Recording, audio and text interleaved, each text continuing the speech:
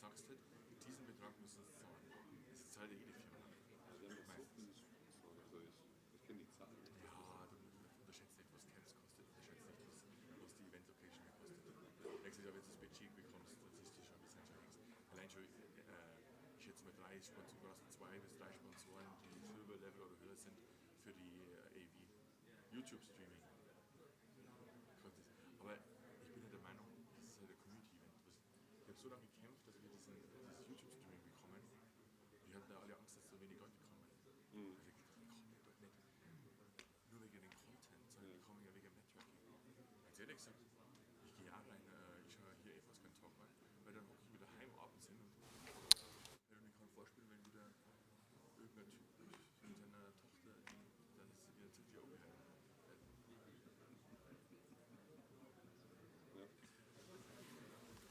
Es geht doch hier ums Networking. Kommt wegen München, glaube ich. Weiß ich nicht. Oder nicht.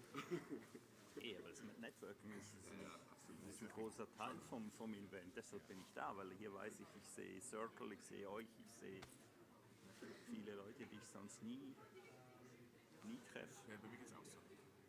Ganz ehrlich gesagt, wenn ich wirklich was Neues lernen will, dann gehe ich auf eine Konferenz, wo ich null Ahnung habe von dem Thema. Dann gehe ich auf SAE Music und so weiter. Also hört sich vielleicht arrogant an. Also du hast schon neue Ideen, aber die neuen Ideen kommst du eher über Diskussionen am Esstisch oder mal im Kaffee. Weil das Content, der hier gezeigt wird, ganz ehrlich gesagt, das meiste ist doch ideologisch. Ja, wir sind lang genug in dem Business. Genau. Ja, die jungen Leute ist was anderes. Als ich jung war, habe ich da wahnsinnig viel gelernt in den Talks. Aber jetzt schaue ich mir das an, da gebe ich alle recht, aber ich denke mal, ja. Ja, es ist schon logisch, aber vielleicht gibt es ja so ein Incentive, dann auch mal zu machen. Aber jetzt seien wir ehrlich, kommst du wegen den Talks? Nein. Wenn du jung bist, kommst du das wegen den Talks? Ja, ich komme wegen den Talks, weil ich was gerne will. Ja, ich glaube, Junge, die kommen noch gern, weil es halt reisen können. Weil ja, beides. Aber damals, als ich die First-Konferenzen war, habe ich die Talks Ja, auch gesagt, klar. weil dann siehst du die tollen Leute, bla bla. Du keine Ahnung, wenn ich jetzt mit Ihnen reden will, dann gehe ich halt, dann rufe ich ihn an. Wenn ich dich anrufe, dann gehst du ans Telefon. Gut, wahrscheinlich nicht, weil du meine Nummer hast, aber wenn ich dir schreibe, ich möchte mit dir telefonieren. dann, ja. Ja, weil wir einfach schon so lange dabei sind.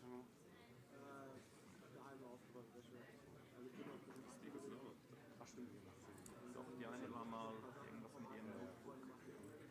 Die eine war mal hier und hat irgendwas mit ihrem Notebook geschaut. Verpflichtungen sind nicht weniger. Aber hier ist es Ja.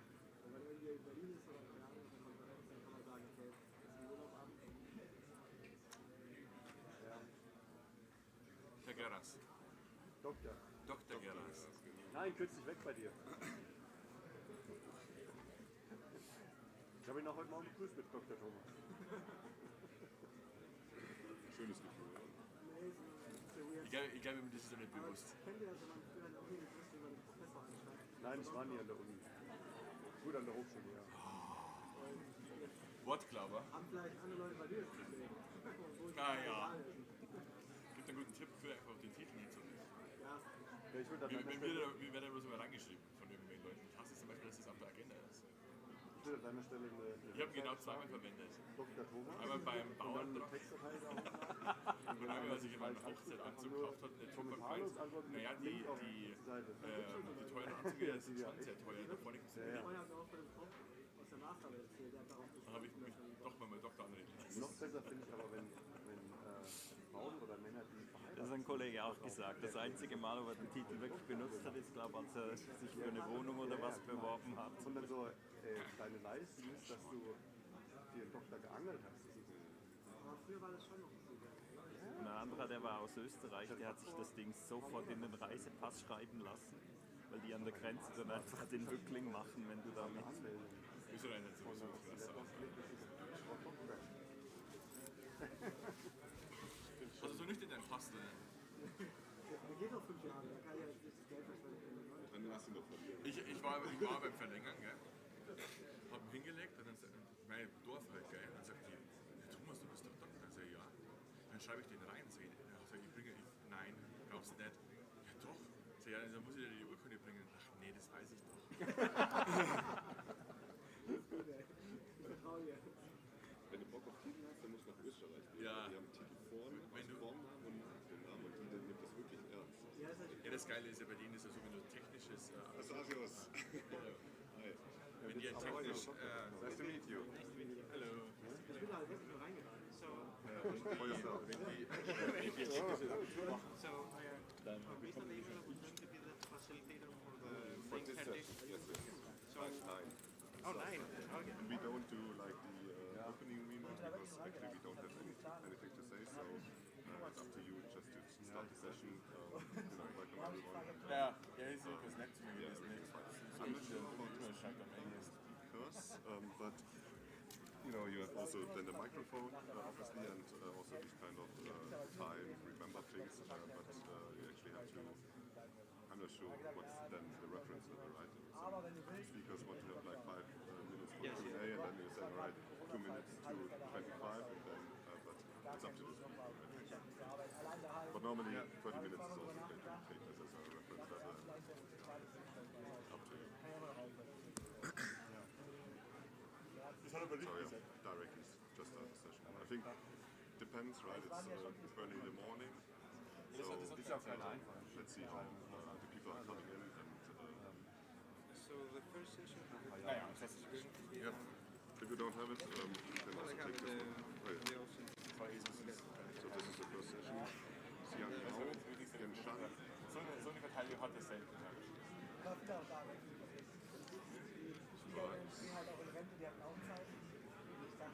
Ich glaube, es waren mehr Schwiegereltern da und Familie da als Leute. I think I need to search for the speakers. Hast du Chris gestern schon über das TC gesprochen? Nein, über ein anderes. Ein anderes, achso. Wohlkommen TC. Dann hat mich Chris gestern schon geschlagen. Warum? Also ein AI-TC. Ach so. Von die beiden gespielt. Nee, ich fand ihn nicht so gut. Da könnt ihr den Aaron fragen. Das war, Ja, das war genau meines. Er sagt so, hey, ITC, und dann sage ich so, Aaron. Wie viel arbeitest du hier mit der CTI-SIG zusammen? Gar nichts. Nee, weil ich schreibe ihn einmal im Jahr und wollte da dabei sein und so weiter, dann bekomme ich nie Response. Genau, so würde ich es auch machen. Ich würde sagen, wir finden einen Platz, wir finden einen Sponsor. Nein, es war jetzt mehr so. Dann schreiben wir der SIG und sagen, wollt ihr euch am Programmkomitee beteiligen? Oder Sie sind die Organisation oder Nein, das war jetzt eigentlich gleich unsere Idee. So, wir können es in Aaron machen, dann wird es wahrscheinlich nicht stattfinden. deswegen denke ich, wir müssen sagen, Wollt ihr echt was soll das AI-TC dann machen? Also, was ist dann der Content von AI? Ist es dann AI für unsere Response? AI wie böse AI ist? Oder? Weil zum Beispiel der Christian und ich haben gestern über Vulkan Europe gesprochen. Und da war halt auch eine Frage, ob man nicht dieses Cloud Meet oder das Project Glasswing und das OpenAI-Projekt da reinholt, weil das da geht es aber um AI, um ja um Software Security. Ja. aber zum Beispiel Aber da ist ja auch eine Vulkan AI ethisch. überall anwenden. Nein, aber ich meine halt, ich glaube, du musst es ja genau definieren, was das AI bedeutet. Weil sonst hast du da irgendwelche Leute da, die keine Ahnung denken, du machst die Dass AI. das Programm von AI gemanagt wird. Ja, also Du hast kein Was Programmkomitee. hast du das Programm und das Konzept schreiben ist natürlich Is there one clicker? Das ist auch die Mindclicker jetzt. Ja.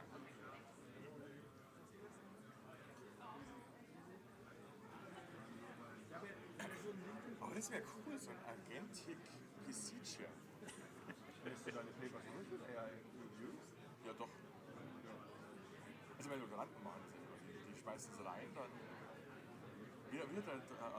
Am Samstag hätte ich eins bekommen sollen zum Reviewen.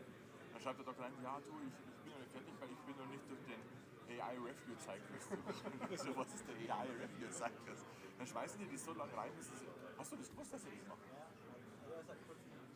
Ja, der schreibt mir auf einmal, er hat jetzt die 20. Iteration durch Gemini durch. Jetzt machen wir dann noch Claude. Wieso 20? Ich meine, eben, Da hast du aber nicht richtig die machen eine Verbesserung Ja. und dann bauen sie die Verbesserung ein und dann schmeißen sie es wieder rein.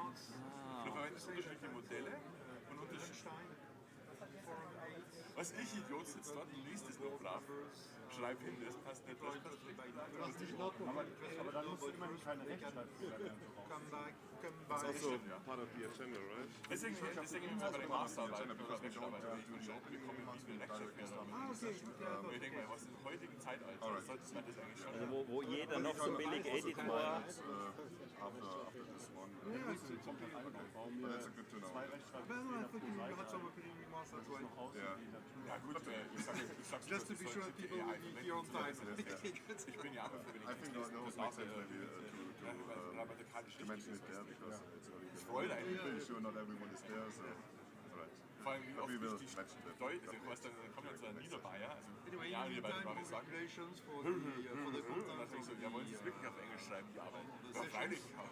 Haben Sie denn schon mal eine Arbeit auf Englisch geschrieben? That's awesome to hear. I also got like feedback from others. And, there was actually one situation where Sind Sie wirklich sicher, dass es auf Englisch ist? yesterday he said I have like submitted my talk because of you. You have my document on LinkedIn, and then I was doing a social event, and he like asked for if you like see or something like that, and the connection, right? It's like wow.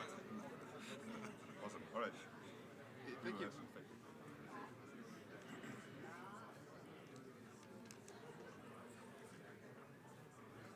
Kannst du auch noch einbauen. Oder wir machen es auch. In 20 Minuten soll sie zum Lars, wenn man kommt, meine Panels vom Dach abbauen. Wieso abbauen? Weil wir nur das Dach bekommen. Das heißt, es sitzt jetzt den ganzen Vormittag bei mir im Ja, WhatsApp. aber wer kommt, Handwerker zu den das Gas davon bei Pulver, das kriegen das Auto da. Ja. Ich bin Das gar nicht. Zu Hause ist auch so nice, weil es an einigen Stellen undicht ist. Yeah, we also online, so we're ready to go. Und weil er nicht auf dem alten Mann die Milch gehört hat, dass er gesagt hat. Hello and welcome everyone. Good morning. I hope everyone had a nice networking session, a nice evening. The weather is perfect. So this morning we're going to start right away with something probably really on top of the mind of everyone, which is AI and security, but of course with some OSINT thrown into that. So we will have Lily talking about one bad OSINT can ruin everything. So please welcome Lily. And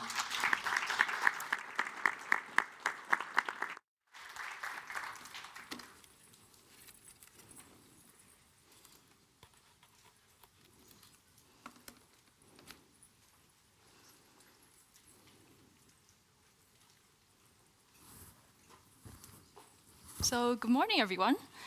I'm Lily from Taiwan. And thank you all for being here in such an early morning.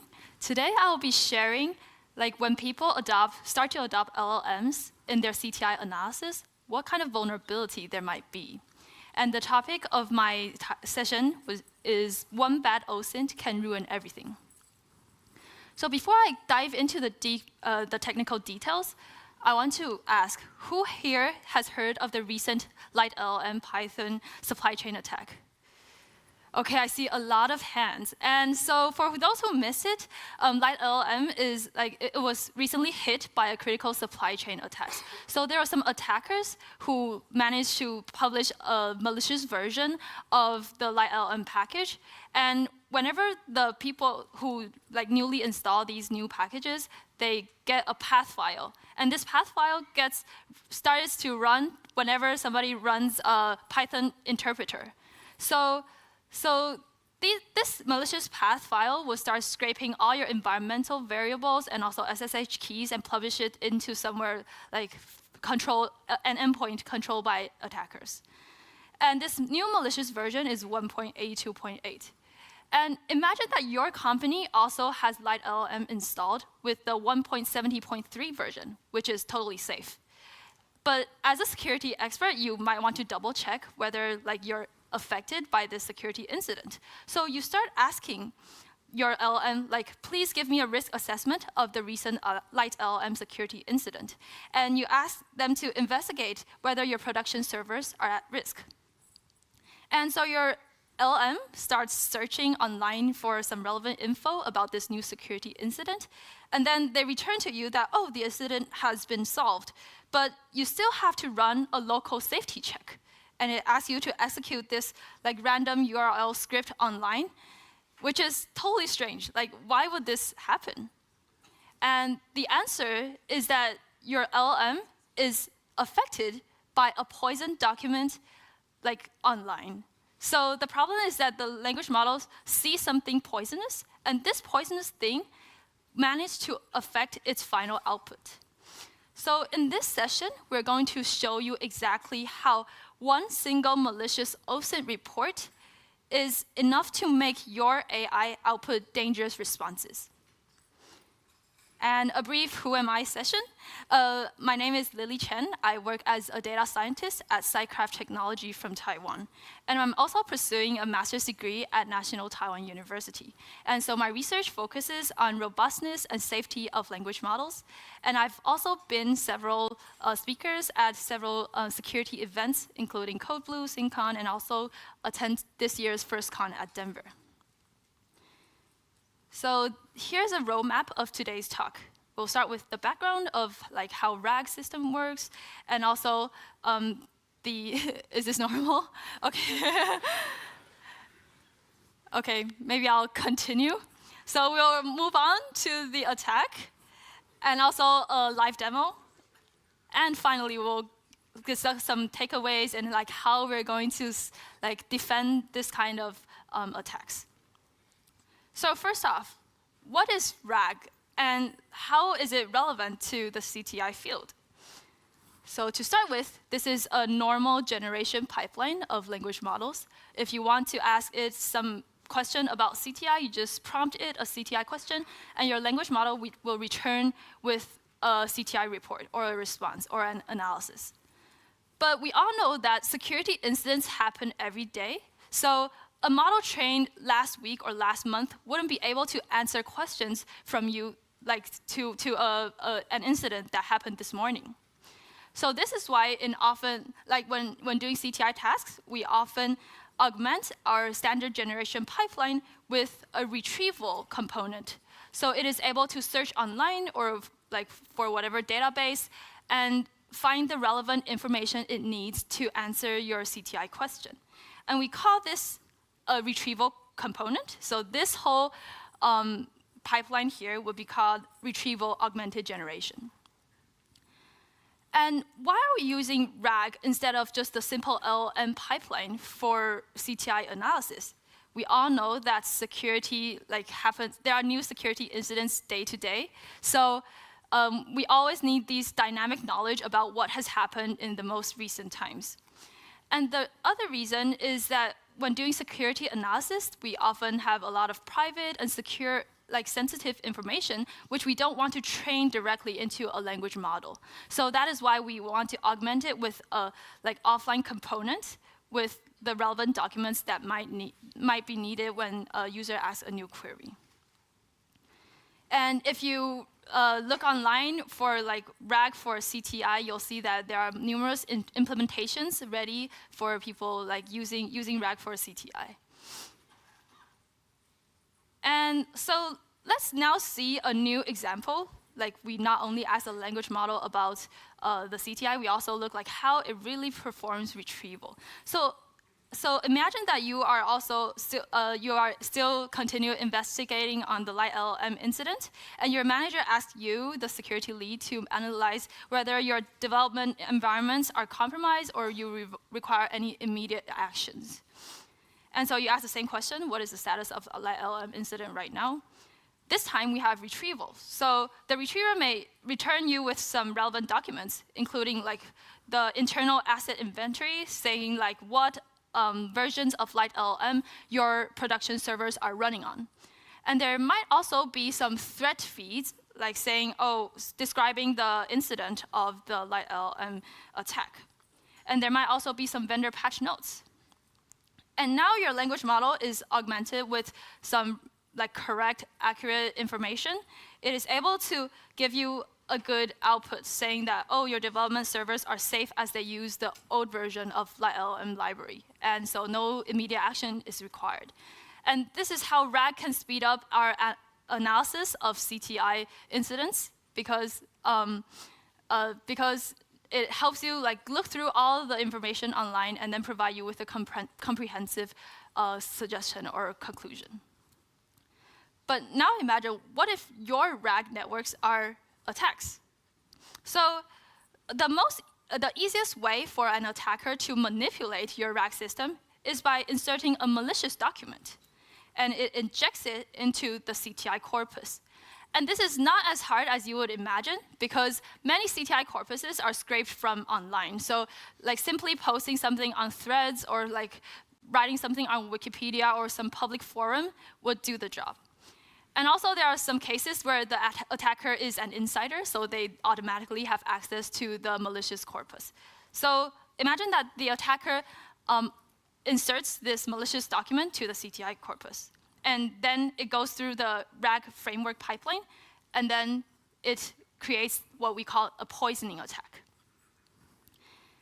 So back to our example, where you ask your language model again about the LiteLLM incident.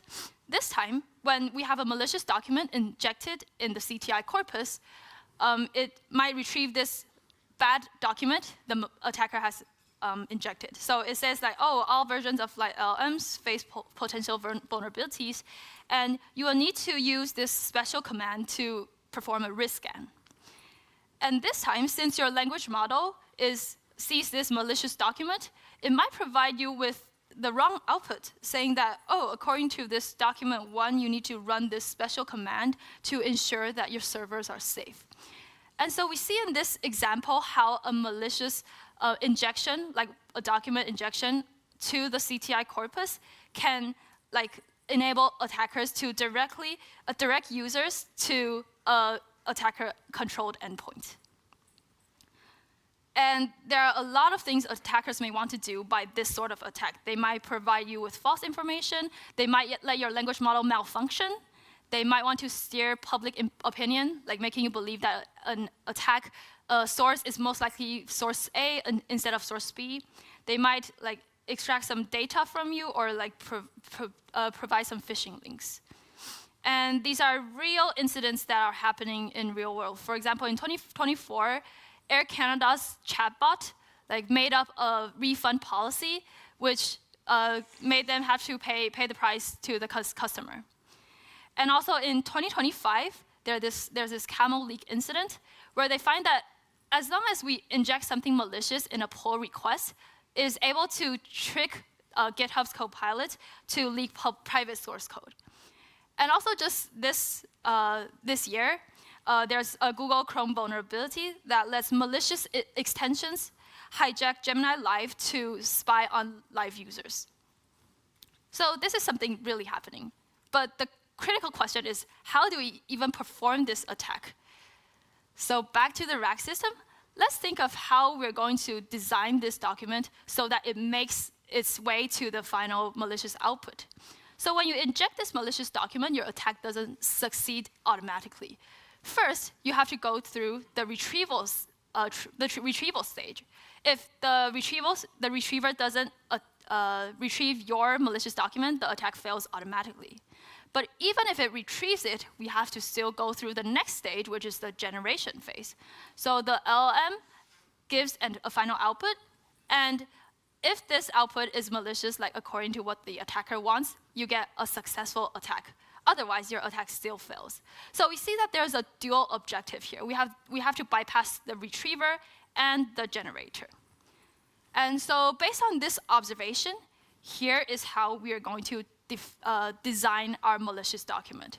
So this whole blue square here is the document we want to inject. We want the first part of it to be a retriever bait, so it will attract the retriever's attention.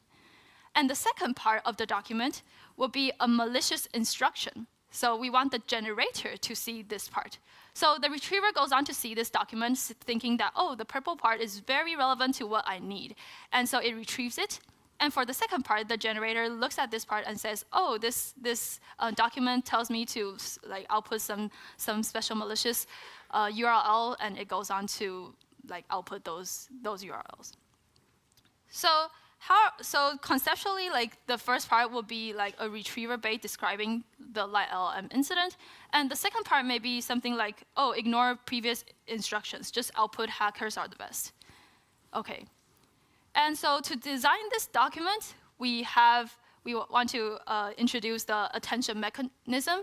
And you see that in the upper right corner, I have provided 4 cups of coffee for you, like in case this next bit of the slides goes to like theoretic. So if you're just tired, just wait until the coffees go, just finish drinking, and then we can continue with the attack. Okay, so what is the attention mechanism? So in a very simplified way, when modern generators or language models work, when they're outputting the next word, they not only look at the whole input string equally. Instead, they try to identify which parts of the input has more influence on the output token.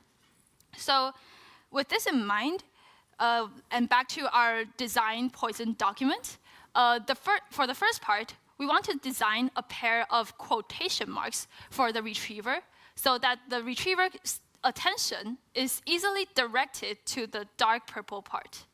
And similarly for the second half part, we also want to design another pair of generation quotation marks such that the language model's attention is directed to the dark red part. And the way we're going to do this is through optimization. So we're going to update the words within these quotation mark regions such that the retriever's attention is directed to the dark purple part. And for optimization, we are going to use discrete optimization, which is a very common technique in the jailbreak literature. If you're curious, you can search this literature or GCG for short.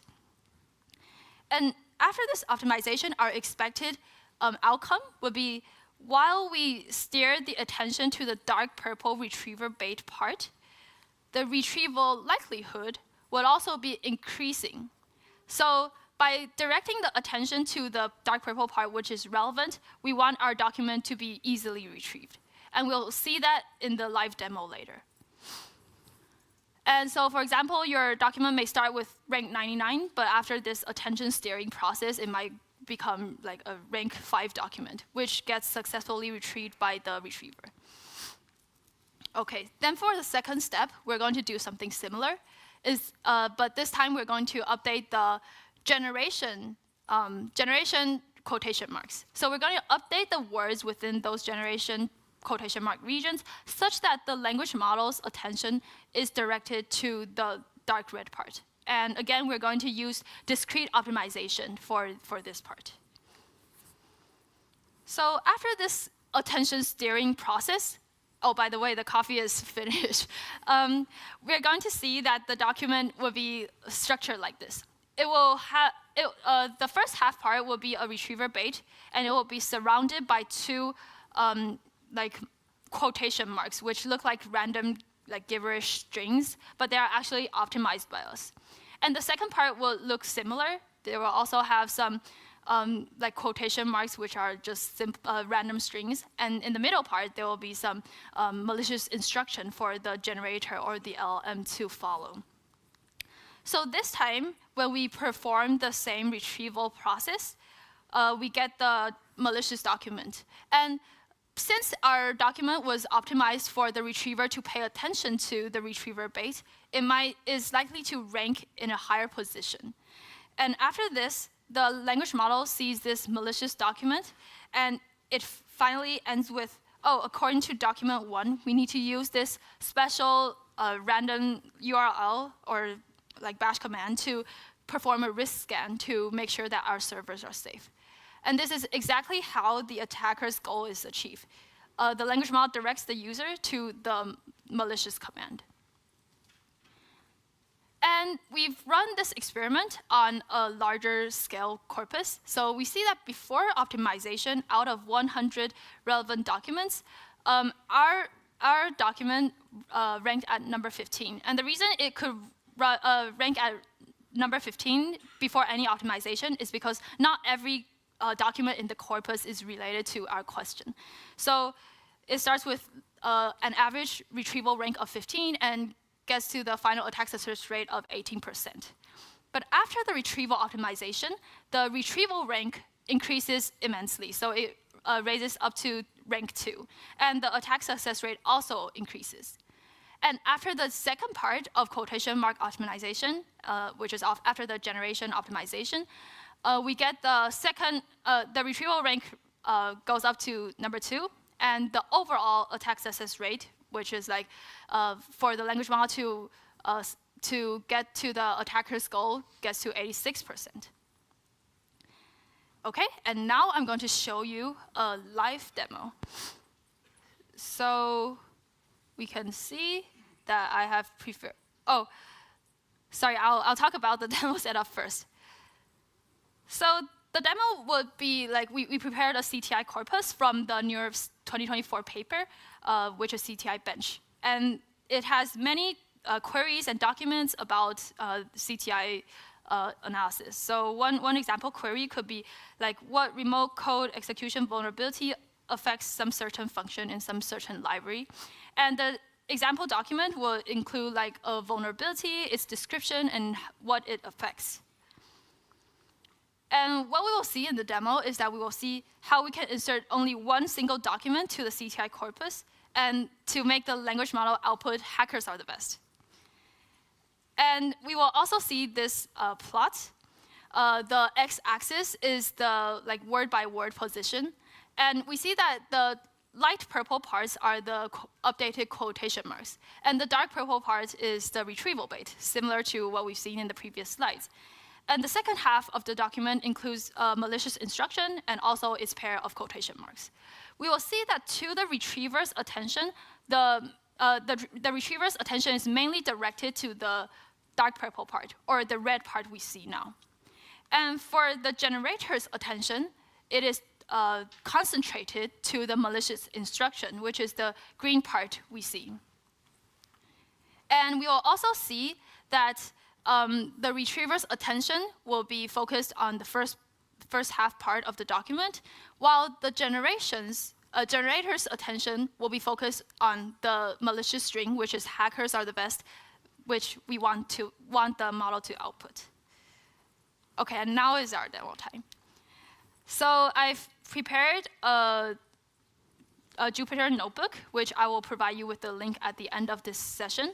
And I'll just run all and like guide you through the whole notebook. So we set up some environmental variables and also load this CTI corpus from NeurIPS 2024, and then initialize our retrievers and generators, and then initialize our document, originally with a like relevant passage and also a malicious instruction.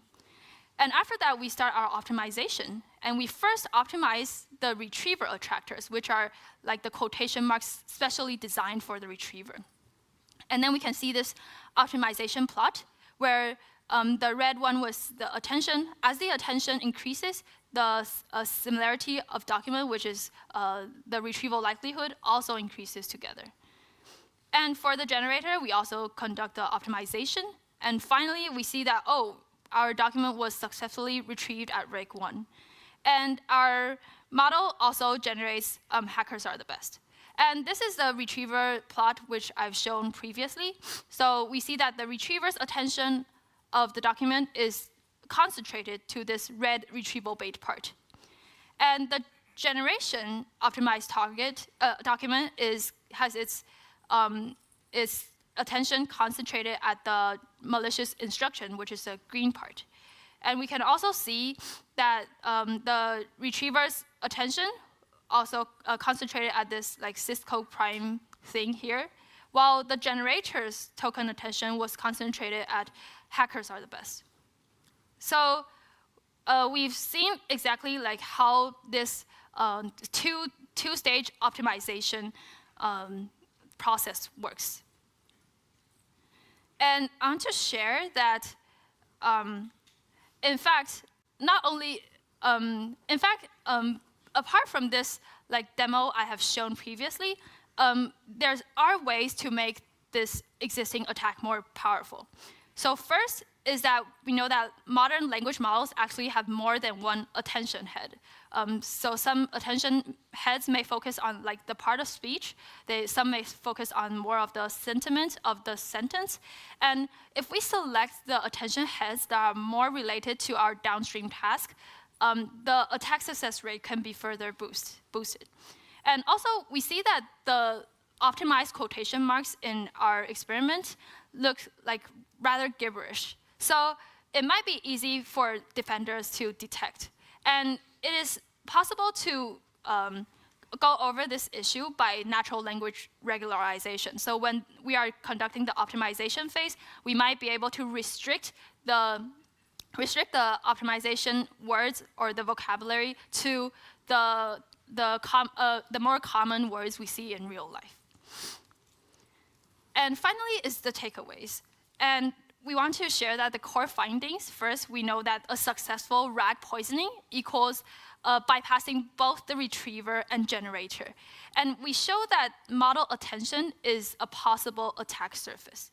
And finally, we show that experiment results showed an increase in attack success rate by 68%.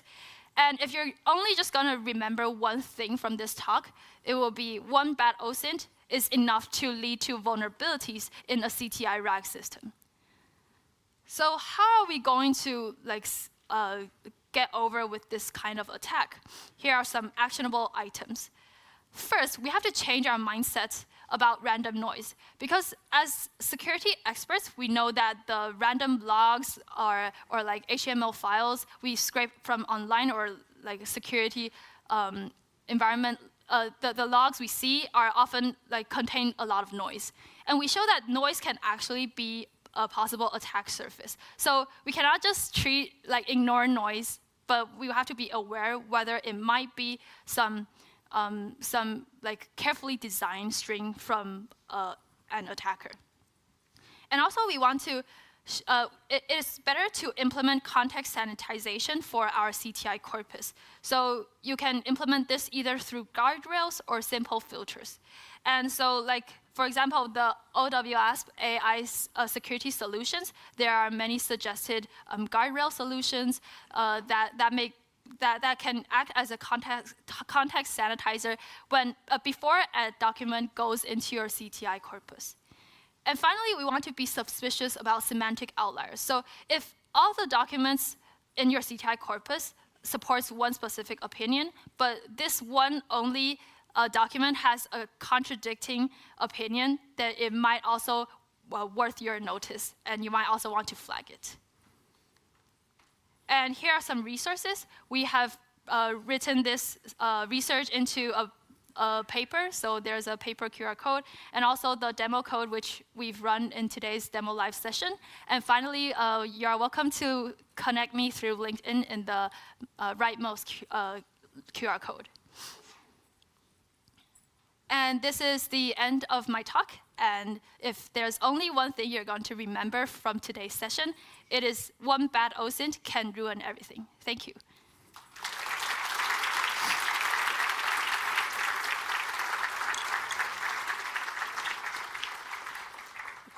Thank you very much for the very insightful presentation. Any questions? We have a couple of minutes for maybe for one or two questions. Yes. Oh, sorry.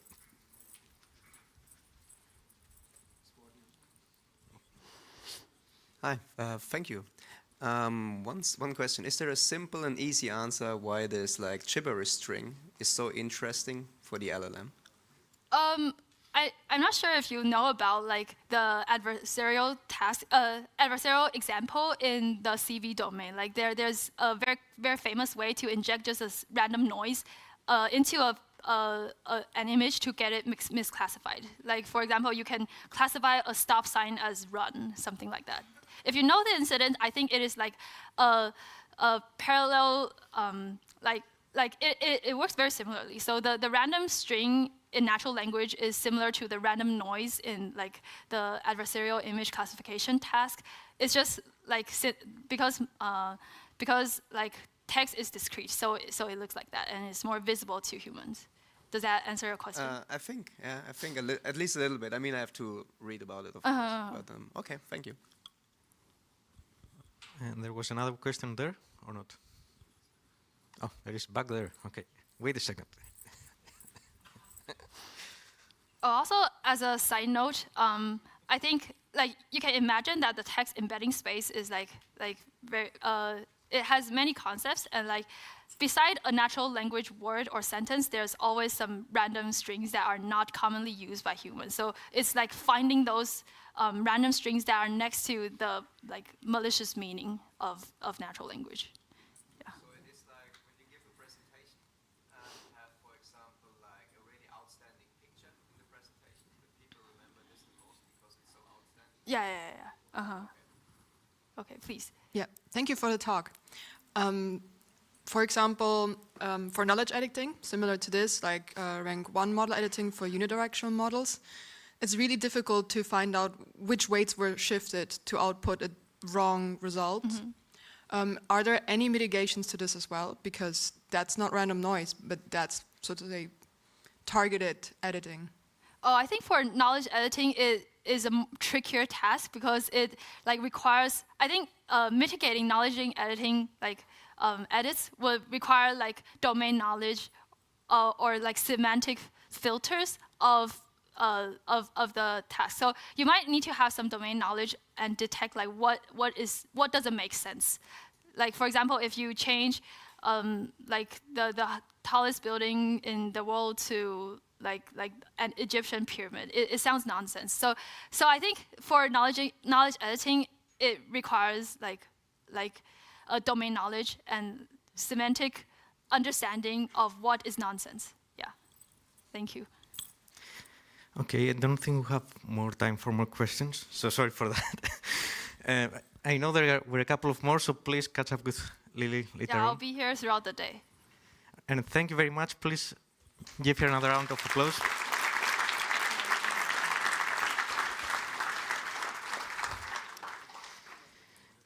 And continuing in the same theme, thanks a lot for opening the day with such an interesting topic. We also continue again with CTI and artificial intelligence. The next talk is from Omar Sáenz and Raquel Guzman. I'm sorry if I mispronounced your name. And it's going to be about operational efficiency in CTI. Welcome. Yeah, thank you.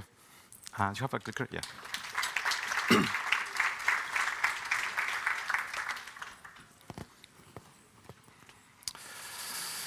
Right. As CTI experts, many of you in the room probably spend your days, most of your time, dealing with a large amount of data and turning that data into actionable intelligence.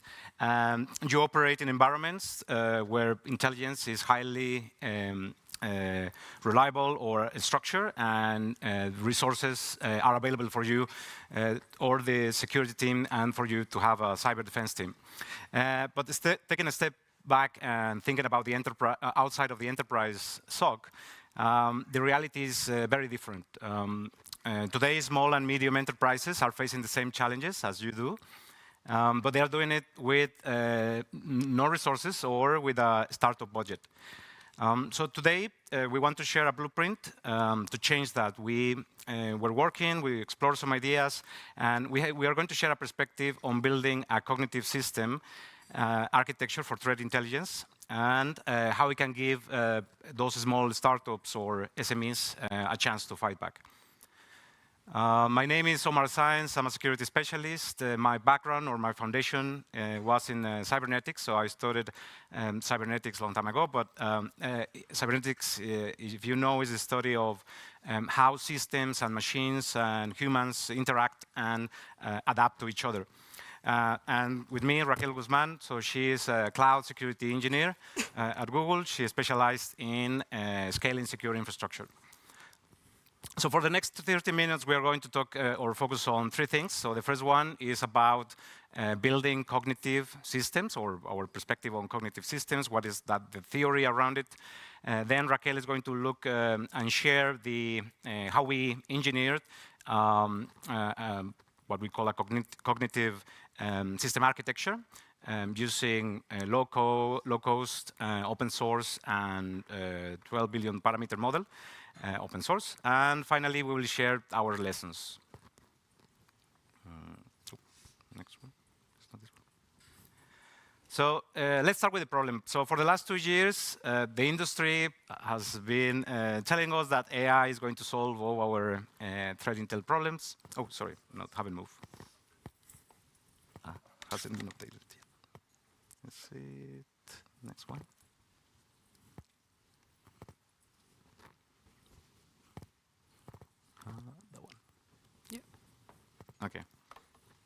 Yes, I was just talking. Next one. We'll leave that one. Okay.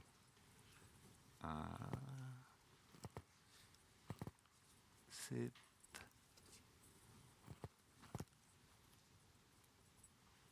Okay. So for the last 2 years, the industry has told us that we are going to be using AI to solve all our problems, but we notice a massive disconnect. So the industry right now is hyper-focused on building better tools, in making sure that the analyst is actually using the tools to perform their role a lot faster. But what happens when the organization that is actually trying to use that is a startup, is a small company, and how does that leave them when they don't have the analyst, when they don't have the person that needs to be in front of the keyboard to solve and use that technology. So the problem isn't really the lack of the software or the technologies, is primarily the lack of having access to the cognitive resources to support the activity of threat intel. And so what we identified, and this is a study of Europe SMEs that we run.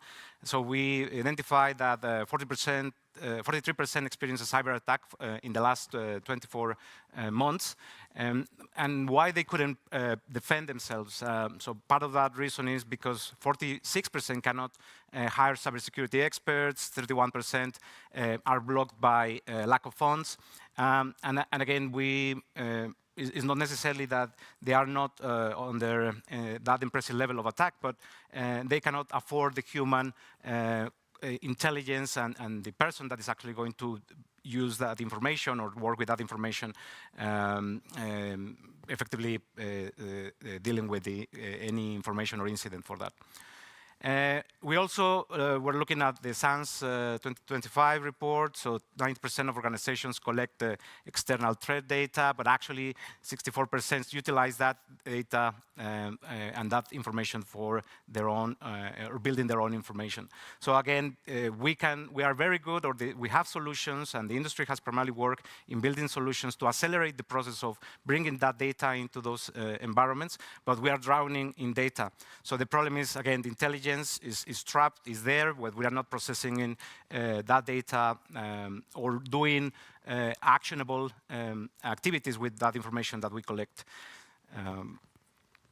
So that's why we've been working on this cognitive defense system architecture. So that's fundamentally a concept in cybernetics.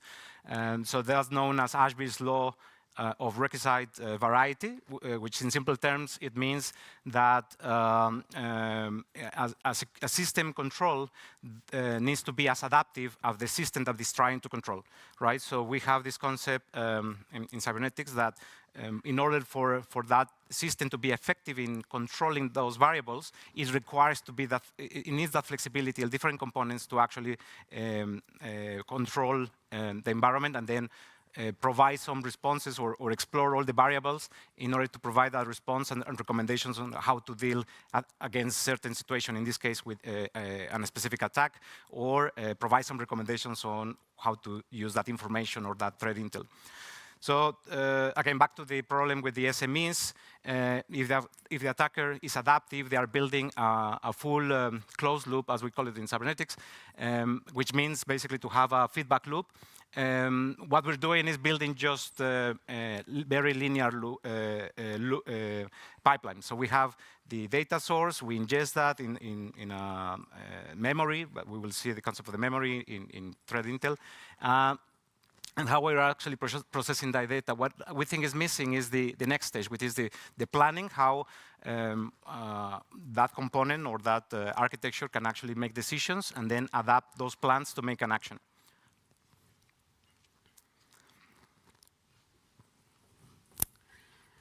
Yeah, so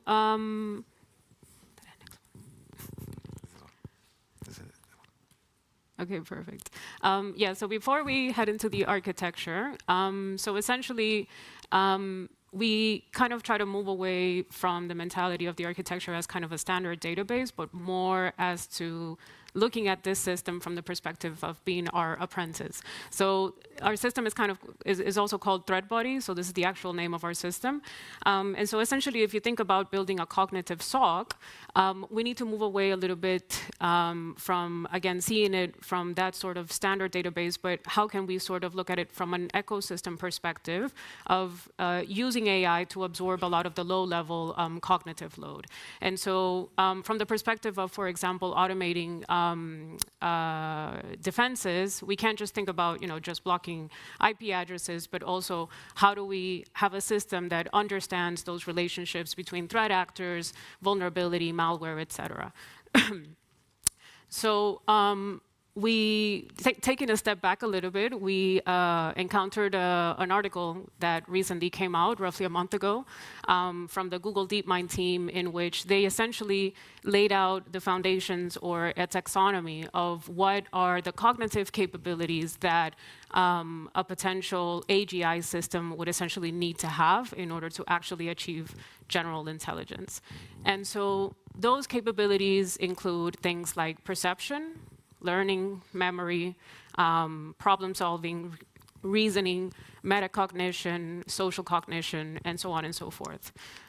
We cannot realize potentially all of them within this system, because maybe not all of them are essentially needed or capable, but at least there's two that we believe are reliably in this architecture that we're building out, which are essentially perception. So, for example, our system is reliably ingesting and percepting, a new feed, a new Intel threat report, and it is generating a machine-readable sticks graph of threat actors, vulnerabilities, and so on. And the idea behind it is that, from an intelligence system point of view, we can't just really think about it from just piping data into the system, but more about does the system have this understanding, right, of the different relationship and kind of building that awareness into the system. And so we built out some of the infrastructure for this apprentice, which essentially for an SME or a small company that doesn't have the resources for a dedicated SOC team, the apprentice is essentially the team. So this is essentially the architecture for the Apprentice system. So it essentially has 6 components. We have the ingestion, the extraction, OpenCTI, the storage or persistence layer, and then we have some other external components such as the external surface and also a human in the loop. So from an ingestion point of view, this is human triggered, so we receive, for example, a incident report, a PDF blog post, something like this, and then via a webhook, it is triggered and lands on N8N, which is a workflow orchestration or an automation tool, similar to probably what you folks may know as Zapier, but just sort of built a little bit more around technical tech teams, and in this case, also self-hosted. And once that is received by N8N, N8N then pushes it onto our LangChain service that is running on GKE. And then once it receives that call, then it calls our model Gemma, which is running on Cloud Run on GCP as well. Here, it kind of performs a little bit of that magic. So it does the transformation from unstructured content, does the structured inference, and then as output, you get the sticks bundle as a draft. Then that draft is sent on from LangChain to the OpenCTI core API. So everything in OpenCTI is received primarily through this core API. And then once it receives it, internally it does routing via RabbitMQ, then processing via the Python workers, and then finally indexing via Elasticsearch. Then we have sort of the storage and persistence elements. So we have Redis for the caching and the event stream. Then we also have Elasticsearch for the indexing, and finally object storage for file storage, so mini I/O essentially. In terms of the external components, so we have the analyst review or the human in the loop. So this is essentially a human that we would have as sort of reviewing and doing the final thumbs up when we receive a sticks draft bundle in our draft workspace in OpenCTI. And finally, as another external component, we also have, once that sticks bundle has been committed into the knowledge base within OpenCTI, we would then have that feed into an external source, such as our SIEM or our EDR tool. So in terms of the infrastructure itself that is running all of this, so we're using GCP for our cloud infrastructure. And for all of the OpenCTI components, we have everything running on a GKE autopilot cluster. Alongside the OpenCTI components, we also have our Python service that running on LangChain, and then we also have our N8N service as well. So everything is running on pods within GKE autopilot. Autopilot essentially allows you to not worry about managing the cluster, not worry about managing the node itself. So you don't have to do things like patch management, scaling, scheduling, etc. Some of the elements may be outside of the visuals here. So more broadly speaking, the wider engineering stack. So everything is provisioned via Terraform from an infrastructure perspective. We also use Helm and Helm file for the configuration changes. Everything is also using GitHub Actions for CI/CD. So we have 3 pipelines, one for the Terraform deployments, one for the configuration changes for Helm, and then one for the application pipeline. So we kind of adopted this GitOps model that essentially allows us to use the repository as sort of our source of truth for everything, which allows us to be a little bit more quicker, do safe handover, and so on. So here just to say that obviously we consider OpenCTI, there are other platforms, but again, thinking about the SME challenge, this is probably something that is accessible to them in terms of the community and access to Sticks 2.1 and the syntax that it provides. But we know and we acknowledge that will remain as a database, and the memory that we mentioned within the cognitive or what we're planning to do in terms of the other components. And so that will only cover the memory aspect. What was missing is the perception, and with that we obviously have other integrations, MISP, VirusTotal, and different sources that we can also integrate. And the key aspect for the OpenCTI, and we also know that there's other AI features that are coming within the platform itself. But again, the challenge is not about the analysts using the platform. It's about how we can make or create that capability that could actually do some reasoning. And this is what we're going to explore a bit later, how was that engineered.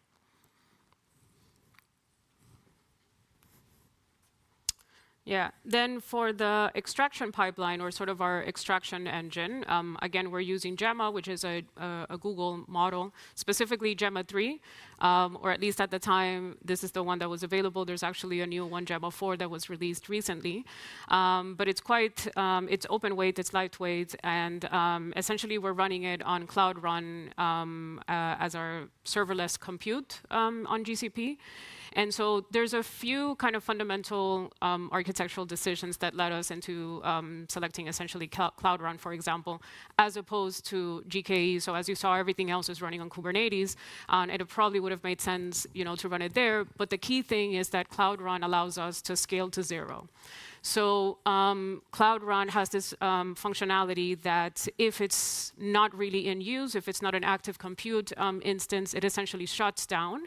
And so for us, for example, which are running on an NVIDIA L4 GPU, that can actually be quite expensive to just have an idle resource just on active compute, which is technically not in use all the time. So realistically, when we receive an actual feed or a report or anything of the sort via our entire pipeline, the processing can take anywhere between 3 seconds to 4 minutes. So depending on whether we're having a cold start, so if it's the first time that the Cloud Run instance is being spun up for a while. After that, subsequent requests, and if it's warmed up, then it actually spins up much faster, and so that's why you have that variation in latency. But that's essentially one of the fundamental decisions. So just to kind of put it into perspective, for us, running tests, and obviously this is going to change a lot if you have an actual production environment in an organization when you're probably receiving a lot of these different feeds. But for us, running these kind of tests quite often, we see for the Cloud Run usage roughly $2 to $3 a month, for example. And if the compute instance was always active, that would probably be $500 to $700. So that was kind of a key point in our architectural decision making. The other point was that Cloud Run also has another cost efficiency mechanism that is request-based billing. So instead of paying, for example, for active hour of compute, you only pay for 100 milliseconds of compute. So if you have 5 seconds of running your compute instance, you don't have to pay for the whole hour. So that is on the Cloud Run side. Then on top of that, we're also using this mechanism called GCS Fuse. So for Gemma, for our model ways, we've had them store in our cloud storage bucket, which within GCP allows us to be mounted directly onto the container. And that essentially allows you so that when you have that start, it essentially leverages the cloud storage bucket as if it was a local directory. So that also makes things a lot more efficient. Okay, back again to our intelligence or cognitive architecture. So again, we mindful as well of use and how we process, or when we're already extracting that information from from the files, the documentation, those different data sources. The pedantic schema will allow us to provide that layer of control. Again, we acknowledge also that there's a pedantic AI capability that allows the contextualization of information that is passed through any other model that you can use. But we wanted to restrict and constrain the information. Just as the previous session explained, RAG is very important, and validation of the sticks structure is very important. So that's why the pedantic library that we were using allow us to just to frame and structure that in the best format.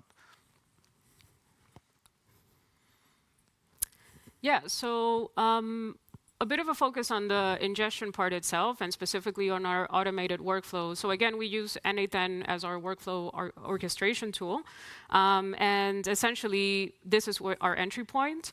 So there's a human trigger. We have our entry point, which is n8n, and that essentially via webhook allows it so that it lands through LangChain, which is our processing or extraction engine. And then from LangChain, there it constructs specific prompts to call out to Gemma, and then, which is our model, and then Gemma is able to perform the structured output, or essentially our sticks bundle draft. Then that draft, again, is sent over to our OpenCTI API. Initially, we had the intention of having n8n send it directly, so having the workflow entirely via n8n. But unfortunately, we had some limitations with the API because OpenCTI demands a specific format. And so we had to kind of pivot, and essentially we built a custom logic onto our LangChain Python service so that it sends that directly to OpenCTI. And so that essentially allows us to have an output like this. So this is a draft workspace capability within OpenCTI. So if you think about, for example, the other connectors within OpenCTI that are already available out of the box, it kind of skips this step because everything is already sort of validated. However, because we have this sort of custom connector implementation, and we have this AI doing all of the legwork, we essentially want to make sure that we have someone validate that there isn't hallucinations or that everything just kind of makes sense before being able to commit this to our knowledge base. Okay, so we covered part one, which being primarily what we think could give small and medium organizations probably a good start. They don't need to be experts, as many of you are, and be familiar with the sticks formats and operating threat intelligent platforms. But this is the starting point for them. But again, their challenge is they don't have the cognitive capability. They don't have someone who can actually run and do those activities for them. So again, moving away from just a product feature, this is what we were thinking. Again, part 2 is primarily the direction of travel. And this is what we primarily think is this direction, which is creating or envisioning this capability that expands or enhances what we already cover in terms of perception, memory, into more execution, reasoning, and actual planning, because again, there's a lot of focus right now in agentic. We don't personally think that for this particular problem, a full agentic solution is needed, primarily because there's been some studies that suggest that you just run massive number of swarm agents. It's very hard to control, it's very hard to, and the performance degrades over time. So I think we see most likely the evolution will be as the models evolve and we have access to low-cost solutions to have orchestration model capabilities within those models, but also expand and design other components that will primarily do other activities like controlling, so the boundary and validating the content, but more importantly, planning. I think planning is one of the cognitive capabilities that are necessarily missing in a threat intel platform, primarily because the attackers are moving so fast, and there are a lot of information that is coming from threat intel sources that are we are not able to, even ourselves as an industry, to process and plan a responding action at the same level as these the threat actors are doing it right now. So we are just sharing some lessons learned that we can share. Cost obviously is always important. Compute is cheap, but we still need to think how these SMEs are going to operate or run infrastructure anyway. So that's important. Automation, trust is fragile. We need the human in the loop. We know that LLMs continue to be a source of attacks and or a method for analysts, for malware and for malicious actors to inject malicious payload there. And the reality as well, they don't necessarily build. This is based on feedback from one of my colleagues. SMEs primarily buy solutions, so we need to think about how this could make this a design pattern rather than create a product about this. Want to cover the... Yeah, so in terms of key takeaways, so automation was obviously a very big and important part of this, and it still is, but we're still trying to solve that intelligence bit, right? So it doesn't still take away, it takes away the toil from the analyst perspective, but it doesn't necessarily is taking away, at least not yet, the intelligence bit.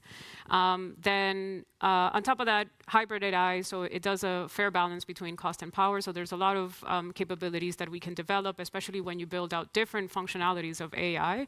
So not just, for example, a processing engine or an agentic tool, but kind of putting all of that together really builds out a really powerful system in general, with the right balance of, in our case, trying to balance out also the cost element.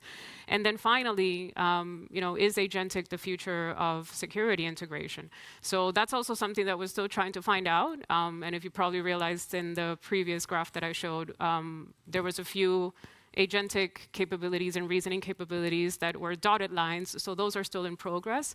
But we believe there's a lot of potential there, and we might be able to map that back to those capability or cognitive capabilities that are laid out in that DeepMind framework. So yeah, so that's also something that we're very much looking forward to as we continue to build out the system.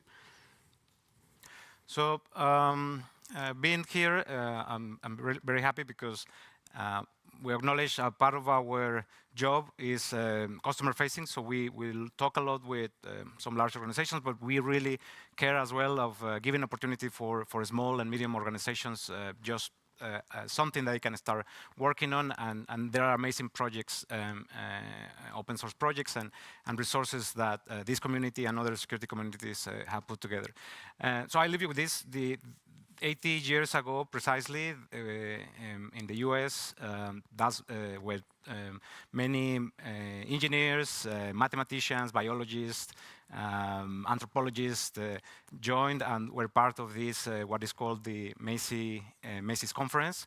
That triggered or started the cybernetics movement, which later on caused or drove the AI innovation as the topic evolved in different ramifications.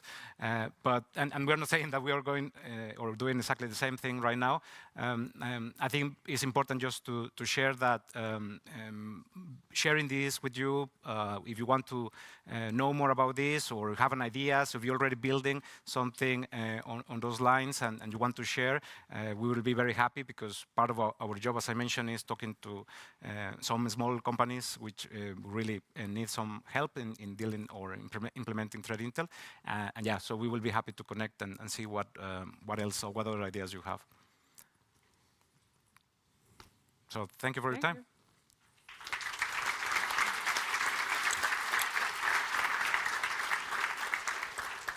Thank you very much. So maybe a couple of questions. Let's see if it's going to be quick. Okay.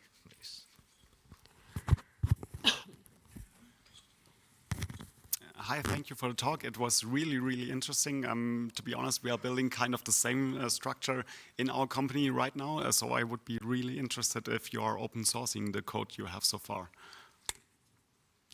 So that's the intention. We haven't made it yet, but we do plan to. Yeah, we were actually having this conversation literally a few days ago. So yeah, so definitely would love to stay in touch, and maybe we can. Okay, perfect. Thank you. Okay, one more here. Hi, thank you for your presentation. I have a two-part question. First, how do you normalize the STIX data sets? Because each source is going to have a very different lean on entity. So for example, one source might say threat actor group, and then another one might say intrusion set, right? So when you push it into Open CTI, it might break the data model. Secondly, how do you prevent any sort of hallucinations? Oftentimes what I've seen is that when you use LLM to generate STIX data, they either have incomplete SROs, the relationships between entities, or they would make up SROs. So are there any like sort of gate checks or validation for those?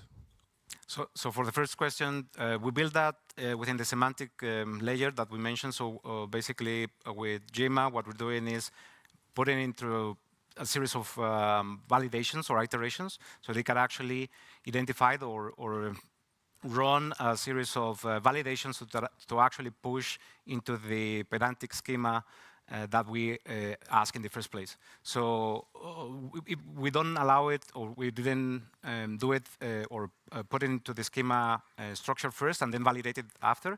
It was waiting for the model to come up with a split and identify the different structure, like recommendation of what is needed, and then later using the schema to actually push that structure.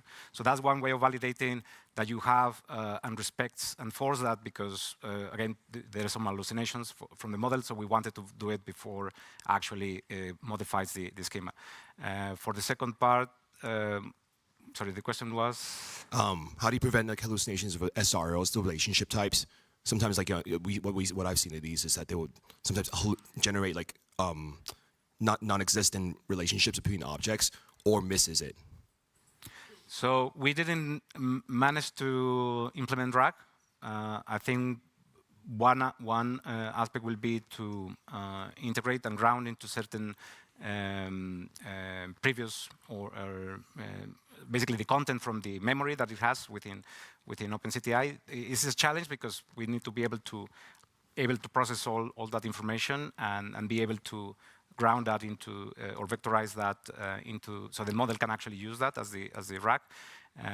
But yeah, it's an interesting challenge to solve. I think the intention that we have, at least in our design, was to use RAG. Awesome, thank you. Thank you. Unfortunately, we don't have time for more questions, so please, another round of applause for Raquel and Omar. Okay, thank you so much. Thank you.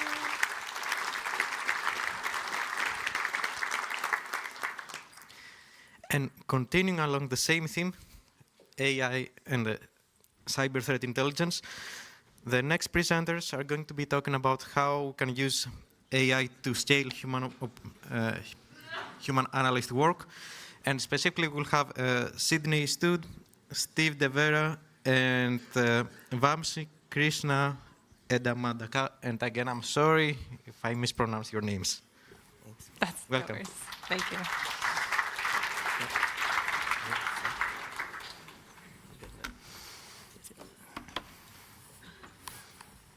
All right. Hello, everyone, and welcome to our presentation.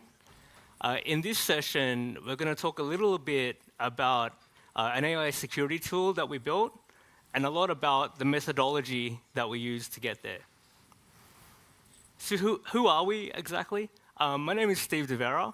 I'm a senior security engineer for AWS, specifically for the AWS Security Incident Response Service. My focus is threat intelligence, threat research, and incident response.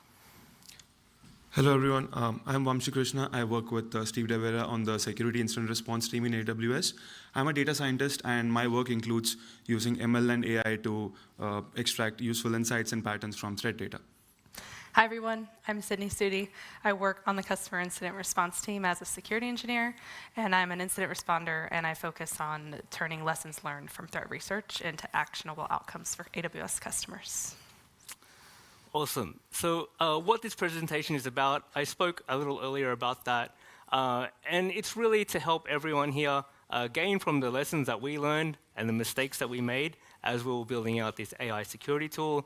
We'll go into some of the critical questions that we asked ourselves as we were building this out, some of the decision criteria as we were integrating AI into our workflows. And so there's some really interesting things that we found in the previous slide. We talked about, in the previous session, presentation, they talked about hybrid AI, and we kind of found the same thing as well. Before we do that, though, let's kind of get a temperature of the room and have a poll about why you're using AI at work. So feel free to click on the QR code, and the possible options for that question are, I'm not using AI to generate code, to create content, because my boss told me to, any of those, or other.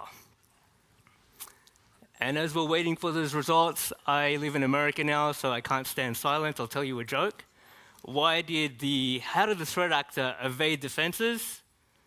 He ran somewhere. Yeah, I know, okay, great. Good? Oh, sorry, no, I meant good for the results of the poll, not the joke. All right. Okay, great. So what have we got? All right, so it's looking like generating code and creating content. Yeah, and that's kind of what we found as well as we were going along this journey for creating this tool.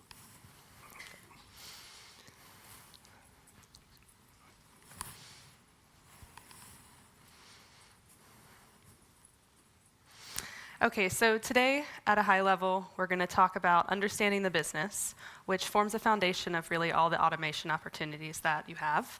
We're going to talk about consumer and creator personas, the decision-making criteria that we used when we actually built a hybrid AI tool that implemented human logic and AI. We're going to talk about questions that we faced and lessons that we learned.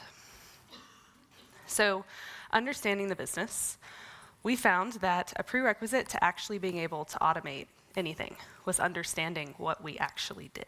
We needed to know the tasks that we were doing, and we needed to know what was repetitive about those tasks. Where were the inputs clearly or almost clearly defined and consistent, and then where could we consistently or somewhat consistently apply AI and logic to solve that problem?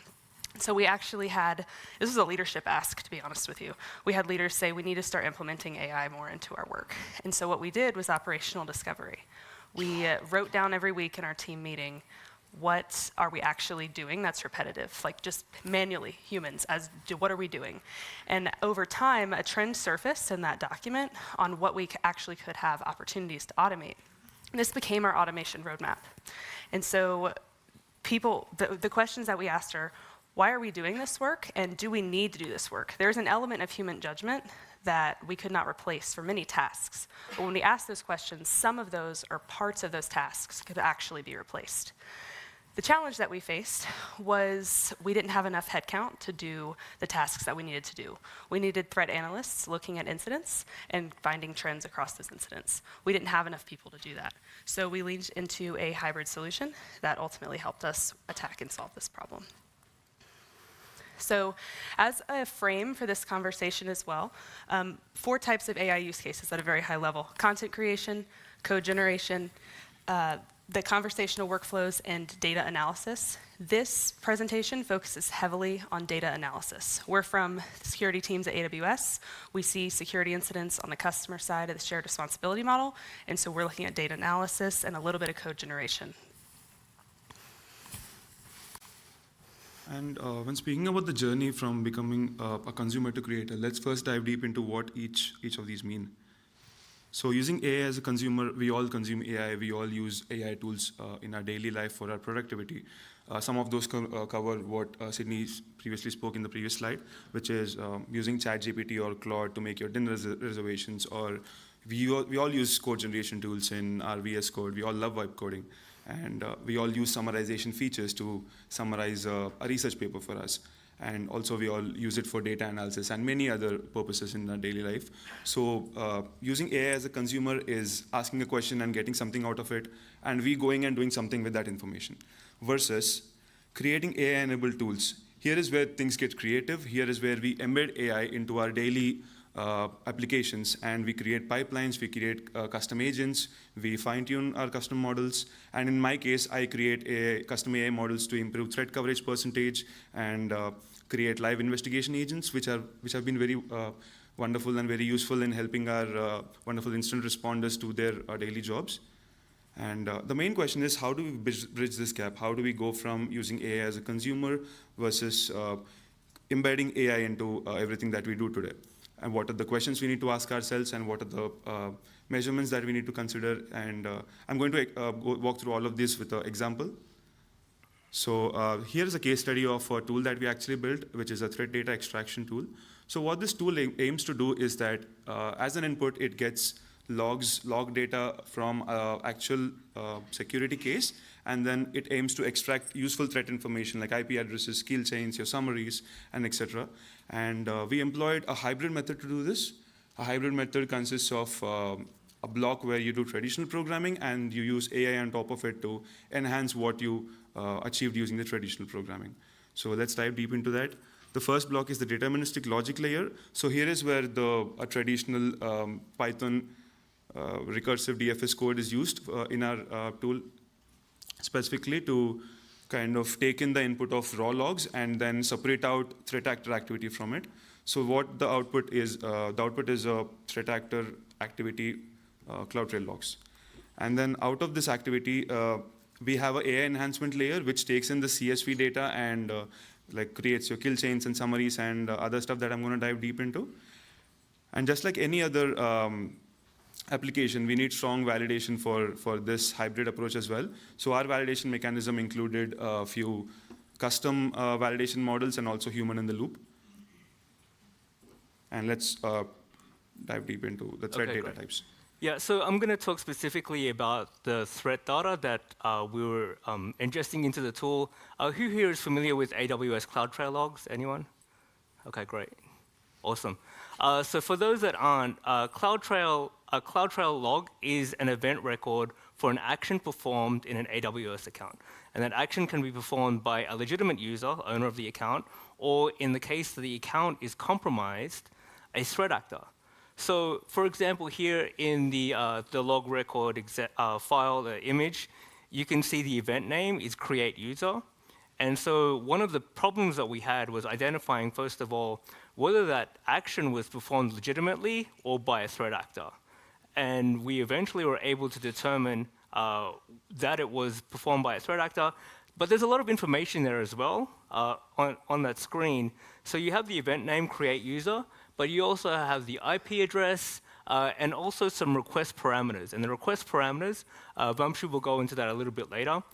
They can contain resource names or fields created by the user. So for example, with this specific event name, create user, the user could be hacker123 or just administrator or something like that. But that's important to note because this is the threat data that we're capturing. And so we're capturing this. This gets logs for every single action on the control plane in an AWS account. And there are like thousands, hundreds of thousands, millions of those, depending on how long the account's been up and what's happening in the account. So that's threat data. And then So we have this threat data. What do we actually do with it, though? How do we make it mean something to people? So we identified that there was a gap where we had data, but we didn't have a way to talk about that data and categorize it into common trends. And so we created the Threat Technique Catalog for AWS, which is an extension of the MITRE ATT&CK framework. You can see the orange boxes. Those are AWS-specific IDs. That's AWS-specific content that we've actually written based off of observations of what we've seen threat actors do during security incidents. So you can find this by searching Threat Technique Catalog for AWS. Little recap of how we got here. So we have threat data, the basic building blocks of what surfaced this. And then up next, we're going to talk about the AI enhancement layer and the tool we actually built. So with that context of CloudTrail data and Threat Technique Catalog, let's dive deep into the AI enhancement layer that we spoke about a couple of slides ago. So the deterministic layer gave us an output of threat actor only CloudTrail logs activity. And now what AI enhancement layer aims to do is to build a set of kill chains on top of that. As we all know, kill chains are defined as a sequence of actions that a threat actor performed. And to do that, first we converted the CSV data form to a graph, because in a graph we can easily separate out the threat actor activity, and then it'll be easy to trace the root cause. So after we convert the data set from a CSV to a graph, what we did is we traversed. Before traversing, what we did was to classify each API call by using Threat Technique Catalog.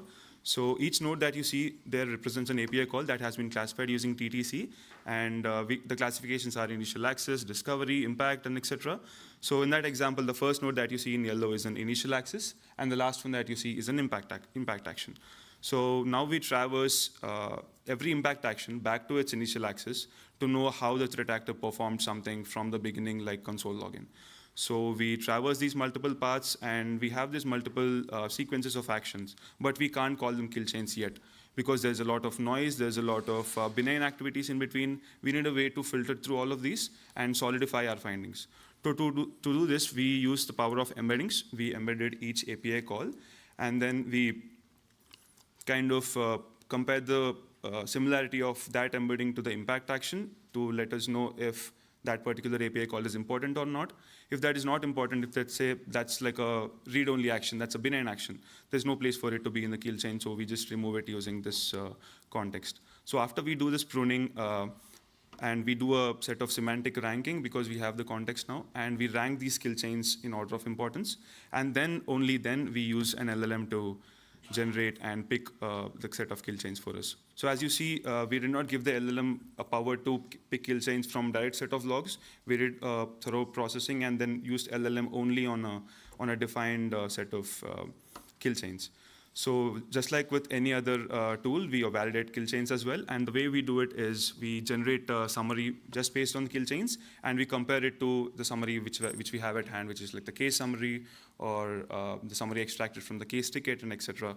And this will let us know how good the kill chains are and let us know the quality. So results. Let's look at how this tool changed a previously very manual, very tedious process where a responder or someone used to manually do all this log analysis, and the correlation ability, which is correlating common patterns across the cases, was very limited because it was manual. But with the usage of our tool, we are able to now process huge files. As an example, you see 990 million records in under 20 minutes or 25 minutes. And we are searching across billions of actions across hundreds and thousands of cases to find what's common between the security cases. And we've been successful in finding a few patterns that are common across the cases. And when we dove deep into it, we got to know that there was common threat actor behind those security cases. So how cool is that? Yeah, I wanted to talk about that a little bit as well. So we're ingesting for this iteration of the tool, like CloudTrail logs, but you can use this methodology to have any type of log ingestion in your environment. As long as you know what you're looking for specifically in terms of threat data, you can use that with this methodology. Yep. And the measurements that matter. Think of this as questions that you ask yourself to decide whether to use AI or not. Let's dive deep into what these are. The criticality of output. How important is the output to the downstream processes? Let's say you gave the AI model to the power to generate a number for you or a score for you, and based on that score, let's say an alarm is triggered. You probably might not want to do that directly. You might want to use a traditional regression model or a deterministic model to do that, because AI's output, as you know, is non-deterministic and can vary, and this could trigger a lot of noise in the downstream applications. And who or what is affected? As I said, downstream applications, if it is critical, better use deterministic models. And also accuracy versus throughput. Sometimes we all ask this question whether the speed of output is important or is the accuracy very important. Sometimes AI struggles to generate accurate output as a human would. So let's keep that in mind before we choose an AI solution. And also, what are the acceptable error rates? Like if there's a margin of error that we can allow, definitely use AI to get a creative answer. And also consider volume of inputs. And systems and permissions as well. So when architecting a solution like this, or really any solution in general, if the tool itself were to have some kind of unauthorized access, what kind of scope, systems, permissions does that tool have access to? What changes would that tool be able to make, if any? Sometimes there's a legitimate use case to be able to put files somewhere, right? So just having a model and doing that threat modeling on what the systems and permissions that that tool is actually touching. And here are some of the challenges we faced while developing this application. The first is speed versus accuracy, like the point that I briefly touched upon in the previous slide. So AI can produce quicker results, or hybrid AI can produce quicker results, but it often struggles to generate an output that's as accurate as a human. So that is something we had to consider and fine-tune our model to suit a human-level alignment. And also the ground truth data sets. So before we got access to live case data, we had used simulated or red team data sets. But the problem that we observed was the data sets were too carefully crafted to suit a particular type of an attack, and that this did not prepare the model to face the messy reality of a data set that we see in production. So the model was too perfect, and it was not able to differentiate between noise and what's actually, what's actually interested. So that was something to consider.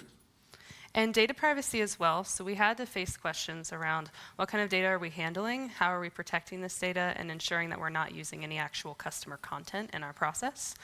So there were some constraints that we worked through there, and it was truly a balance between how can we improve the model, but also make sure that we're doing the best and most accurate data privacy as possible. So for trust and scale, 2 lessons. We found that loss of trust was actually loss of use, which actually is loss of value. We actually had an incident responder say, if I can't trust this, why should I use it? Like, why? This doesn't add any value to me because I have to actually check it after I use this. So what we found was that when we enabled incident responders with knowledge, specifically what the inputs were and how the tool actually worked, what the logic was at a very high level, they were more likely to be able to make a judgment call on the output when they're actually applying it during incidents and using it after the fact as well. And the second lesson is that POC is not equal to production. Everything works great in the POC, right? You manage in a small scale, the inputs are defined, the outputs are defined, you are the only user running it on a local host, you know what the expectations are, but when you try to scale it, it often doesn't scale as linearly when it comes to AI models specifically, because they have set throughput, because if you give it 1,000 requests per second, it might not be able to handle because you don't have as many servers deployed. So you need to be careful about the infrastructure and the scale of the product from the day one, and design your prototypes appropriately. And other lessons learned between cost and hybrid solutions. Token use is kind of pretty expensive. And that might be expensive for you, your company. I mean, not if you're a threat actor, obviously you can go steal tokens, but using AI without actually fine-tuning it does cost a lot of money. And so what we found was a hybrid approach was actually better for us. So a lot of the deterministic things that Vamshi spoke about earlier, also we noticed that there were some downstream effects. If we identify, going back to the CloudTrail event record earlier, if we identify that specific CloudTrail event was authorized, and then we early iterations of the solution found out that it wasn't authorized, then there's like massive downstream effects, like we wouldn't get the right privilege escalation methods or kill chains. So we were very specific about what we wanted to know 100% and be pure about in terms of that versus giving it to AI to tell us. So yeah, definitely cost and hybrid solutions are an important lesson that we learned. Yeah. And so some more questions that we asked ourselves throughout the life cycle. So when does it need to be a human versus when does it need to be automation? What is that critical judgment call, that judgment point? And that often changes, right? Okay, accuracy requirements as well. So how are we validating the outputs of our AI? Do we have a validation strategy? And have we actually defined what accurate is? We need to know what those requirements are before we actually architect the tool, or at least during the testing and development of the tool. And finally, security implications. So more threat modeling. What is the security implications on our attack surface because of this tool? Does it update our attack surface? Does it diminish? Does it add to our attack surface? Is there anything publicly accessible? If not, what about privately? What if the tool was used in an authorized way? What are the security implications of that? All right, so just wrapping up some key takeaways. First of all, AI is a tool in a similar way that a calculator was a tool and a computer was a tool back in the day. We're going to make use of it. It hasn't quite replaced us just yet. But the ones that are at the forefront of that are using it as much as they can. So you want to understand your business before automating it, and that's pretty key because we're doing this not for fun. We're trying to get the most value out of it, and you'll do that if you understand your business first. Candidates are repetitive tasks, things that you do automatically, and I want to caveat that with even though it's repetitive, you want to make sure that the output that you use is you're confident in. And so, again, talking about the hybrid approach, using that deterministic layer was very key for us. You want to build your trust frameworks up front, because how can you trust something, how can you use something if you don't trust it? And Sydney alluded to that earlier about responders not using it. They trust it now because it's a different version of what we use, but definitely build that into your calculus. And plan for production scale from the beginning. You may not need to implement it, just be aware of it and consider that in your design as you're building out your solution. Lastly, consider cost implications of at scale as well, and that's another addition to planning as you're building out. Okay, great. Awesome. And yeah, time for Q&A, and let's continue the conversation. We have about 5 minutes.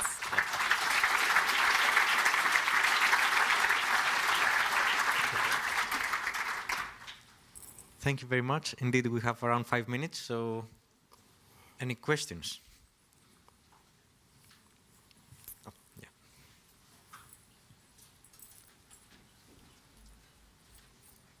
It was you? Okay. Hi, thank you for the talk. One question is like maybe I'm not clear about it. Like the 25 minutes with the 990 million lines. Was it like one AI agent on its own or AI with human? I didn't understand it, to be honest. Yeah, so the tool that we built is basically, it was one model. We didn't use an agent. It was just a security tool that used AI, and we combined that with deterministic layer on top of that. And we used that to analyze a massive log file. And it was like almost 1 billion rows. And typically, it would take an incident responder weeks or months to do that. And we did it in 25 minutes. We were able to get a lot of output, AI-generated output combined with that deterministic layer out of it. To add to that, the deterministic layer had parallel processing, which parallelly processed the whole file in a deterministic DFS way. So it's way faster than an AI agent or a LLM looking at all those 990 million records one by one. Right. Ah, okay. So because also on the slide before you wrote something like you have a live incident response assistant. Was it then this? It was a different agent. We just use it as an example. Okay. Okay, thank you. Yeah, right. Thanks. Thank you. And Was there any other question? Any hands? If not, we'll be around. Come find us out in the break or on LinkedIn, and we're happy to talk and answer questions. Thank you. Thank you. Thank you very much.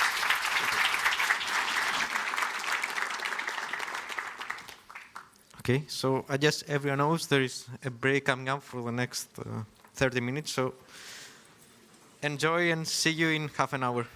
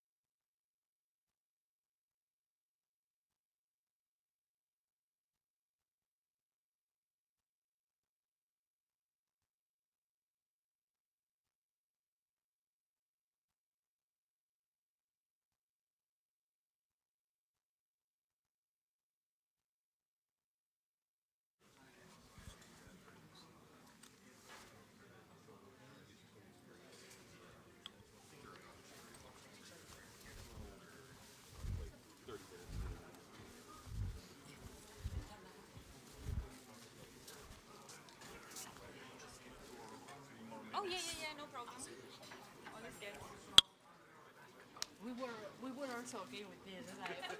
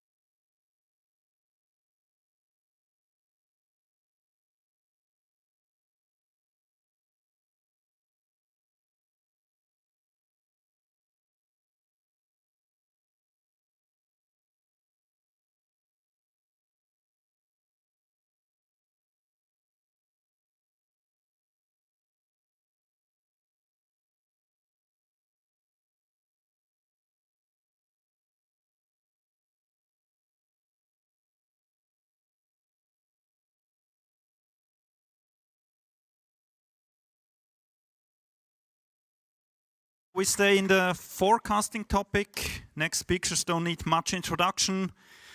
Alexandre and Cedric from Circle, seasoned speaker, and let's hear what they want to forecast about.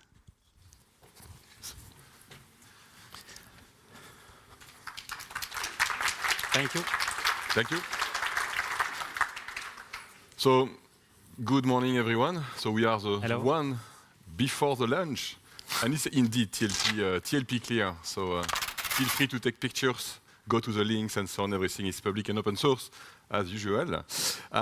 So we do this presentation just before lunch, but I want to advise you to maybe focus on two aspects and maybe two specific mathematical functions. During the presentation, we will talk about two mathematical functions. So I know it's a bit heavy, late in the morning, but I think it's something that we can be digested afterwards. So quickly, what we want to talk about is vulnerability lookup, and some of you know what we are doing on that aspect. So vulnerability lookup is an open source software that we developed for the past, I would say, 2 years. 2 years, almost, yes.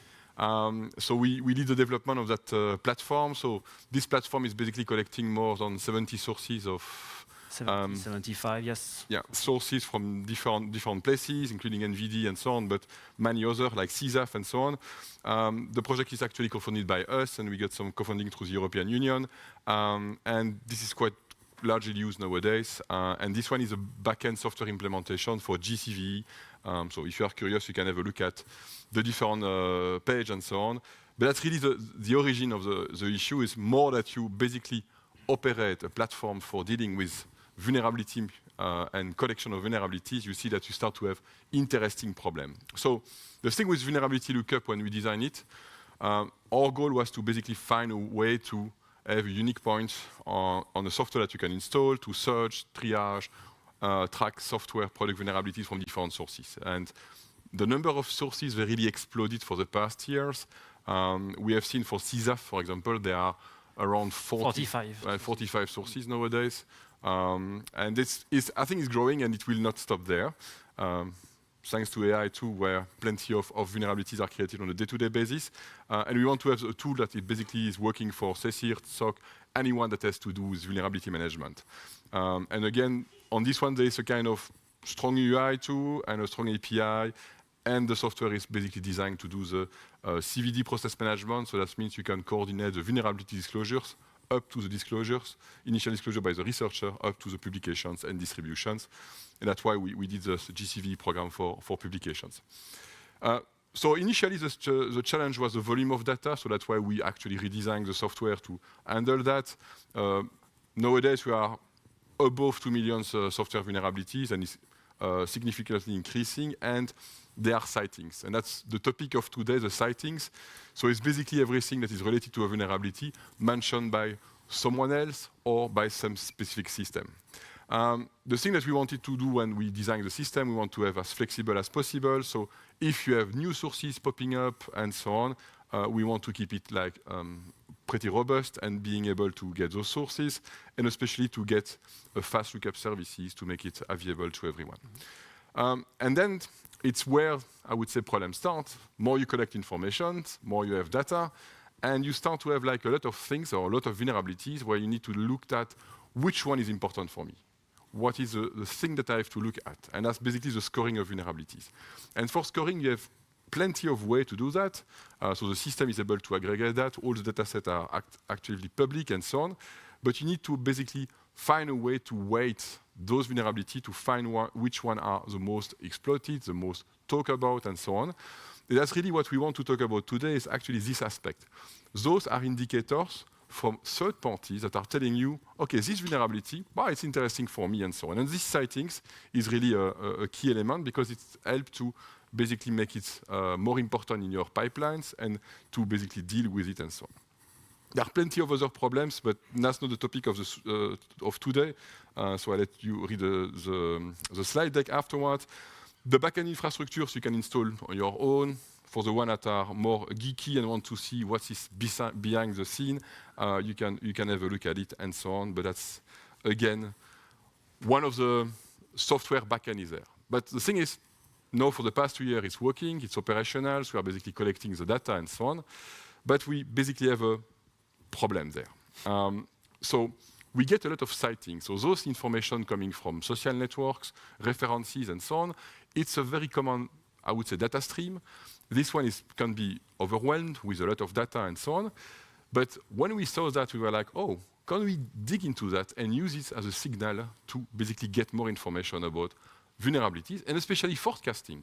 If someone is starting to talk a bit more about the vulnerability, maybe this one indicates that this vulnerability becomes more and more important and need to be extracted. So the idea is actually that those sightings are evidences, they are real evidences that are interesting, and that those vulnerabilities are active. Active means not exploited, but it's more like larger than that. It could be like it's discussed, maybe it's potentially the risk is high, maybe later on it might be exploited. It's very common for a vendor to, for example, lower down a vulnerability at the beginning, but 3 months later, you have, for example, a complete exploitation. So those kind of evidences can actually trigger a lot of information that could help you to forecast that. So when we looked at it, Cedric and I, we looked into this kind of problem, and we wrote a paper, which is available on archive.org. And the idea is to basically find models that we can use to calculate as quickly as possible. We'll dig into later on the different aspects of how we selected the algorithm. But the thing is, it's really, there are a lot of potentials with that kind of data set to actually gather those evidences to improve the forecasting at large. So the thing is, a lot of challenges are there. For some, I would say, vulnerabilities, if you look at, I don't know, Fortinet, Cisco vulnerabilities, things like that, the data is not sparse. It's basically pretty large. You have a lot of people talking about it. But you have vulnerabilities that I would say more outliers, edge cases, and then the sighting is very, very sparse. So it's not like you have a continuous stream of sightings, but you might have like some sightings. And then sometimes it's even worse. You might have a burst just due to the effect of social network. You might have a social network publishing a vulnerability information, and then you have all the followers of one specific person talking about it. And then you have those kind of bursts. The time series are short, so it's not like, I would say, weather trend or weather forecast, where it can be on very long periods, but sometimes on vulnerability themselves, those are on a very short period of times. So that's quite important too, because now the time tend to reduce a bit, and then those time series might become more shorter and shorter. And the thing that we have seen is, just empirically, I would say, that when we start to have like 10 days of sightings on specific vulnerability informations, it's becoming to be something interesting and valuable there. So a lot of time series algorithm and so on make them unreliable due to those factors, being sparse, being bursty, being very short. So that's kind of a challenge that we try to overcome. And the thing that we wanted to do is to actually rely on every data that we have into the systems. We did already a lot of work into the system that are part of automatic classifications or automatic labeling. So for example, we have this VLAI models, which is again completely open source, where we are able to guess the severity of a specific vulnerabilities. So it's based on previous data set from all vulnerabilities. This one is again public. It's integrated in vulnerability lookup. So if you go on vulnerability.circle.lu, you'll see that you basically have the automatic classifications of the severity of a vulnerability. So you can automate that. So we really wanted to actually use the data that we have already. And we have this kind of what they call exogenous indicators, so basically external indicators that could have a potential impact to weight the actual sightings in a time series. And what we are working with this kind of forecasting of sightings, it's called TARDIS sites, which is actually the toolkit behind. And we want to basically plug it into all the different systems that we have. So actually, if you go on vulnerability circle.lu web page, you already see the TARDIS output. So that's basically the background and how we actually started. Thank you. So I will quickly introduce you the various methods that we've tested for this study. The first one that we wanted to try is SARIMAX. Why SARIMAX? Because SARIMAX is based on ARIMA, and ARIMA is a well-known method for forecasts. It's a time series model. For example, it's every year, first it's publishing the predicted number of vulnerabilities is a research from Aaron Leverett and Matilda Rode, and they are using ARIMA. On our side, we wanted to use the extra exogenous parameters. It means we wanted to introduce our VLI score in this formula. Because we noticed that there is a close relation between the number of sightings of vulnerabilities and the severity. Most of the time, you have more social buzz activities and notifications when the severity is very important. So we wanted to use SARIMAX in order to introduce this. We'll see later. This is an example of sightings that you can see if you go in vulnerability.circle.lu. You can see that it's quite sparse. Some days we have a lot of sightings, and we can have a burst, for example, just after the release of a POC. Or a vulnerability, it also depends on the vendor. Some vendors, like for example, Ivanti, when there is a new vulnerability, it will be a buzz anyway. And then we have the issue of a decay model. So that's why we wanted to try various models. And ARIMA, the thing that is used by first to predict the number of CV, for example, by 5 years or in 10 years, they are using a data set of around 30 years of vulnerabilities. So it's a huge time series, so it works very well. And in our case, we need like some days. We would like to predict this in 2-3 days maximum. And as Alexandre said before, for an analyst, when we get around 10 days of sightings for vulnerabilities from various sources, Blue Sky, Fediverse, Shadow Server, Nuclei, etc., it's already good for us. It means a lot. But for those models, it's not enough. So the first attempt was SARIMAX. We did a lot of tests with this, and it was not really good. First, we got, you can have negative results. That was, we use a logarithmic and then various bounding method. This is an example, classic example, let's say. You can see the confidence level in blue. The blue line is the past historical data. We start to make prediction around the 6th November, and then the confidence is in blue. So it's huge. The confidence is really low. And we cannot really decide. Most of the time it was like that, except for really, really old vulnerabilities when we have months of data. So it's what I just said. We need a lot of observations, and not only observation in few days, but it's best to have at least maybe 30, even 60 days of collection, of data collection. Usually the average of observations is around 10, 20. Yeah. For I would say, kind of very public vulnerabilities. So if you go to vulnerability.circle.lu, you will see different dashboards. They will display the most important vulnerabilities that are discussed currently on the web. For the vast vulnerability, most of the time it's easy because we have a lot of data of sightings. But if you dig down the page and you look at the vulnerabilities with less sighting, it will be more difficult. And sometimes you have, for example, a vulnerability when we start to get sightings even before the publication date. But it's just a few sightings. Even that's also an interesting aspect. That's what I just said before. Another example with a sighting. So we cannot really predict anything with that. And so at the end, SARIMAX, okay, on paper, looks interesting. Another issue when we don't have enough data is it was always really close to 0. And even because we were using a logarithmic function, sometimes we got negative results, which makes no sense to say like we will have -2 sightings in 10 days. So then we tried Poisson regression. So it's not a time series model, it's a probabilistic model. With this model, you don't have an issue of time frame. So it should be better on this side. As well, you don't have issues of negative integer data. And we notice that we have better results. And we can compare this with a DKI model that we will present later.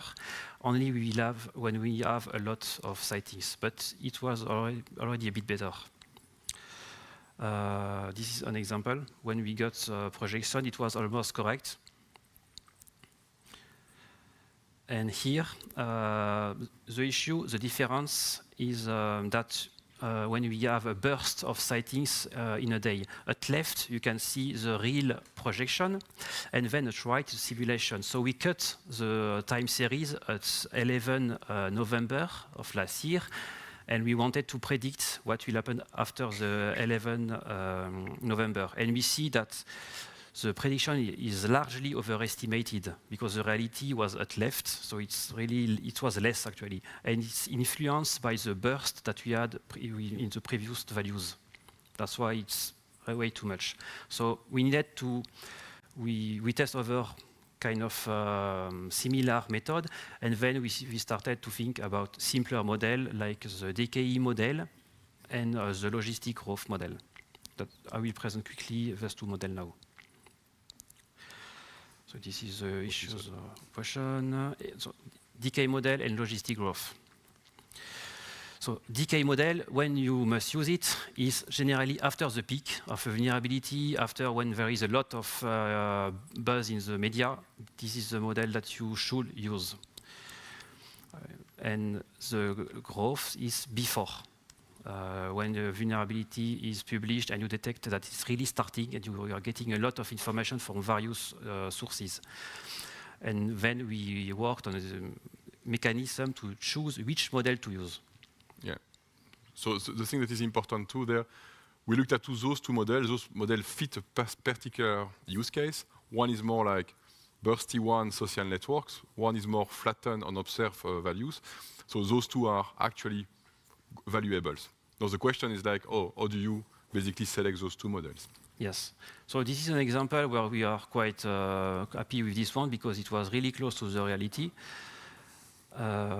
when using the logistic model. And here it's a DKI model because if you calculate the trend slope based on the data that you have in blue, you will get a negative result. So the algorithm will automatically choose a forecast based on DKI model. So this is adaptive model selection. And that's exactly where the thing that is nice with TARDIS is actually these models where we basically do the trend detections based on two formula, and at the selection of those two formula, that is basically adequate depending on the thing. So like Cedric was mentioning, depending of rising one or fading one or becoming flat, you basically select the different models automatically, and it's basically giving you the actual forecast on a period of 10 days. Which can be actually being configured too.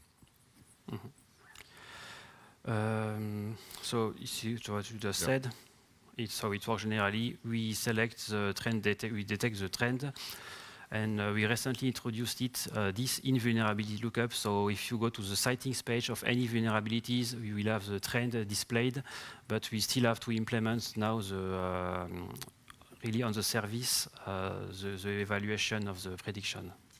Yeah, so you can already check what we basically say on the slide deck here about the two CVE. You can have a look at this and you can see the predictions, and you can see even the evolutions if there are more sightings popping up on those CVE. Another work, this is more for the future because currently we are using sightings, but we have many different kinds of sightings. Sightings on social networks, Blue Sky, forums, Mastodon. It's really volatile and it's fast. We have a lot of buzz. And then we have sightings coming from the shadow server, nuclei vuln, and more for MISP actually, Metasploit, and it's more structured. It's generally better sighting, a stronger signal of that we have a POC or that something is exploited in the wild, or we just have a kind of POC but not really exploited in the wild. So we want to make a difference and use only a kind of sightings or another kind of sightings when using the forecast. Because actually, in the current formula, is actually every sighting is treated in the same way. Yes. This is an example, and we can see that to show that if you use this model, you don't have an issue when you have a burst, a lot of sightings coming. From this chart at left, I can see that it's coming data coming from the shadow server because we have a lot of sightings in here. It's in red, so it means it's data saying that it's really exploited. It's based on their honeypot servers. Something that maybe that you wonder about this kind of sighting. So we looked into the actual sightings activities and so on. So maybe you might ask what's all about with a PSS and how does it compare. So first of all, it's not like a competitor to a PSS. It's more like covering a data part which is not covered by a PSS. It's more the part of the expectations of discussions, topics, and so on, sightings actually per day and week on vulnerabilities, where actually the PSS more is on the prediction of the exploitations within a period of 30 days. So the thing is, even the formula and so on are nearly very different, even the different sources too. So I think it's quite interesting. In the EPSS aspect, if you read the original paper, they use different sources. Some are even closed source and so on. Sometimes it's difficult to reproduce the actual EPSS values. But here, TARDIS would help as an additional, I would say, input to basically weighten maybe the actual activities on a specific vulnerability. So you can even combine the two. Another thing too is there are some different things. TARDIS tend to really focus on those kind of activities that are maybe triggered to specific sightings and so on, where a PSS is basically more like on the very long terms on a specific vulnerability there.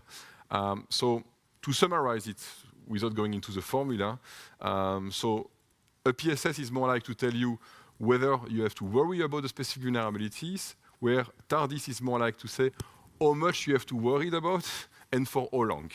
And that's maybe the combination of two that need to be taken into considerations. Obviously, for those kind of model, and Cedric was mentioning that we want to fine-tune it with weight, for example, or different things, we might have additional value, those exogenous values that might come different places. And for us, it might evolve over time. So a PSS is more like set to stones with different sources, but usually they are more comparables. Here it might evolve with a different sighting aspect, and actually the communication about the vulnerability will change. So if you are curious, the two papers are linked there, and you see that it's usually more complementary. So things that are maybe interesting too for vulnerability at large, even for us, if more data that we have for sightings, better it is. So that means we basically increase the number of sightings, so that means the different formula basically get more details and information, so which is basically improving the forecast. So things that are quite interesting for us, we see that if we start with very short period of windows, like weekly one, for example, it's giving very good result, and it's usually very outperforming existing classical time series analysis like SariMax and others. Things that are interesting too is the data quality of the time series that we receive, and especially all the data are set. We had a discussion this morning about Telegram channel communications. Don't forget that if you set the date of acquisitions compared to the date of publication, it's two different things. So when you create time series for your data sources, be sure to use the actual date of the communications there, than more the acquisition part. And some time series that we receive contain the dates that are for more the collection of the data instead of the actual sightings. So it's really important there. Maybe you want to... Yeah. Yeah.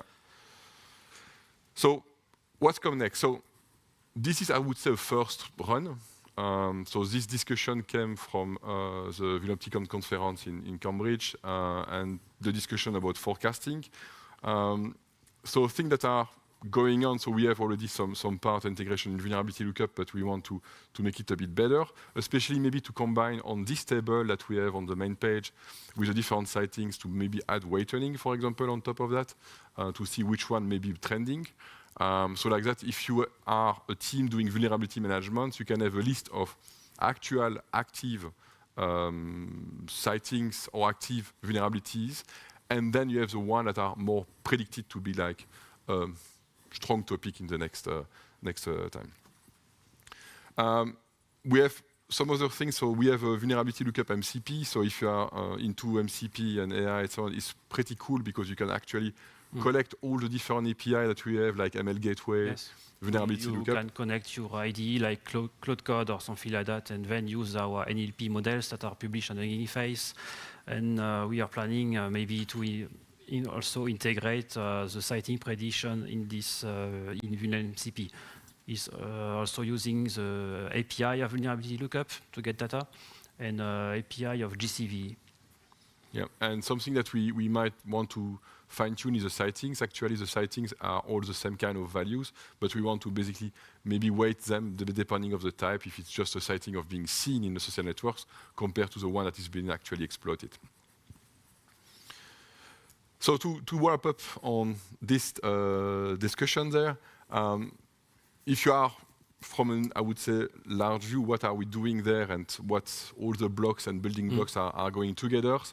Vulnerability lookup is actually, I would say, the core software, and you have even all the data dumps there for the collection of vulnerabilities. It's the same backend for GCV and the database of GCV. And then you have an interface for the AI model for doing automatic classification, things like that. So we just show that VulTrain is basically trained on the data set that we receive through vulnerability lookup. Those are generating AI model, which are again open source. We put them in ML Gateway. So we can train daily. I mean, almost daily. Let's say 3-4 times per week. We generate new data sets. When we train the models with PyTorch and transformers, it's shared on Hugging Face and it's loaded on our inference server, which is running ML Gateway. And ML Gateway is just displaying severity classification when you are going in the page of a vulnerability. So it's live, the inference. Yeah, and the dotted line is just because we don't have it right now, but that will be foreseen to have the TARDIS site integration with the MCP. So that you can have a view, because now the project itself grow into multiple parts, so you can even install your only one part to basically operate your own vulnerability management system. Yes. Since more than a year now, we are generating monthly reports, vulnerability reports, thanks to mainly to the sightings actually. Yeah. And the last report of the month of March has been entirely automatically generated with VulnMCP, which is using different NLP models that we have published and the sightings. And you can reproduce it yourself and use your own dataset if you want. Yes. Okay, so if you are curious, vulnerability lookup website where you have all the detail about the vulnerability lookup software and all the ecosystem of software. Vulnerability.circle is one of the vulnerability lookup instances being public. For the TARDIS site, code and so on is on the vulnerability lookup organizations. And if you are interested into all the AI data model that Circle provides, they are on Hugging Face, and you can basically have a look at those. So thank you very much. Thank you. Thank you for the presentation. Any questions for Cedric and Alexandre? Great talk, thank you. It's interesting that you use an adaptive model, so it's an either-or. Did you think about using, for example, a teacher-student model or multimodal models, where you could, for example, have several predictions and pick out one? Or there's a new change for spiky, bursty data based on neuromorphic neural networks, where you could use different weights. So use spiky neural networks, so to say, for one thing, for the short term, and then have, for example, this teacher model that uses long-term, not ARIMA maybe, but Poisson regression, for example, plus some sort of statistical time series model to see that you can actually use that spiky part, and then with the teacher pattern-based model to the latter. That's indeed something that we can implement. It's a really good idea. As we were saying, this model, the adaptive model, was the first shot, I would say. So there will be obviously more, and combining those through neural networks or other models or other strategy. I see many of those. I remember we were digging into the statistics page of Matplotlib, and we discovered that basically there are plenty of models that we are not aware of. I think the thing that is time consuming is to test those, to be sure. One thing that we want to do is to have an open data set with all the citing and the actual calculations, so like that you can even play with it. So if you want to play with us on those kind of models and extend those, yes, the citing is published already daily. Yep. We have a dump, but not with with forecast on the citings. We also thought about other exogenous variables, like for example the CPE we told like 2 days ago. Yeah, one of the So ideas would be to combine the forecasts per organization. So we could see the trend. So for example, Oracle are doing those kind of monthly patch. So you can already predict the publications per vendors or per product. Or the Tuesday for Microsoft, so it can also impact. Yeah. But thanks, it's indeed a good idea. So I think we'll create an issue for that one. Thanks. Thank you so much for benchmarking. Thank you. Thank you. Excellent presentation, wonderful tool. Question sort of related to what you were just saying at the closure to the last answer. So there's certainly a vertical way of looking at this in terms of observations per vulnerability, but also more of a lateral or horizontal way of looking at this data across vulnerabilities to do predictions on vulnerability type. Yes. Have you thought about incorporating more CPE or EPSS items? So like vulnerabilities for this vendor for these sorts of exploitation types or whatever can be used to predict future sightings or future impact scenarios? Yes, across vulnerabilities, and I guess if we use, we'll have way more data in time series. So, for example, we have like finally what they are doing with ARIMA, because they have 30 years of vulnerabilities. It's different. Yeah, and something else, we are interested into citing idea to have a much longer period, so then we can get like a better trend on that. But then indeed we are. Because I think at the beginning of something. Our difficulty is that we are focusing, we have a prediction model finally per vulnerability. It's not one for all vulnerabilities. So that's maybe, but thanks for the feedback. Yeah. Thank you so much for yet another wonderful tool. My question is the following. When you talk about link to exploitation, is it an intuition that you want to check in the future, or have you already seen patterns that you have strong correlation to exploitation event? We have intuitions, but to be honest, I'm not sure if they are right or not. About the citing types? No, that's basically the actual sightings will lead to exploitation spawns, so that we can reuse this kind of forecasting of sightings for the exploitation aspect. Okay. I think it's a good question, but we need to analyze the data to answer that one, honestly. But it's indeed, there are maybe some pattern there, and this data set becoming, I think, quite interesting, so we could have a look at it. But that's the thing. I'm just wondering if it's all the model didn't change recently. So, I mean, if you have a security researcher on alone doing security research, or if you have like a complete agentic system doing like vulnerability assessment on, or for example, I'm sure you can see a peak with the release of the fuzzing library, the American fuzzing library, where when AFL was released, a shitload of vulnerabilities pop up on different software due to the fact new tools appear. So maybe we can see this kind of trends for sure. Now the rest, I'm not sure that we could predict some of the exploitation afterwards, but that's maybe something to dig into. But it's good feedback. Thank you. Thank you. Okay, thank you again for the presentation. Thank you.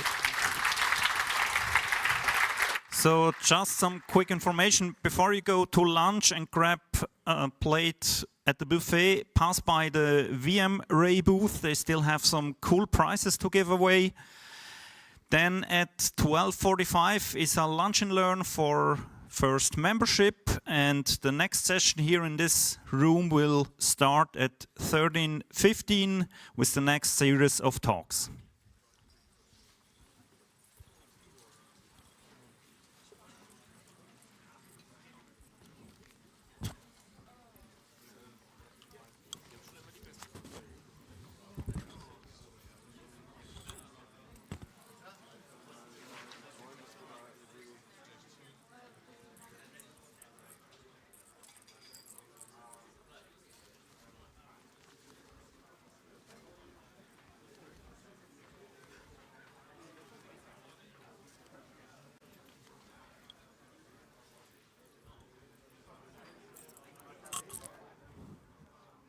Thanks for the introductions. So, will you do an RPM for vulnerability lookup?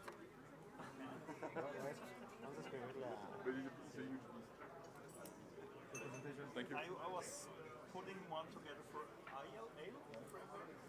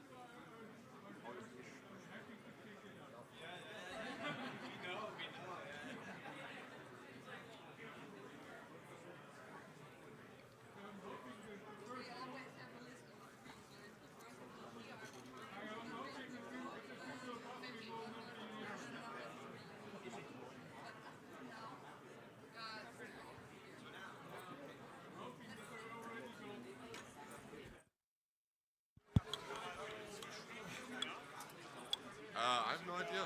Yeah, I want to do it now. Yeah? Yep. Go ahead.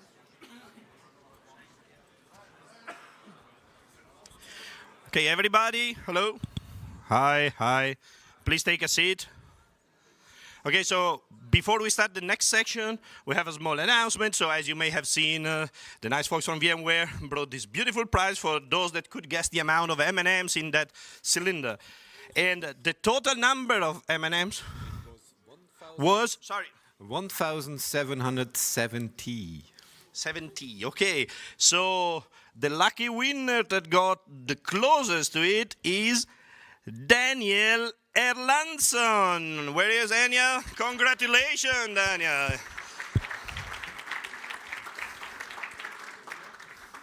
Tell us, Daniel, how did you guess? Which kind of advanced math did you do to figure that out? A very advanced math. Just pure luck.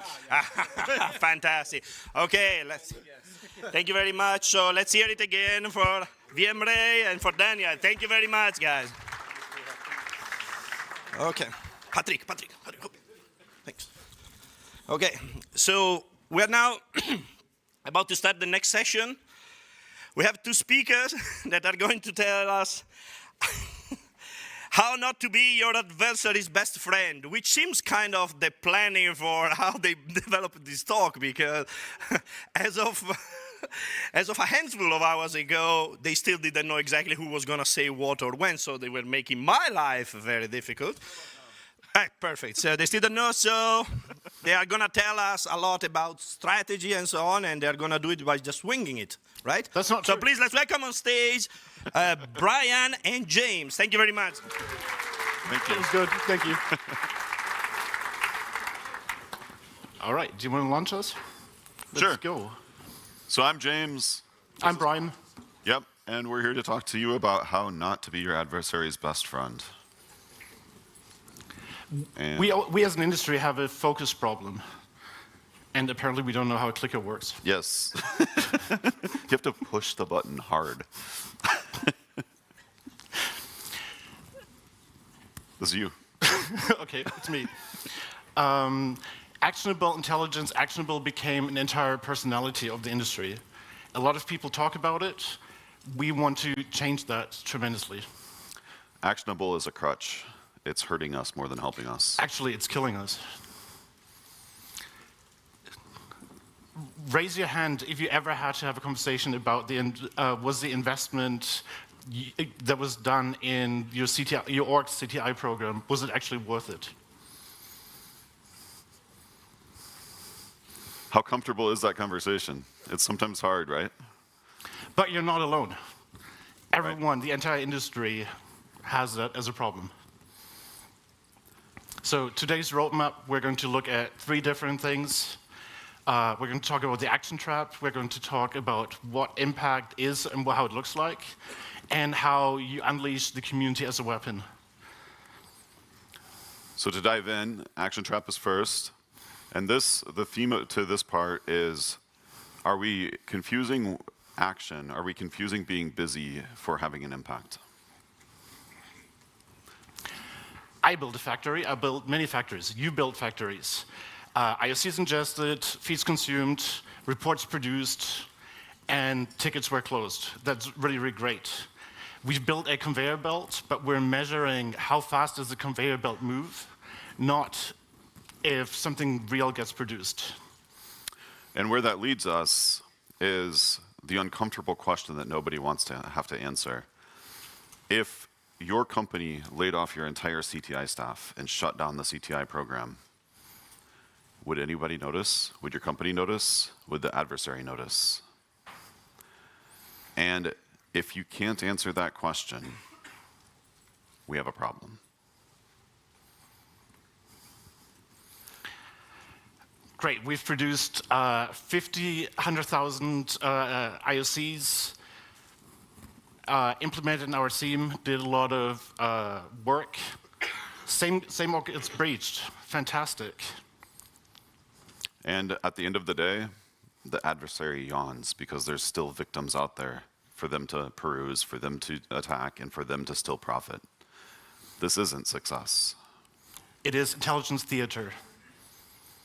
We're doing action for action's sake, and we need to change that. We need to stop performing security or viewing security as a performative dance. We have to look at ways that we have an impact. Otherwise, the adversary who might be in the room or is online, they're laughing, validly. Because they're still profiting. So what impact actually looks like? This is where we reshape the conversation and we start talking in the language of business, not talking in the language of security. That's how you start having an impact, and that's how you start having the conversation about value. So to reframe the conversation, to reframe the thinking, you have to look at the question of, is that intelligence actionable? And just discard that. We've done that as an industry for over 10 years. We have to look at making an impact. The new question is, so what? What happens with the intelligence? And what is the impact we have on adversaries? What happens to organizations? Do we provide an actual value? And is our CTI program informing business decisions? Is the business changing what they're doing because we are giving them the guidance they need to change the security outcomes for the organization? CTI that actually moves businesses. If you look at the fight against ransomware, it is not necessarily just sharing a error rule. It is having an impact on the business, protecting the business, or harden the business. And looking at this and breaking this down by various categories here, this looks like taking ransomware tactics and that being used to justify expenses for how to recover from a ransomware attack. That looks like looking at the threat landscape and deciding how does that inform M&A deals? Where is the risk to the business across various business sectors and various acquisition deals? And it's uncomfortable, but if the CTI team cannot get a meeting with the C-level executives when needed, when the organization is in danger, we might as well just leave it, because we're not the decision makers, but we have to have the executives on speed dial, or at least have an alarm bell that is big enough that they wake up in the middle of the night and empower us to help the business and have a good influence.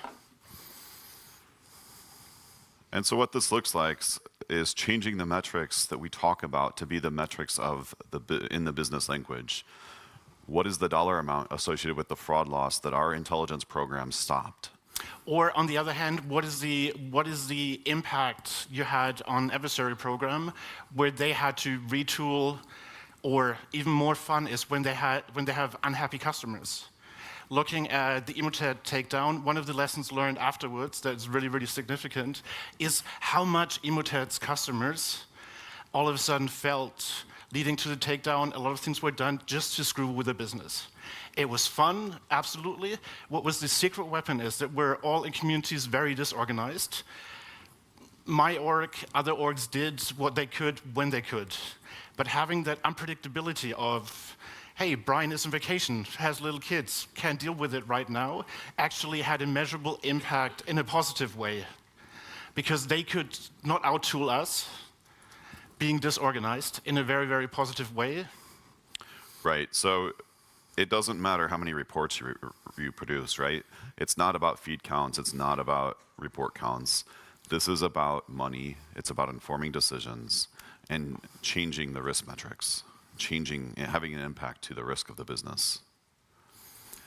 And when we think about this in a more complete way, we need to understand that the way to think about how attackers operate is they're running businesses. They have customers, they have CSAT scores, they have NPS scores, or whatever that acronym is, and they have a profit and loss chart that they're tracking. It might not be formal, it might be in startup mode, it might be similar to when you're just getting a business off the ground, but it's still a profit and loss. They care about how they're performing.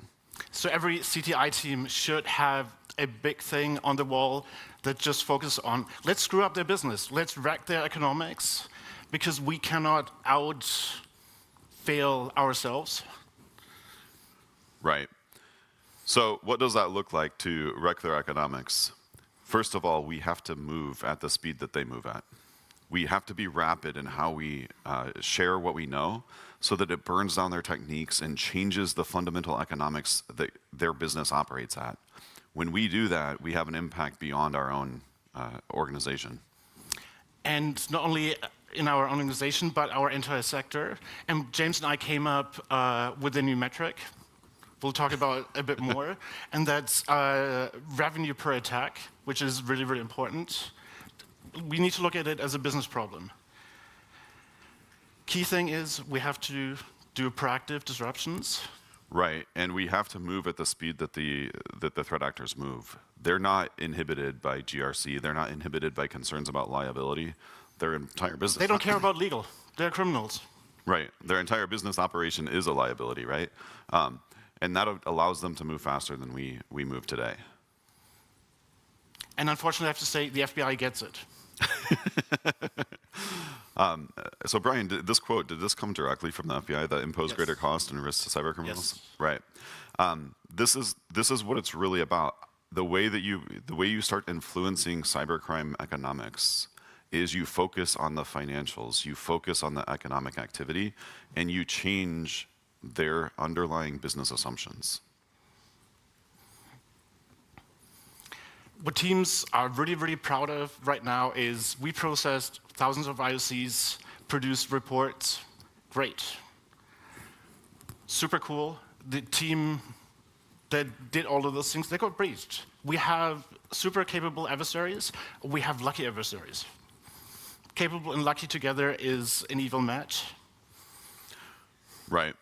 And what we need to look at, again, is the financial metrics, right? Turn that around and talk about the impact that you've had to your organization and saving your organization from harm, and imposing cost on the adversary so that they're changing techniques, that they're forced to cycle through infrastructure, that they're forced to do the things that are a little bit more impactful to their operations, and can cause places where they slow down, where they're impacted, where they need to reconfigure things, redo things, rethink things. Those are the costs to them and their business operation. We need to stop counting IOCs like frequent flyer miles. And the way to do this is our biggest asset, our biggest strength is right here. It's us. We oftentimes in security we talk about the fact that it's a oh shoot, the term just escaped my mind, but there's a misbalance between the advantage that attackers have versus defenders, because attackers only have to be right once. But the truth is, we have the strength. We are better funded than the attackers. We are more numerous than the attackers. The community is the strength, but we're not using it. And one reason we're not using it, and I know it's a little cheeky to be on the stage at first and critique TLP, but this talk is also TLP clear for a reason. We got questions of, hey, why is your talk TLP clear? Because we believe in what we're saying. We believe in this. So TLP oftentimes, when Brian and I have seen it, we've seen TLP used as a proxy for how cool is this bit of information, or how special does it make me feel that I'm sharing this with only 3 people. That's not what sharing information is about. That's not what sharing information is for. And the only people that benefit from over-classification and over-restricted sharing are the adversaries. And to some degree, when we over-classify things, when we restrict the sharing of information that could otherwise be used to protect victims, then we're contributing to the continued victimization of those victims. We're allowing the actors to act with impunity, continue on their game plan of inflicting harm on people, and this needs to stop. Our strength as a community is only as strong as the way that we rapidly disseminate information that's useful for defensive purposes, that changes the fundamental economics of the attacker business. And this isn't about us. This is about us having an impact, right? So we need to figure out, how do we take that thing that's red and turn it green? How do you take that thing that's amber and turn it clear? And if you don't have a really, really, really good reason for something being restricted, don't restrict it, because there's more victims out there that need it to defend. And this talk is an evolution of a series of talks that have been given at first. The first one was given in Montreal with Tom Millar and myself. We were talking about an evolution to trust groups. Trust groups started many years ago based on this concept of trust. That's not the way it works anymore. The groups evolved to being focused on action. But we need to now evolve to doing the next thing. The next thing is focus on the impact. The impact to our organizations, the impact to other victim organizations, but also the impact to actors. It needs to be all of those things. The math is brutal. If you look at it from an organization perspective or even from a sector perspective, we have absolute challenges. We're holding ourselves back by overclassification, overly complex legal processes. It's not fun having information for a victim and having to wait for legal to do their stuff.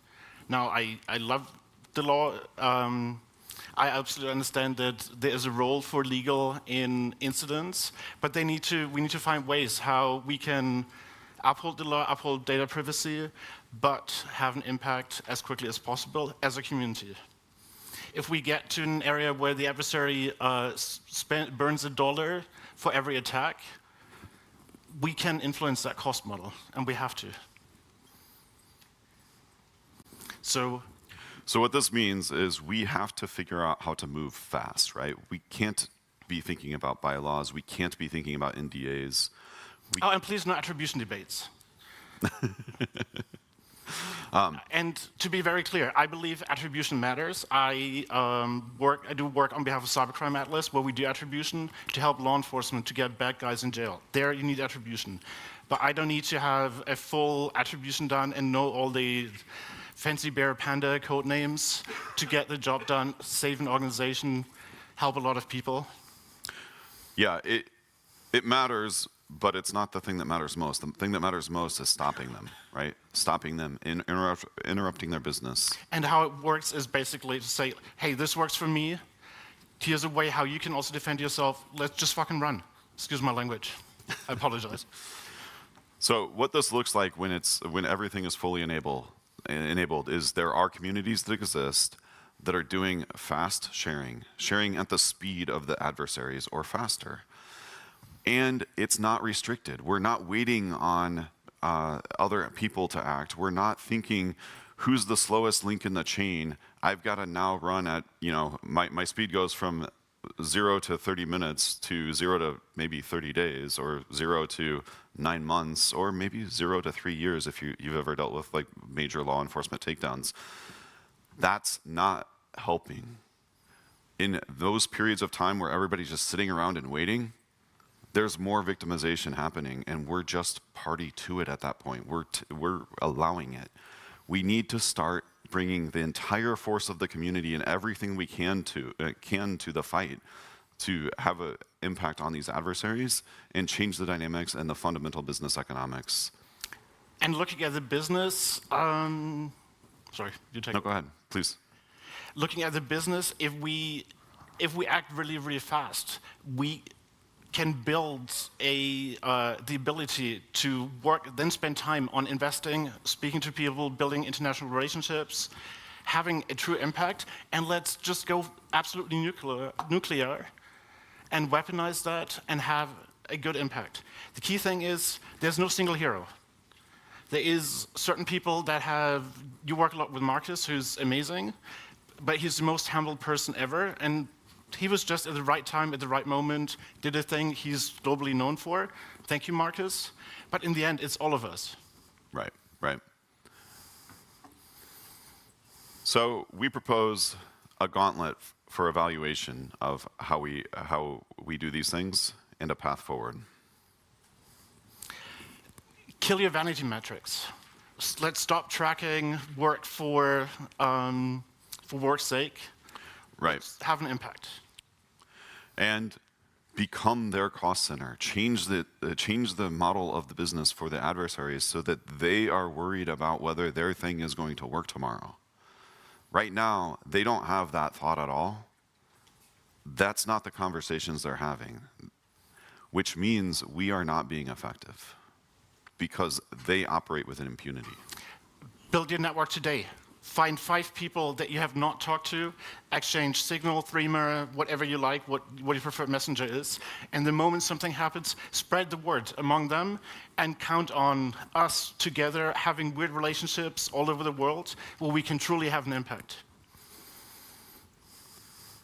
So, as a parting shot, we cannot talk about yesterday's buzzwords anymore. We cannot set the bar at what worked 10 years ago, 15 years ago.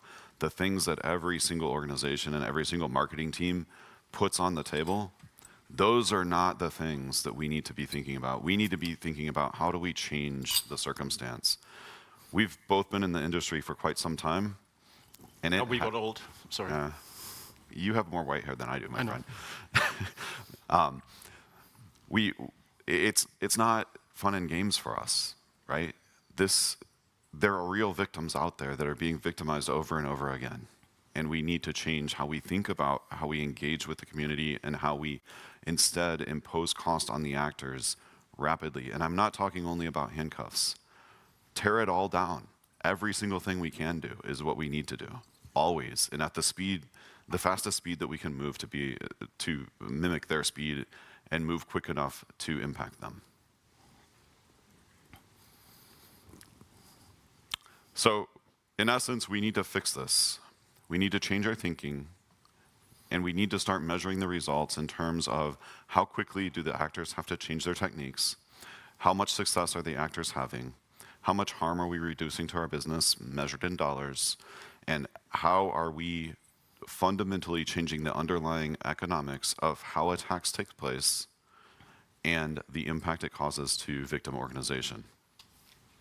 And the key thing is, we have to do it because we're certainly struggling as an industry, as the entire world.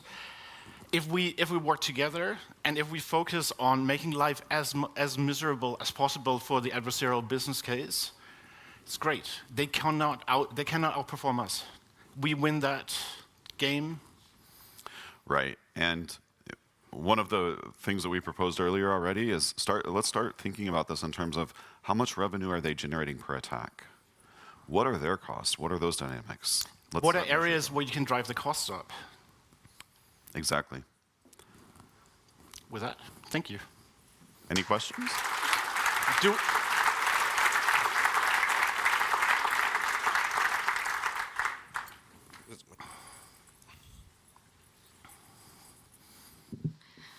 So my question is, how would you recommend breaking into some of these community groups and spaces, especially the ones that are like Signal group chats, Discords that seem sometimes exclusive and can be hard to break into? I love that question because this is exactly why we're talking about it. Trust groups, direct action groups, ISACs should not be a pay-to-play game, should not be hard to reach into. By having exchanging contact details left and right, you have the ability to allow some of the direct action groups to reach out to you on behalf of your org or your competitor in the middle of the night, and then you can have an impact. Okay, so let me answer with some very practical advice. So first, do the work. The groups are looking for people that can do the work. They're not looking for people that are just there to watch what other people are doing. Secondly, really quick, everybody in the audience, raise your hand if you're part of one of these selective groups, a group that has some sort of like trust associated with it or might have some barrier to entry. So look around at the hands, talk to those people, because you being known becomes part of the ticket to entry, right? That's the answer. Now it adds a complex question for senior management. We believe in nomad trust. We stopped sending more junior people to conferences. How can they fulfill the meeting somebody in real life? We have to make a difference there. And the way to do it is, I travel a lot, and often I pop up in the city and I just reach out to my trust groups. Hey, who's there? Who should I meet? And it's lovely traveling across the world and always having either existing friends or new friends. And that helps to just form trust across the world. Thank you so much. And if you're a part of the North American, European technology, cyber corporate space, please come talk to me. I would love to join one of these groups so we can help mature our cyber threat program.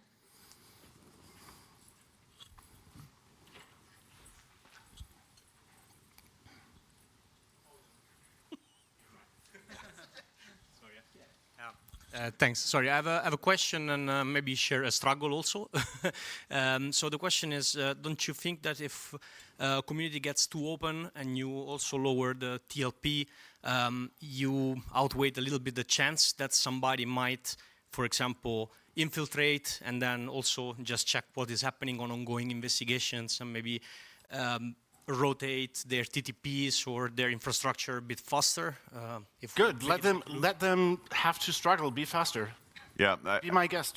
Yeah, and I would say I think that's a very common perspective. By the way, I want to mention that I've heard many people say that. I see it differently. We know what we're doing right now isn't working. We know that that's the default right now. Let's try something different. Let's see what the impact is, and let's measure the results. Okay. Maybe one thing that's because I come from a MSSP background, I want to add something that maybe other people are struggling with that I didn't see in the slides. But for example, we had a lot of communities, like for example, ZCERT for healthcare or SURF for schools and everything. And one thing also I never understood why they're only looking for specific indicators and you can't share with each other. So for example, indicators for healthcare, we couldn't share sightings or things with SURF, for example, just because they're not there. So that's one thing that maybe it's a feedback. I don't know if other people had the same struggle, but I don't see the. So I work for an MDR and I have that same struggle. In the US, we have the ISAC communities, and the ISAC communities have membership. And what I'm asked to do is pretend like I don't know some piece of threat intelligence to the non-members of that ISAC. How did we get here? Like, why do we think that it's okay for somebody to be asked to not protect a potential victim? That is just broken, and the only people benefiting from that as one of the sharing dynamics are the adversaries.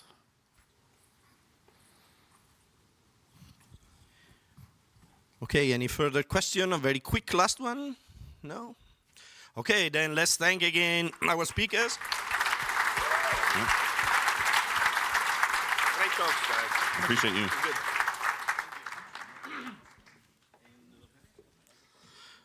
So, 1 second for people to figure out. Okay, we are about to start with the next session now. So,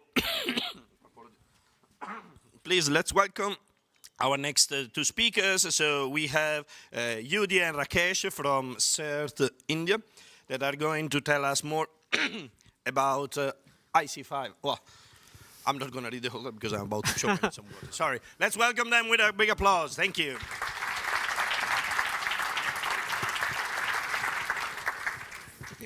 I need a slider. Is there? Slider. Okay. Well, yeah, that is there. This is the one, I think. No?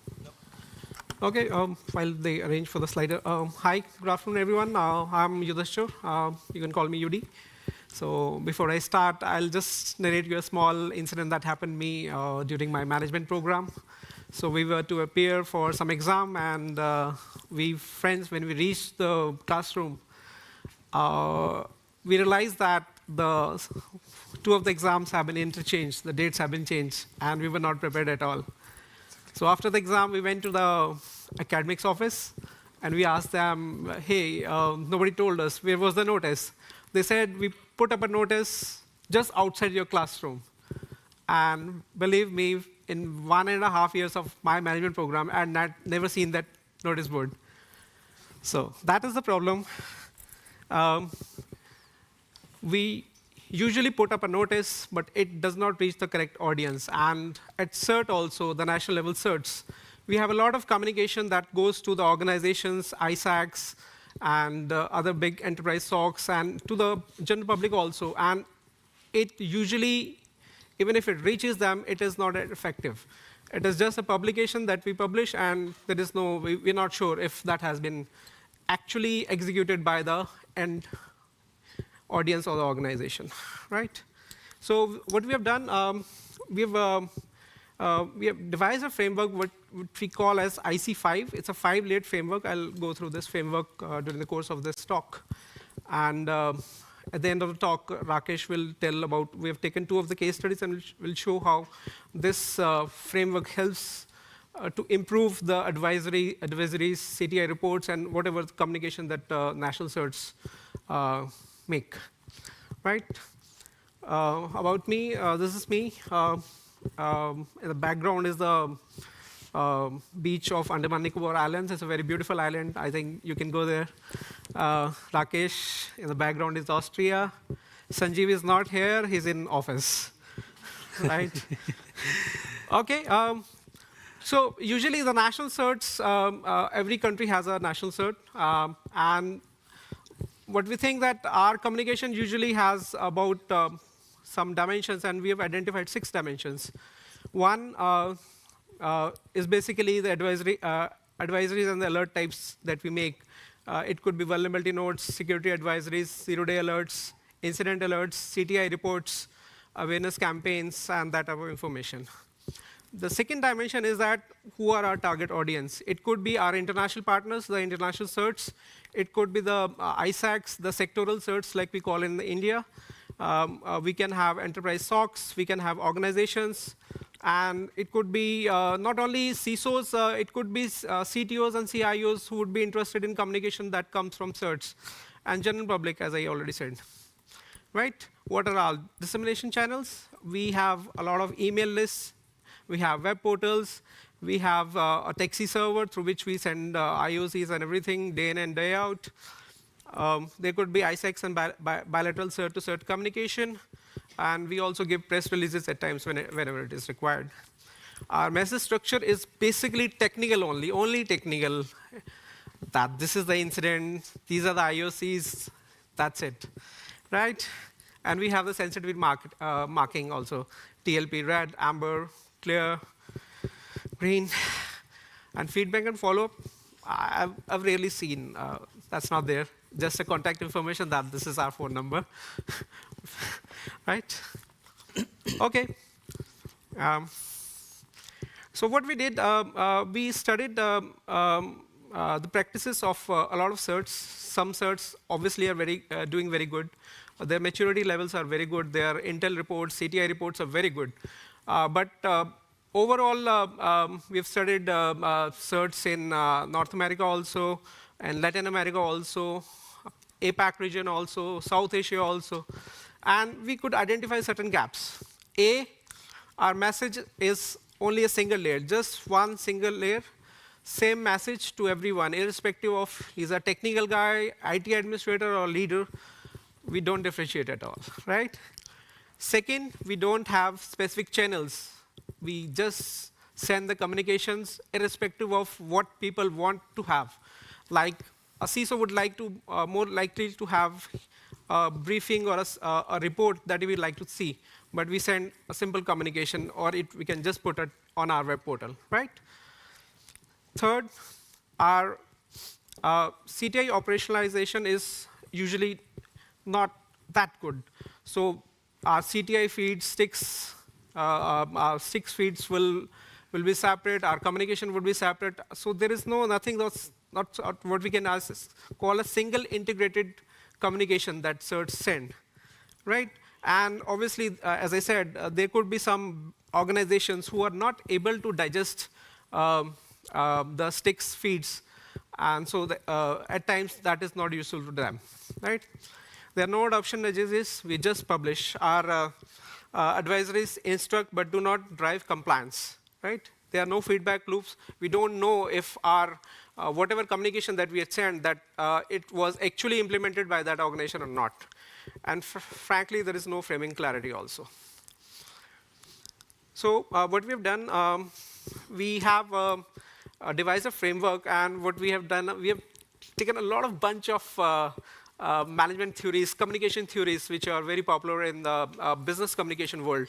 The situational crisis communication theory, diffusion of innovation, framing theory, which tells how do you frame the message, right? Information classification theory, that information should be classified so that it becomes effective. Situational awareness theory, stakeholder theory will tell you that you need to see who are your stakeholders are.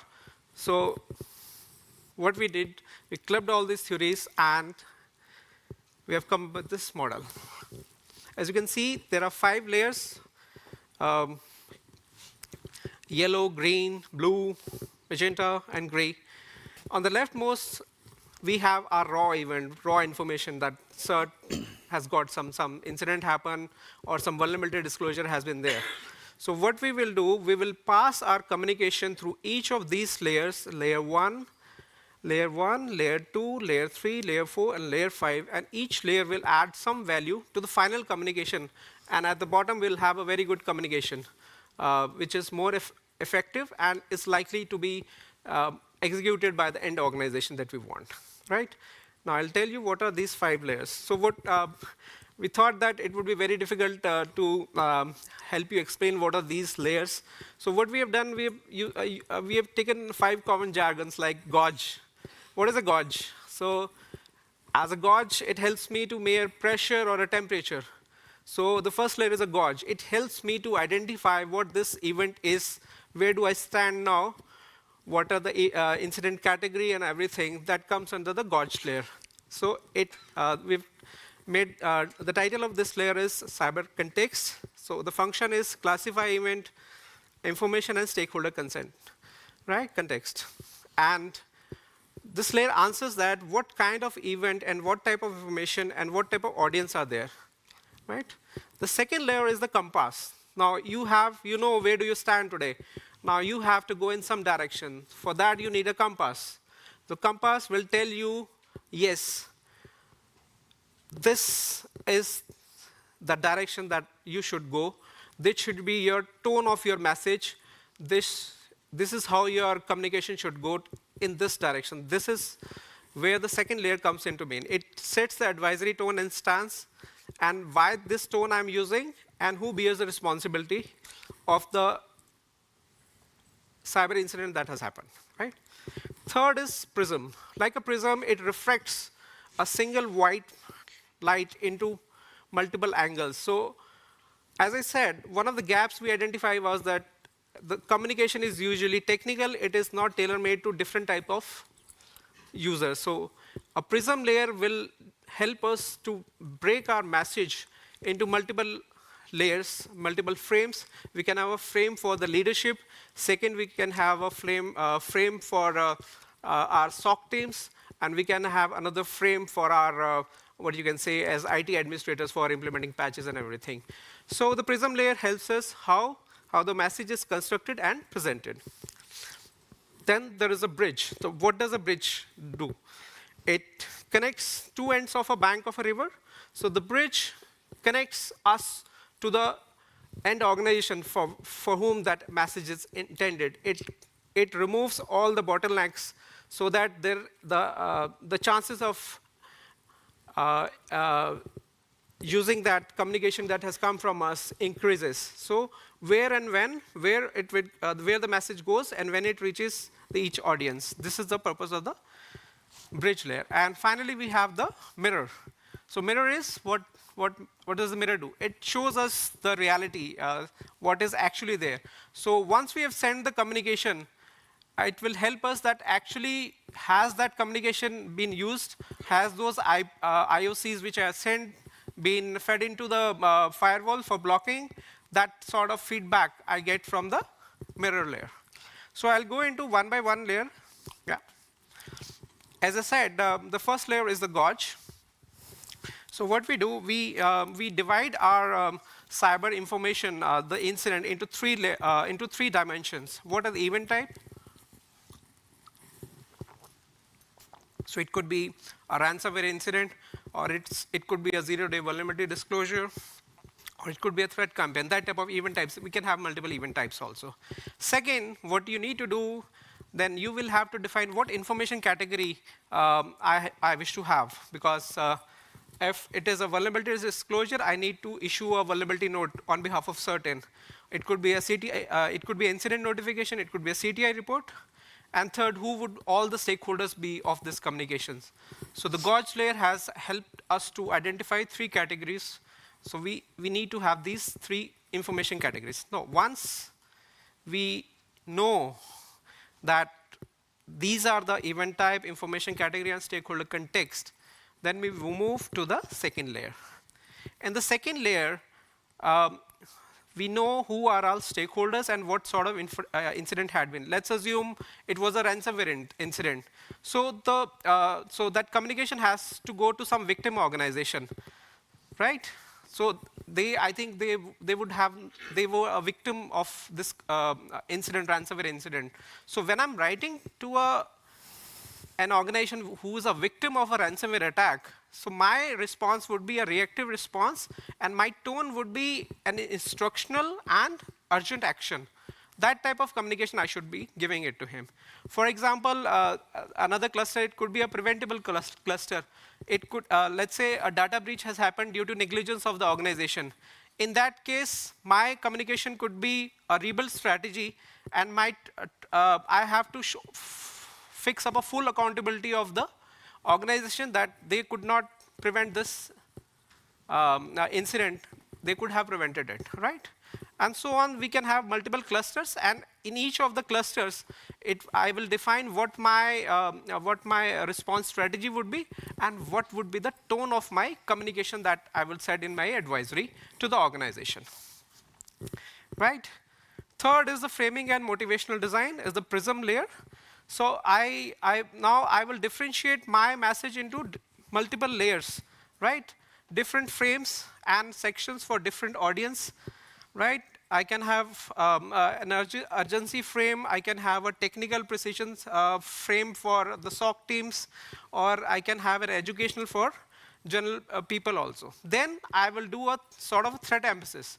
So if it is let's say a C-suite or a leadership, I would not be telling him that these patches are very important and it would be you have to do it now or immediately. I would have to tell him that if no action is taken at their end, if no decision has been taken at their end, there has to be some cost value or business impact due to their inaction. That will, I think, raise their eyebrows. This is what I have to see. And for SOC teams, I would have to be very technical. What information, it could be actively exploited in the wild, no user interaction required, hunt now. That type of emphasis I have to now put into my message. And the third is, that is very important, I now have to embed some efficacy cues.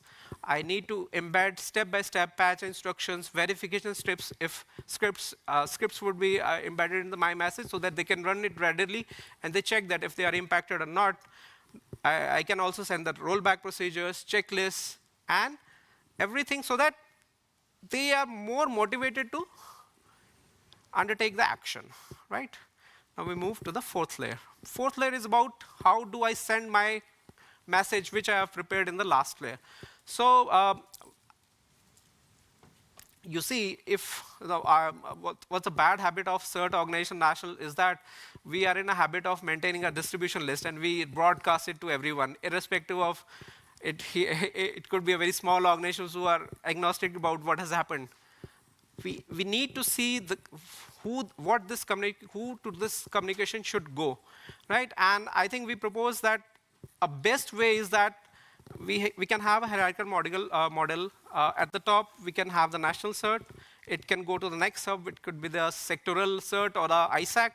Then it could go to the respective organizations. It could be, let's say, there's a power ISAC. It could go to the power organization. So in that sense, the communication would rightly go to the correct, and it could be a network multiplier effect also, can go to multiple organizations, right? So it's a hub and spoke model, hub and node model, so that we need to appreciate, right?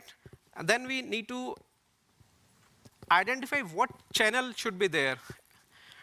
It could be an email channel, or it could be a Stexy feeds for SOC teams, executive briefings for the C-suite, advisory portals, and webinars. So what channel should be there that we have to identify. And finally, we'll have to have something so that the adoption level also increases. So let's say in India, there are multiple regional languages that are prevalent. So if my communication is in English, probably if I do it in a regional language, that would be more accepted. So if it is a German organization, so that German language would be more relevant. That type of thinking I have to go to my communication. And finally, I need to establish some feedback loops so that in the next layer, I can monitor what sort of impact has come from my communication. For example, feedback level can be passive. It could be portal analytics or number of sticks, pull counts, or email click-throughs. It could be active feedback mechanism that I can input, acknowledgement requests, patch uptake service, webinar QA analysis. It could be automated also, IOC hit rates, TLP community signals, how many sightings are there. Some people will say it would be false positives in my MISP communities, that type of thing I can do. And finally, it could be institutional also, after action reports or partner debriefs with the respective organizations. Now, our message has now reached to the organization. Now, what has happened there? We also want to know. Because of these feedback mechanisms, we would be able to measure if our communication has done the correct thing, right? So we need to define performance indicators so that the CERT can measure the effectiveness of the communication that it has sent, and so that we can also, if the communication was not good, so we can improve on our communication. So the feedback goes through all the 5 layers. So it could be advisory adoption rate. We can have a percentage systems, patched or mitigated. The target could be 85% of that sort of information, 84 in 48 hours. Response speed, mean time to patch, that type of KPIs I can also have. SOC manager service I can also undertake.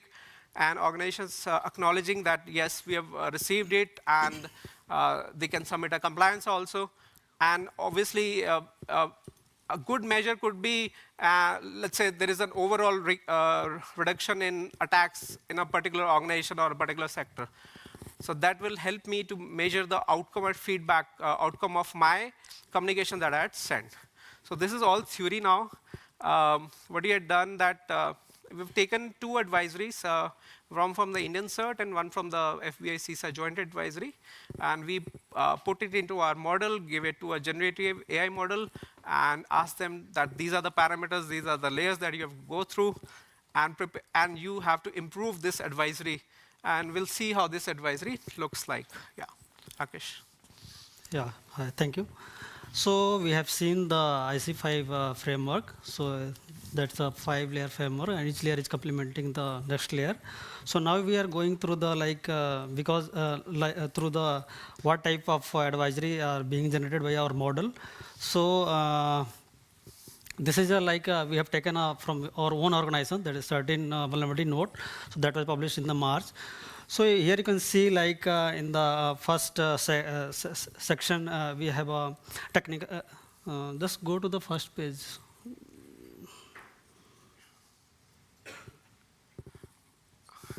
Yeah. Yeah. Thank you.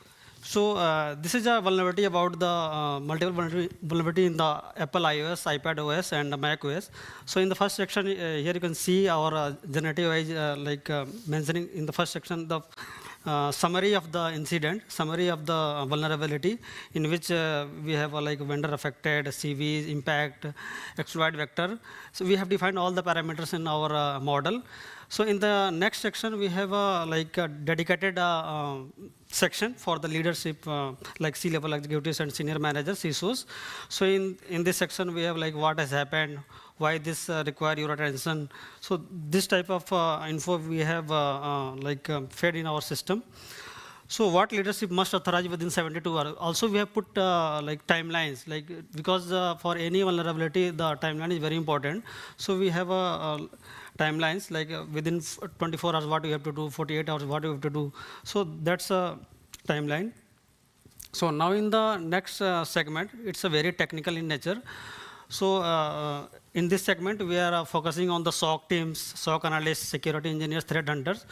So for them, we have multiple inputs for them, like vulnerability details, what are the indicators of compromise, so that our team, the SOC team, can feed in the analytic solutions and monitor all the adversaries. Detection guidelines are now, yeah. Yeah, detection guidelines and all. So now in the next section, that is the operational playbook. It's dedicated for the IT admins, system admins. So in which we are giving the instructions like what are the priorities. Priority 1, we are giving multiple priorities, like within 24 hours, what you have to do, next 24 hours, then what we have to do. So we have a priorities for the system admins and IT admins. Now also we have a verification checklist, like whatever you have done, how do you verify all those things? So we have a checklist, like in the first column you have C, like for the iOS version, we have a checklist kind like checks how to verify expected result. Now we have a contact reporting update schedule because it's a closed loop mechanism. So certain must know what action have been taken by the organizations and affected parties. What they update into in 24 hours. So yeah, and also in the last we have a evaluation matrix. In the evaluation matrix we are putting some KPIs, measurements and targets. So we have defined in our model multiple KPIs indicators. So based on the vulnerability, it is generating the reports and giving some KPIs and measurements and targets. Now can you open the next PDF?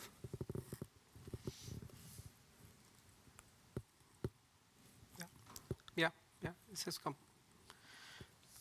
Yeah, it's a next. It's a like we have taken one advisory of the CISA, FBI and CISA. It's a joint advisory. So we have fed that advisory into our model. So this our model has created this type of note kind of advisory. So in the first section, here you can see the summary of the attack. In the next section, the leadership briefing, it's the same as in the previous one for CISO, senior managers and leaderships. Also dedicated section for the technical teams like SOC analysts, CTI team, threat hunters. So for the like we have a malware overview initial, and we are also mapping with the MITRE framework.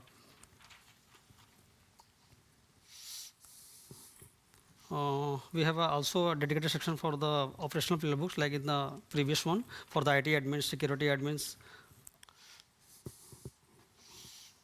verification checklist. So these are the reports like our model is generating based on the vulnerabilities. Okay. So as you can see that now obviously the communication that has come from us has increased a lot, but I think it is more effective, gaps are not there, and there is a high probability that it would be actually implemented or executed by the end organization, and it will also reach the true participant where it is intended to reach also. It will have specific rules for the CISOs, it will have specific things to do for the SOC teams, and something for the IT administrators to also do. Thank you very much. Thank you for India. Yeah. Thank you.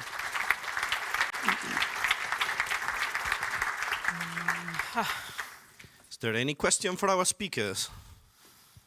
Yeah. Okay. Thank you so much for the beautiful presentation. So my question is, as a national cert, what progress or change have you seen or noticed ever since you came up with these models? And also, are these models effective when it comes to coordinating and communicating with relevant stakeholders during incidents, considering that the models can be time-consuming? Right. In fact, good that you asked this question. In fact, we have recently devised this framework. In fact, a lot of thinking went into this. And what we have done is that we have now started to convert advisories as per this framework, and we're planning to send it to the relevant stakeholders now, and then we will see how the uptake and feedback, how it improves. That is yet to be done. That is the thing. But yes, we have plans to get through this framework into actual implementation. Yeah.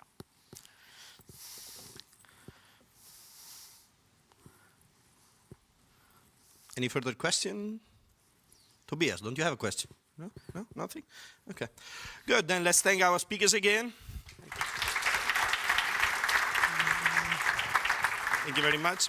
And next session starts at 2:45. Thank you.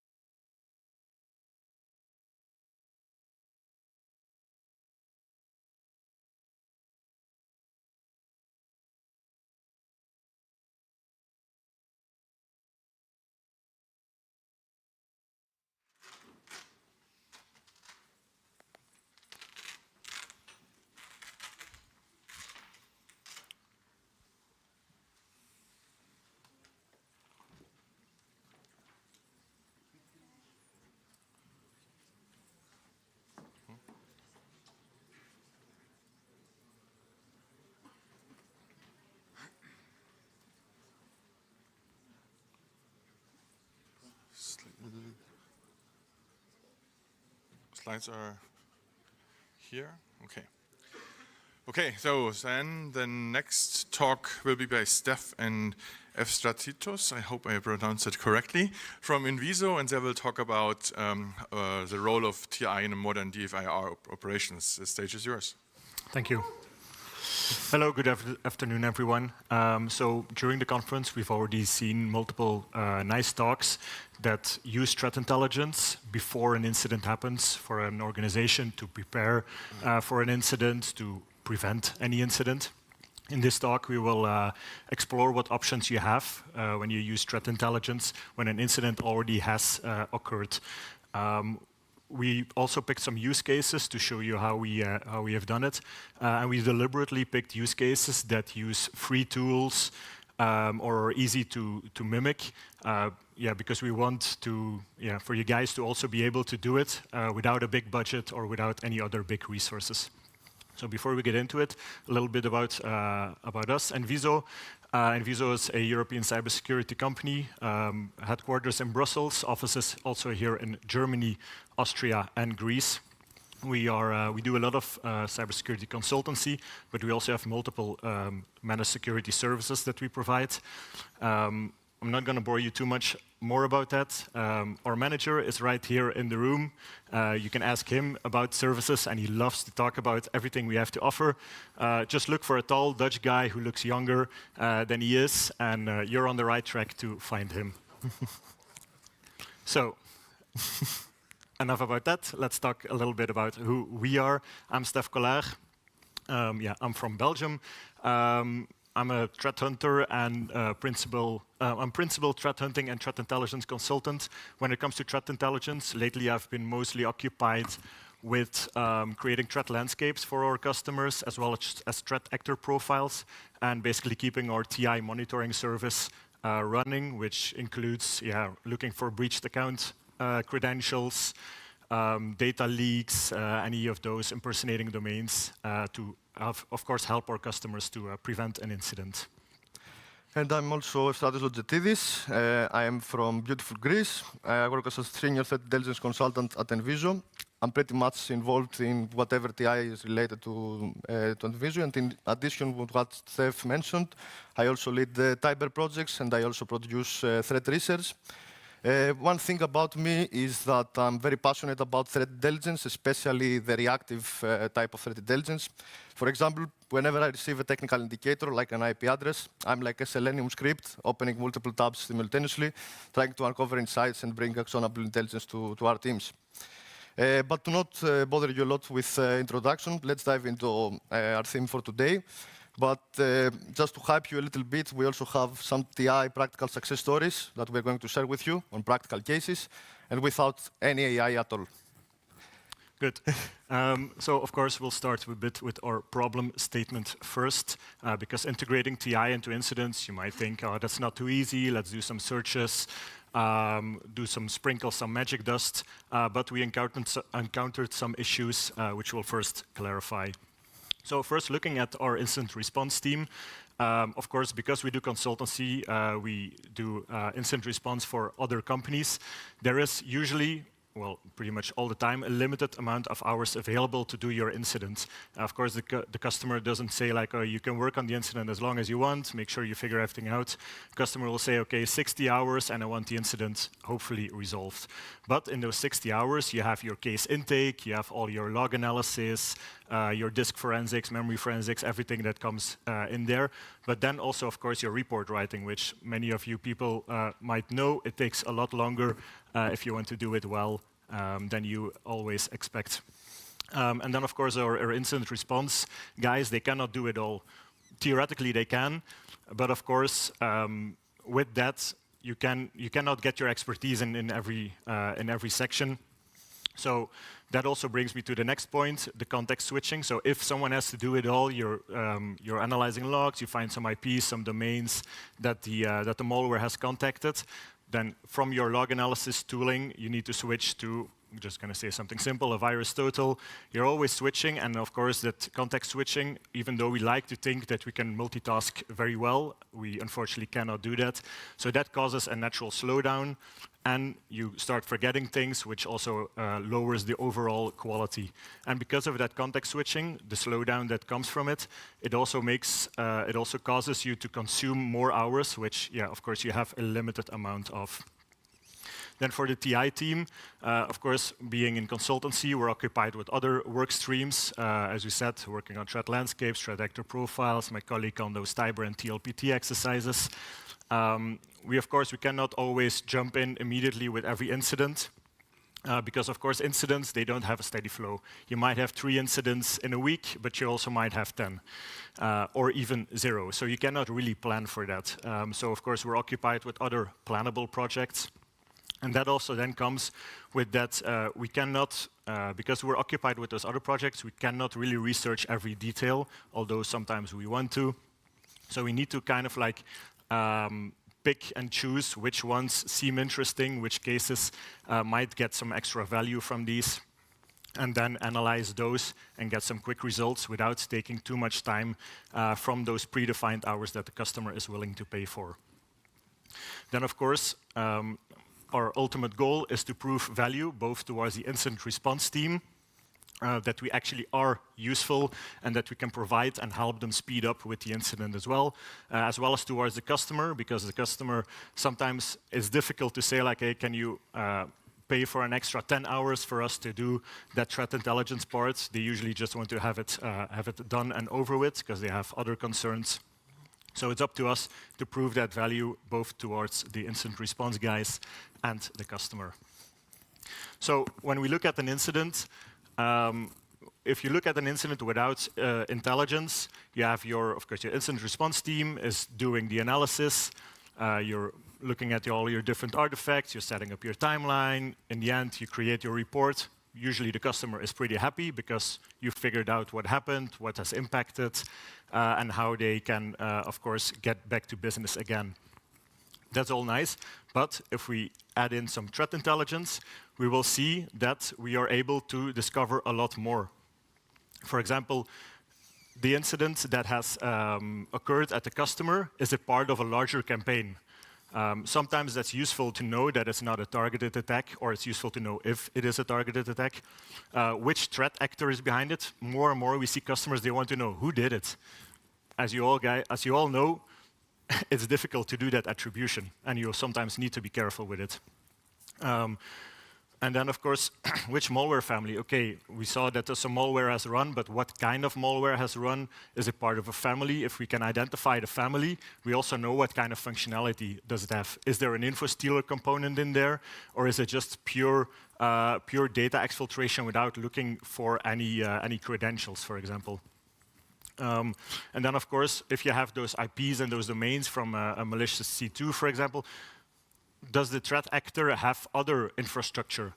In that way, we can then find that extra infrastructure, put it back to the incident response guys, and then they can again hunt for that at that same customer because they might have missed something in the beginning.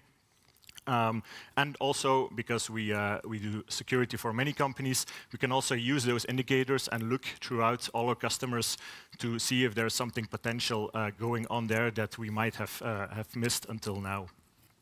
And then, of course, for our customers, it's important as well that they get a better understanding of the threat. They've been hit by a threat, but how, what, all those kind of things is always nice for a customer to know what has hit them and what is the effect. So our mission is basically to collaborate more closely with the incident response team and also prove our value towards the customer and that same incident response team. All the while minimizing the utilized hours for the case, because of course the incident response guys will not like it if there are 60 hours available and we take 20.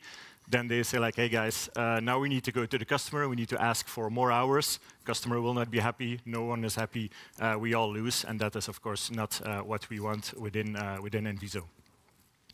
So now time to put on our hero capes, go on that mission, and of course we need to provide that value. Thanks. But first of all, let's discuss how we collaborate with the DFIR team. We will discuss entirely from our own experience what we have seen and how we do this. We're not saying that we have mastered it, but of course we are sharing this for you in case you find it helpful to adopt it yourselves. So, first of all, back in the days, we started with RFIs. Most of you have known what is an RFI. So, first of all, the stakeholder, either the customer or the DFIR team, needs some specific information. The DFIR team reaches out to us. Then we collect information based on our sources regarding this RFI. We analyze the collected information based on our tools at our disposal. And then we disseminate back the information to the customer or the stakeholder, the DFIR team. Of course, then we request some feedback, and then a new iteration begins if further data are needed based on our response to the RFI. For example, let's say if you have worked in the TI and you have collaborated with the DFIR team on a case, you have definitely heard of this type of RFI, like, hello TI team, can you search for leaked credentials for this user? Because I'm trying to identify the root cause of this compromise. Or another example that I can remember of was a customer that was contacted by the FBI regarding their infrastructure that was communicating with an IP address that was attributed to a threat actor named Violet Typhoon. And so the customer was panicked, escalated the case to the DFIR team, and in addition, they asked for a small threat actor profile on that group to understand what they might be facing with. But of course, this is not the only method that we have experimented with. We also have named the other method evidence follow-up. So what is this? In fact, is that the DFIR team conducts their investigation independently on collected evidence. They share the timeline and important events with the TI team. And then the TI team, whenever they have time, once per day, once per week, or whenever important findings are relevant for this case have been shown up. And then they correlate those findings, these key indicators, with external intelligence or with external information. If the TI team identifies something as relevant, either to the customer or the DFIR team, then they also include this at the final report.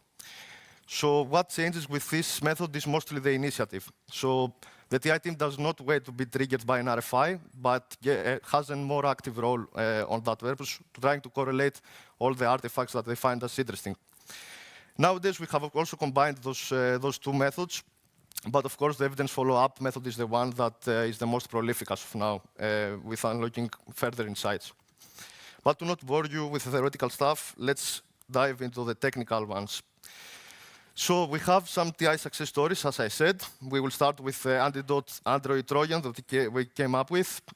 So there was a case. The customer shared a malicious APK to our DFIR team for analysis and shared the following information.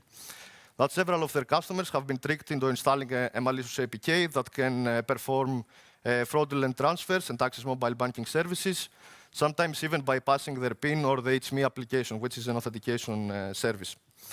The lure used in that incident is ISP calls impersonating Proximus, and they are requesting SIM card updates to lure the victims.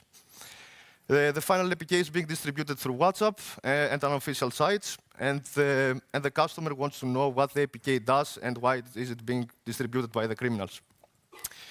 So then the DFIR team got their hands dirty, started analyzing the APK, reversing its code, extracting the C2, interacting with the C2 to understand about the communication that it has. That's, of course, great, exactly what the customer wanted. However, we wanted also to explore what the AI could offer more to that case. So with the evidence follow-up method, we started with the following key evidence that the DFIR team provided us: the C2 domain that was extracted, sunny-cloudnet.xyz, and that it used WebSocket for C2 communication. So the most obvious thing for us was to search for this C2 domain on reputation services like VirusTotal and other services. But unfortunately, at that time, it didn't yield any useful information. So we started to think, why don't we start by doing something much, much simpler? So we knew somehow how this was distributed. So we came across and searched and did a pretty simple Google search, like this one. Proximus APK malware. That simple. Just a Google search. Then we came across some results, a warning on safe on web, a malware detonation on hybrid analysis, as well as a malware bazaar sample. And that caught our interest there. So we pivoted towards the Malware Bazaar sample to see what it has to offer to our case.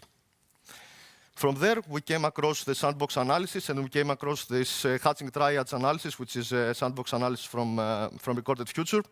And as we can see here, it classified this malware as antidote, in the malware family of antidote. Of course, we couldn't attribute this to our own sample because the hashes were different. However, we didn't give up at this time.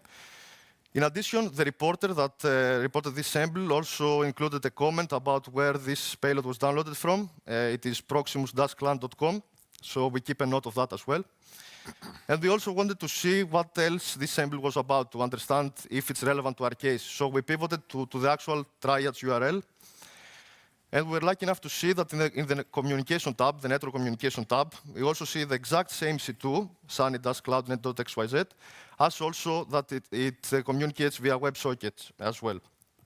So at that stage, we were confident enough to attribute our own sample as well to the antidote malware family. We didn't stop there, so we also wanted to identify and know what this antidote malware was about. So we came across a great report from Product.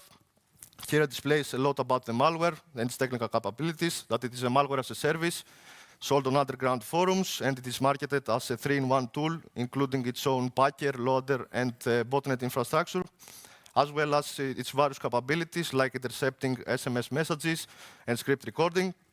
So we also provide this article and findings to the DFIR team to speed up their investigation or even to confirm their own findings, since they were also performing malware analysis on the sample.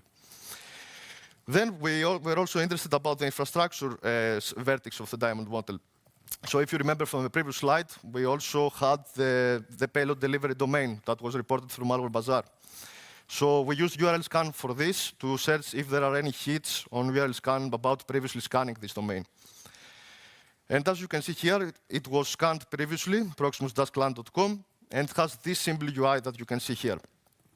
It has two words in Dutch in the navigation pane that I'm not going to pronounce, but it means commercial and consumer, if I'm not mistaken, in Dutch. It also contains the Proximus logo, as well as a button with an emoji and the download string as well. So we were curious enough at that point to say that this for sure, this is not the only one that they did. So we saw some pretty unique strings there, and we were curious enough to see if there are more of that campaign, to understand if it's a broader campaign or a single incident. So we crafted a simple URL scan search based on these specific strings that we have identified in this simple UI. As you can see, we used the specific strings as the downloaded and the emoji button. And first of all, we got some insights. Some insights regarding the timeline, first of all, that it started at least since September 2025. We also identified some more Proximus impersonating domains, as you can see, proximus-simcard.com, proximus-verificatia.com, as well as also impersonating other ISPs like Orange, Vodafone, and Telenet as well. So again, we wrapped up all these findings, we put on the relevant report, and the final result was that the customer was very much satisfied about the overall DFIR report, and as well as interested in the TI findings, they didn't expect that kind of findings in the report. Good. Our second use case is about a likely Gelsemium APT intrusion. For those who don't know, Gelsemium APT, as you can see on the flag, is a Chinese nation-state actor, active at least since 2014. They, of course, target a wide variety of sectors, from government, universities, all the way to religious institutions. And they're also, of course, as many APTs, known for their stealthy tactics. So in our case, we had actual zero-day exploitation of an internet-facing device, where also after that exploitation, we saw lateral movement activity as well as payload execution. So our incident response team identified multiple web shells, one of them being ReGeorge, as well as some other tools such as GotPotato, a privilege escalation tool, part of the Potato suite, and NetScan, which is, of course, a network scanner, as the name already tells you. And then also from malware sites, they identified a suspicious file path, so the WMI PD.dll in the regular system32 folder. And also a Windows service was created named WMI Provider, which was used to run or to execute that WMIPD.dll file. And of course, our incident response guys did some malware analysis on that, and they extracted their configuration where it's looking for inbound connections following these patterns. So then, of course, what did we as TI contribute? Again, keeping it very, very simple, a Google Dork. Google Dorking is, of course, one of the easiest things you can do. And in this case, we also used the most easy Google Dork that you can, is by just using quotes to search for a literal string. So we put the file path between quotes, entered that into Google, and then, of course, the most interesting finding that showed up was a nice report from Palo Alto from a couple of years ago about a likely Galsemium APT intrusion. When we looked at the report, with just a quick scan, we saw some similarities. Also, multiple web shells on the compromised device, one of those being of the regeorge type. Also, network scanners, similar potato suite privilege escalation tools. So when we started looking a bit deeper into the report, because we already found this interesting, we had some quick matches with just a fast scan, we saw that there was even more similarities, and that they're writing about the OWL proxy backdoor. And they also did some analysis there, and they also saw those exact same configurations that we also extracted during the reverse engineering. So that, of course, is very interesting information. Other file paths and so on, we see a lot of similar findings in that Palo Alto report as that we identified in the incident. So, of course, we forwarded this report and other findings towards our incident response team, and this then actually helped, this information actually helped our IR team to broaden the scope, to not only look for that one impacted server on which the customer initially alerted, because when they widened their scope to all those front-end servers, we actually found web shells on those as well. So it was not just one, but multiple servers that were impacted. Something that could have been found with a regular incident response procedure, but it, of course, went a lot quicker with this information. Of course, as I mentioned in the beginning, it's TI taking some time away from the incident response, from that bucket. This again shows that you can have a net positive with this information to find faster additional artifacts from that same incident.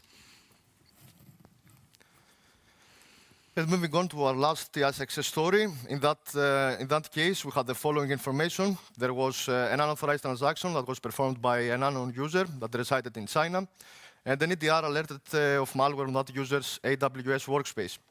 So the DFIR team quickly got their hands dirty again, and they identified a lot of key indicators for us to work with. For example, the hash of the malware that the EDR alerted on, the domain name of the C2, as well as the crypto wallet that was involved in that case. Of course, again, with the evidence follow-up method, we wanted also to contribute to see what else we can find about this case. We started with the simple steps to analyze the hash in VirusTotal. We already came across an association with a report from Kaspersky SecureList about a GoDrat infection that was targeting financial organizations. So from there, we pivoted towards the report, and we read and analyzed the report to see what was this campaign about. And to summarize, it was a campaign targeting trading and brokerage firms, and they distributed malicious screensavers and program information files that they were disguised as financial documents, and they were shared via the Skype Messenger. The payload in that campaign was GoDrat, which was a remote access Trojan based on the GhostRat code base. And Kaspersky already hinted at potential attribution to Windy APT, which is a Chinese state-sponsored group known for long-term espionage campaigns and financially motivated attacks. And they did this because of the code and distribution similarities with another GhostRat payload of them, Awesome Puppet. So we also got this report provided to the DFIR team to help them speed up their investigation again. But we also, again, analyzed the infrastructure vertex of the diamond model. So we analyzed the C2 domain that was involved in that case. So for that purpose, we used Validin, which is a passive DNS tool. If you haven't checked it, I totally recommend that. And we used the resolutions tab there to see what IP addresses were resolving that domain recently. From there, we pivoted towards those IP addresses to see what other domains they were resolving. So besides our own C2 that was involved in that case, we also came across another domain, fxuot.com, and we thought that this might be interesting since in trading, FX is a known term, meaning foreign exchange. And so we also kept a note of that, and we continued scrolling on the resolutions. And we also came across another domain resolution that was a typo squatted domain of our customer. And that was very interesting since if you pivot to MitraTag and see the TTPs of Vinti Group, you can see that in the past they have registered domains for C2 that mimic sites of their intended targets. So we also provided those information, those technical indicators to the DFIR team to check for C2 communication, and we continued from there. So we were also interested then to see what kind of content was hosted on those domains and IP addresses. Again, we used URL scan for this, and we also had a hit. And this was exactly what Kaspersky was reporting in their campaign. So there was a PDF document, masked as a PDF document, which actually was a program information file, disguised as a financial document, and it also included our customer's logo and branding on it. Also, if you see the HTML, it also included the fxuot.com domain that we have stumbled across previously, so it also confirmed that it's part of our own campaign. And from there, we were also interested on if those domains were also found by other researchers, or we can identify anything more related to this domain. So we just crafted another Google Doc to search for these domains. And we were lucky enough, we came across a cast result on Google Chrome, on Google Search, about a LinkedIn post from our customer again, about a job role that they were promoting.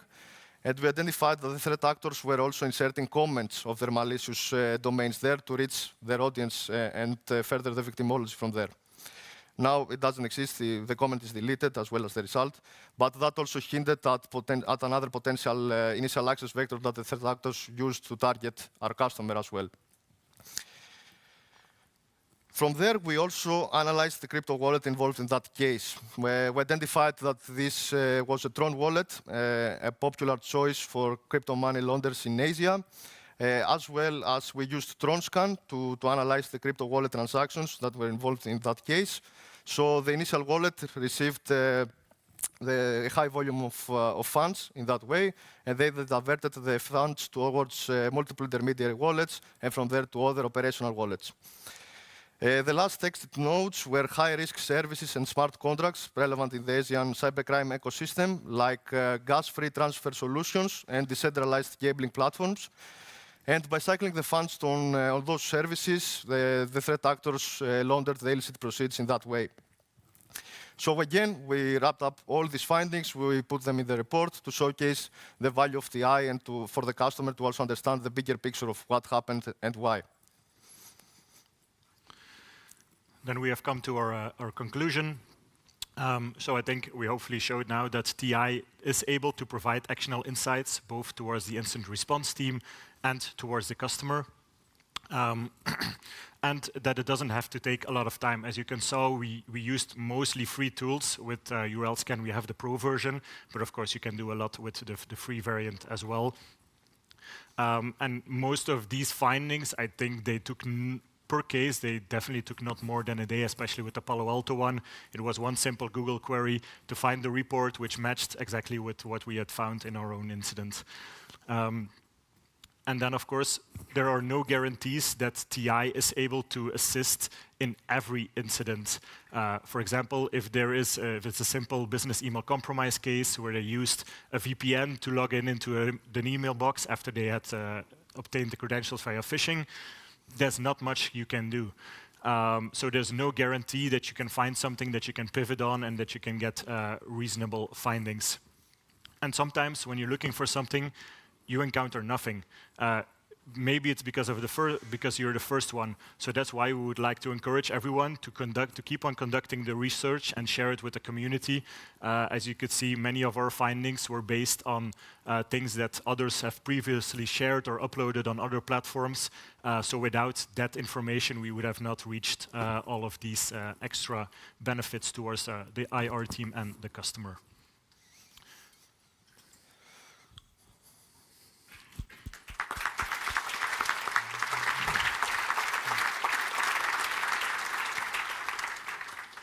Any questions?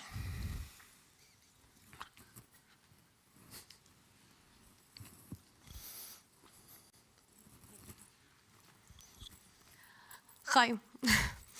Thank you for the presentation. A quick question here. Whenever you are working into an incident or running into an incident, finally the incident response team is very focused on trying to mitigate the incident as soon as possible. And probably they have new findings anytime that as soon as they are progressing with the incident. How do you solve the challenge of keeping the TI updated? Because otherwise it's probably that they have like another focus into the investigation, and whenever you provide the TI results, probably it's already a bit late. So how do you deal with that? So for each incident, we have separate communication channel. And of course, 1 or 2 TI analysts are included in that incident response. Basically, that chat that they're using to also communicate, because you're rarely working solo on a case. And then, of course, to share the findings from the incident response towards the TI team and back. You can do that the way you want, either through just chat messages, whether you're using a MISP that you keep updated throughout the incident, using an Excel file. You can admit it, we all do. But the important thing is that that you're included, that as a TI analyst, you're included into basically the communication channel that is used within, so that you can have a quick back and forth, you can have a quick sync call. Sometimes if you have a finding, all it takes is 10 minutes. But yeah, if you're not in direct contact, then it's of course difficult to have that quick sync once or twice a day, depending on the findings. Any other question? We would have time for one more. Last chance. No? Then thanks the speaker again.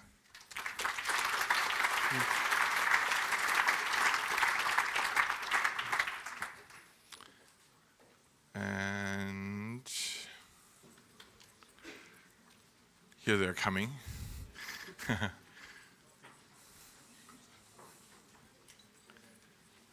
Yeah, sure. Go ahead. You can also go upstairs. Okay.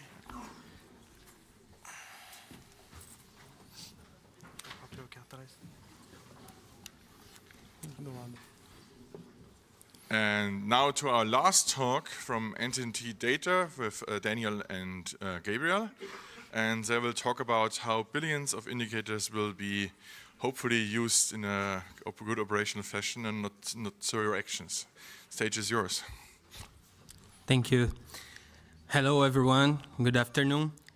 It's a true pleasure to be here with you today. So I want to start by thanking each of you for your time and joining us here, the last session of CTI first. So as we approach the end of today's sessions, I want to leave you a reflection in an operational and efficient way. We are currently operating in an environment where drowning by data, but striving for actionable outcomes. So if we look at the metrics, less than 10% of billions of indicators that are processed by global feeds actually translate in a real defensive measure, less than 10% of this billion of indicators. So this reveals a massive gap in your area, so most in CTI. So we mastered data collection, but we are still struggling with intelligence operationalization. The bottleneck isn't the volume, This is the latency between the ingestion and the action that we need to do. when 19% of your telemetry does reach the enforcement layer, you aren't just losing visibility. You are incurring in a massive analytical overhead that slows down your entire response cycle. So, to show us a practical way out of this, Gabriel here is share his experience building a modular and automated CTI pipeline. So he will demonstrate how to transform static high-volume reports in a smart enrichment and feedback loops that works actually in any maturity level, you know? So I'm Daniel Lima.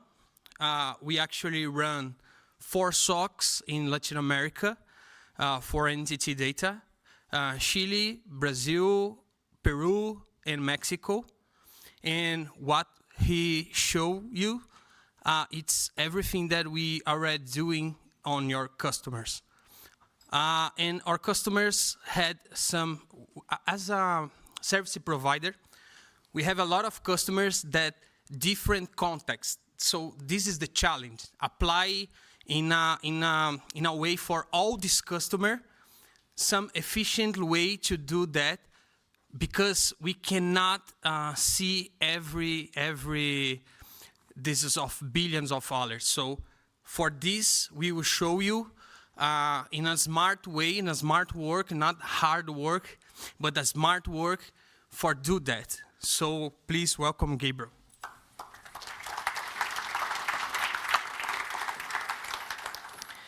So thank you, Daniel, for the introduction, and thank you all for being here. I know this is the last slot before the closing remarks, so I promise to be simple and short to everyone, okay? I am Gabriel Testoni. I am 6 years plus of doing the threat intelligence, cyber crime investigations, and risk intelligence. And today, we correlate everything we do in the SOC with cyber threat intelligence to gate a lot of this information, get every day the business information, business indicators, and how we manage that to provide real intelligence, actionable intelligence for our clients. So, yeah, good. So we have great talks today, and we'll talk about how our modus operandi mitigates cyber threats with intelligence automated proxies. So here is the problem. We are drowning data, but we are starving for action. 90% of IOCs never trigger any defensive action. 9 of 10 indicators you collect are wasted effort. Generally, mean time to block in a manual environment, it's about 4 to 6 hours to get action about this. In that time, the attacker has already moved laterally, exfiltrated data, or made the persistence. And here is the one that frustrates me the most. 40% of analysts' time is spent on data entry. Not in analysis, not hunting, not thinking, and just copy and paste between tools. That's not the reason we hired blind analysts to do. The data is there, the action is not. And that is the problem, the intelligence to action gap. It's what the entire talk is about.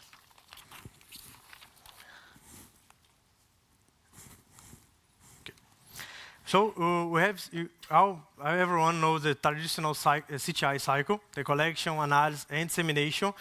So in the perfect world, this leads to action. But, however, in the real world, that's where the loops breaks. We aren't failing at the intelligence, but the action part.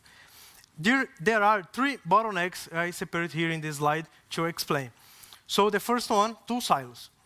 Your threat intelligence doesn't natively talk to your CN. Your EDR doesn't integrate with your SOAR. Different vendors, different data models, different APIs. So data becomes useless. Second, manual proxies. We forced our best analysts into copy and paste engineering. We pay blind people to move IOCs from window A to window B, a dozen times a day. We are wasting human intuition on tasks that require zero human judgment. Third, alert fatigue. We keeping adding feeds without the context. But what we are doing is adding noise in your system, your architecture. When analyst is drowning in low trust data, the only additional response is to stop acting entirely. So the third, so silos prevent flow, manual process prevent speed, and fatigue prevent quality. These three problems are exactly what have built the solutions we'll show today. Good. So I want to take a question for you guys, so just a moment. Does your CTI team actually really protect or just produce reports? If the answer is we produce reports, that's documentation. It's not intelligence. Intelligence, by definition, must provide action. So without that action, it's just a report in PDF with a nice cover. So how we can fix that? So this architecture for action we built in 5 stages: collect, process, enrich, and dissemination, and of course action. So notice the feedback loop in the bottom. Is our secret weapon we use every day. So the SOC response, including human decisions and automated metrics, feed directly back into the pipeline. The system learns and improves itself over time. Everything here is guided by one core principle. Every error in this pipeline must be an API call or a script. Never a person needs to do this every stage, because we have a lot of information, a lot of indicators. We need to more, how can I say, more rapid this information you can management. So humans should make decision, not move data, because we can use the AI in this inside this pipeline, but for the final answer, we need to be human to do this. So collection and enrichment. Let's go deeper in this formation. On the left side, modular connection. Every source operates its own independent script, like a microservice. Whether we are pulling from OSINT, infrastructure monitoring, or dark web forums, which one is a simple plugin model? Why we create this modular orchestration or this collection form? It's because source change constantly. If a forum goes down or API gets rate limited, I simply want to plug one model and can continue my monitoring or my cyber threat intelligence every day. Because every construction is like a Lego bricks, not a monolithic castle. So if I need to put down on Lego brick, my work is continuing normally because I built this modular connection. So in the right side, this is how the automation kicks in. A simple raw IP address transforms into the intelligence. It starts, there's just IP, meaningless. So the virus total scores, who is review, suspicious register, a gel IP, no a bulletproof hosting, and my ER holes match a Cobalt Strike signatures. Suddenly, that IP isn't just data anymore. It's a high confidence Cobalt Strike C2 server. That's the actionable intelligence we need every day to provide for our customers. The best part is that this entire enrichment process is 100% automated. No analyst needed to touch it to make this something. So, the brain, how we build this, the orchestration. Think of an orchestration layer is the central nervous system of our security operations. We've moved away from the monolithic platforms into favor and hub and spoke model. At the center, our hub, our orchestration, our brain, is learning our orchestration built on simple Python scripts and robust open source tools like Shuffle and NNTN. The spokes represent our entire ecosystem: threat intel, CN, EDR, and ER scanning, all the way down to our notification platforms. The takeaway here is the high-level security doesn't require a high-cost commercial platforms. By leveraging well-understood open-source components, we have built a system that's not only cost-effective, but significantly easier to debug and maintain. So, from pipeline to defense. Now, we move, the case shift here is that dissemination. It's an API call, not an email. So we hold the intelligence based on the confidence levels for high confidence.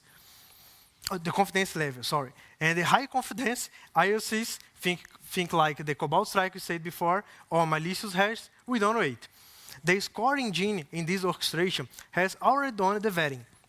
So they go straight to the ADR and the firewall for immediate blocking. No human is needed to approve something in this part. For medium confidence indicators, the platform generates CN alerts.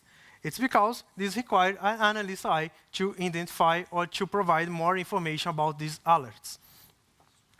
Finally, strategic trend-level intelligence flows upwards to the dashboard's leadership visibility. This tiered approach is the hallmark of operational maturity. You don't want to outblock everything. This is recipe for disasters or outages. But you cannot afford to wait 4 hours for a human to sign off a confirmed C2, a command and control server.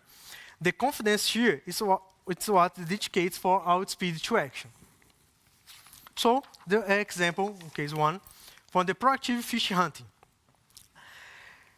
When we're waiting to use a report a suspicious email, it's to go to the source.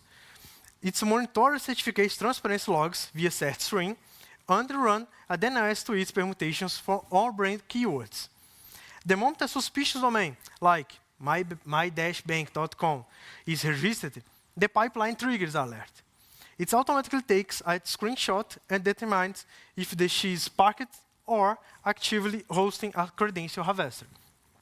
By the time our SOC sees the alert, the evidence is already there. The screenshot included, of course. We need to evidence for that. So they don't have to go hunting. They just have to decide. The result is total paradigm shift. We are finding and reporting these sites before the first victim ever sees them. So we moved the reactive waiting to a proactive defense. Case 2, the automated malware triage. We monitor no malware sharing platforms in the Telegram channel, so we have a lot of that. So when a new sample appears, our bot downloads it automatically and submits to the sandbox, like Cuckoo or Triage. The sandbox generates a report, and our parser extracts all IOCs, has C2, IPs, domains, to a high-confidence IOCs, go straight into CN, watchlist, and EDR block list. So the impact is staggering. We've taken analyst time per sample to 30 minutes in manual labor down to 0. Our analysts don't even see a sample unless it's flagged like a truly not worthy. We've stopped asking our experts to be a file movers and started letting them be hunters.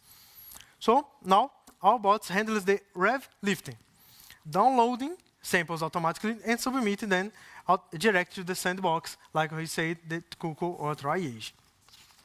So the case 3, the closing the loop like SOC and to the CTI. What's the difference from the standard automation? It's that we have built a self-healing pipeline. We aren't asking analysts to do more work. We are capturing the value of the work they are already doing. So by trying the final decision, it is an incident or a false positive. So they led this to the orchestration layer. We have automated reputation management for our intelligent source. If our source feeds us a noise, its score fades until the system drops it. If it's an incident, the system doesn't just increase the trust, so it's pivots to find related indicators from the same campaign. The system evolves daily because the SOC's investigation process is the training data. No extra forms, no manual updates. It's just intelligence that grows every click. So this is then our results in 6 months in the project. On the left, the manual way, the before, analyst action is a copy and paste bridge between tools. It took 50 minutes per RC. On the right, the automated way, iScripts handle the API calls in less than 15 seconds. To be clear, we didn't replace the analyst. We replaced the data entry work. This moves human from button pushing to actual hunting and investigation. Speed, time to block dropped from 6 hours to 5 minutes. The quality of false positive rate fell from 30% to the 3% because the system learns from the feedback, the CTI feedback every day. This proves that intelligence automation doesn't make us faster, make us more accurate. So, the lessons we learned about this. The automation is an engineering journey, not a set and forget tool. We started by targeting the biggest bottleneck, the billions of indicators, the billions of information we receive every day. So, but quickly learn that speed without quality, it's just a noise for us. We concern this by implementing the trust scoring, which filtered out the data nodes and restored the SOC confidence in all alerts. On the technical side, we solved the problem of API rate limits and breaking vendor formats to move a modular designer, a Lego designer. This added the resilience we needed to update one part of the system without the entire pipeline crashing. But the biggest shift here is how we talked to the leadership. We stopped reporting our raw data and moving forward toward meaningful business impact and started measuring the analyst hours saved. This single change, it's in your metrics. It's what ultimately secured our budget and gave us the resource to scale this project and avoid over-engineering. So how you can start this in the beginning? My advice for anyone to starting a project like this or this journey, especially if you are working alone or for a small team, is to start with a single pain point. Don't try to automate entire workflow add-ons. My suggestion is for a perfect first project is the first inbox, or case one. Automating attachment extraction and sandboxing in a weekend project that immediately returns hours of investigation time on a team every single week. The best part is that you don't need a commercial license to get these results. Everything I shared today was built using open source tools like Shuffle, N8N, The Hive, and MISP. This proves the high impact automation is accessible to everyone in this room, regardless of the budget. But remember, to turn a small project in a permanent strategy, you must report the right metric.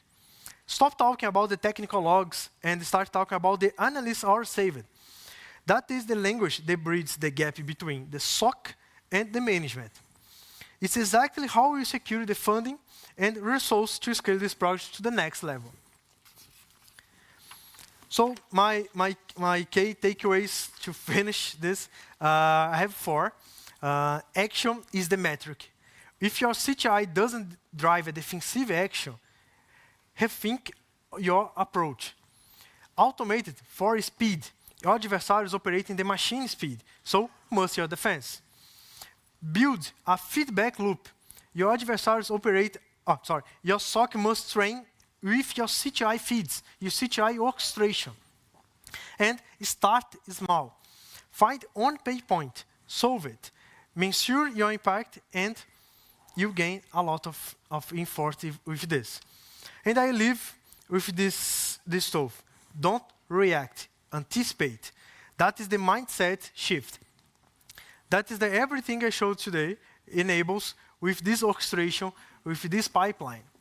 Intelligence, it's about collecting data. It's about turning knowledge into action faster than the adversary can adapt to this. Thank you.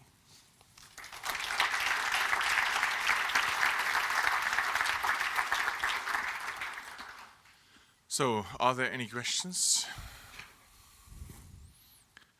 Here's one.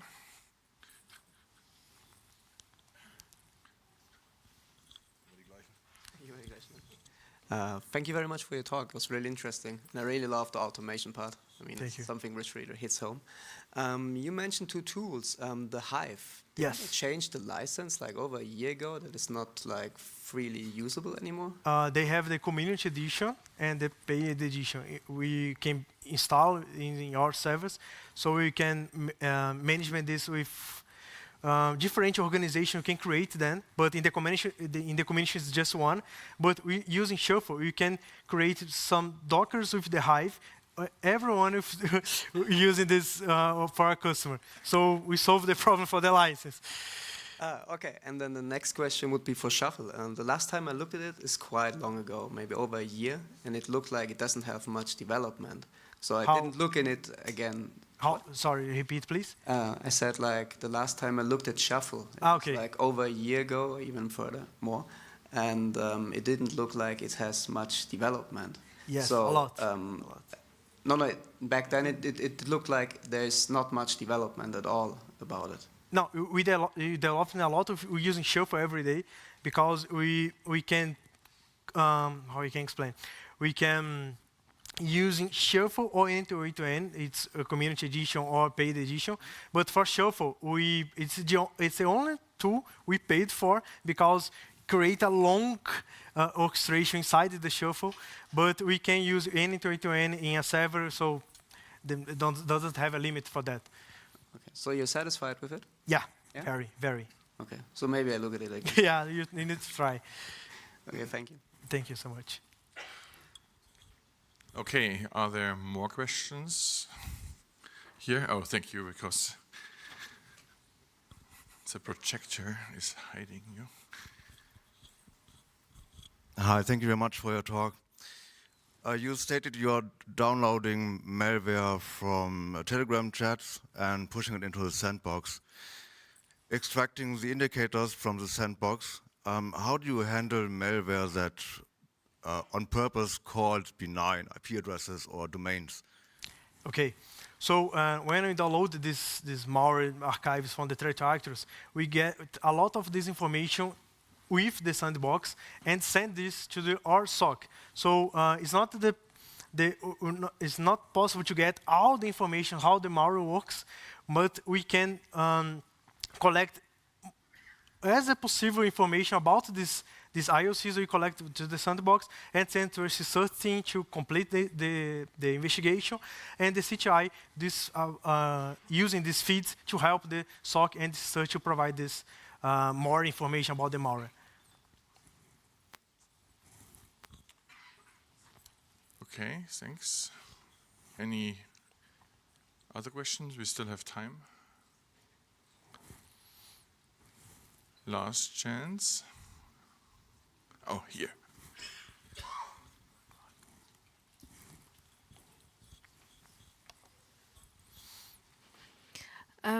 You asked us a brilliant question, by the way, during your presentation.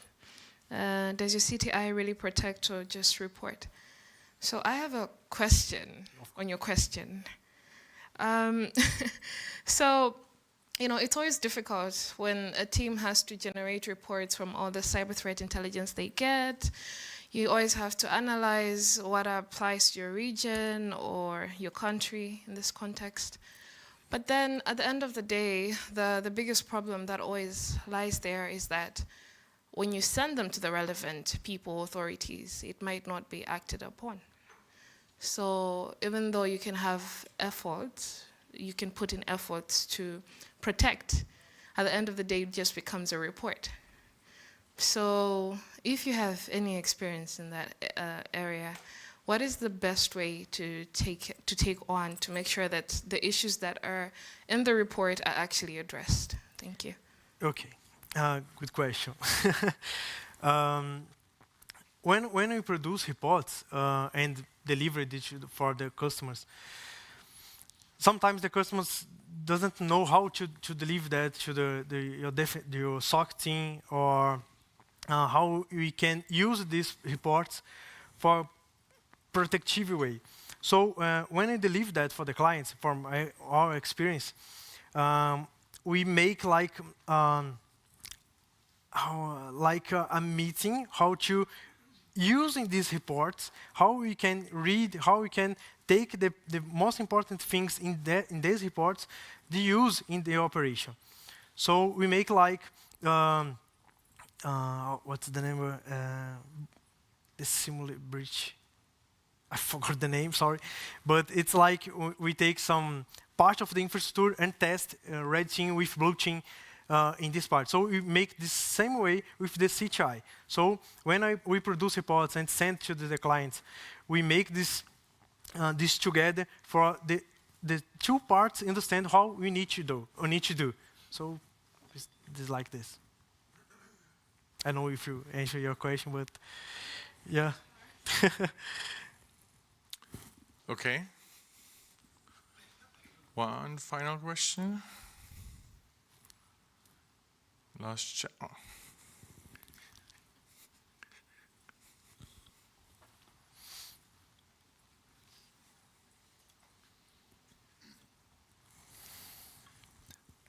About how long did it take you to build this process out, and how long have you been running this process since? Okay, so in our SOC, CTI have 3 years. We need 6 months to 8-10 months to build this orchestration for a lot of examples, a lot of errors, and a lot of good things. And we started this 2 years ago. Okay. With that, we conclude the talks, and thank you again to the speaker.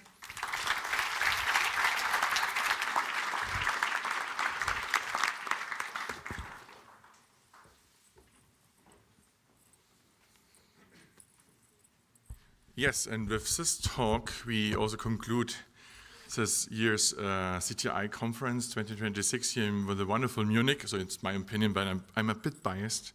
I hope you all enjoyed the last 2 days and also the workshop day.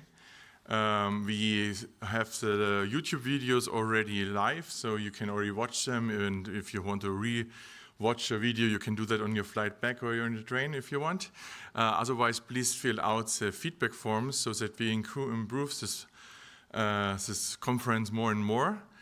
And now I hand over to Patrick, who will be the next year's chair.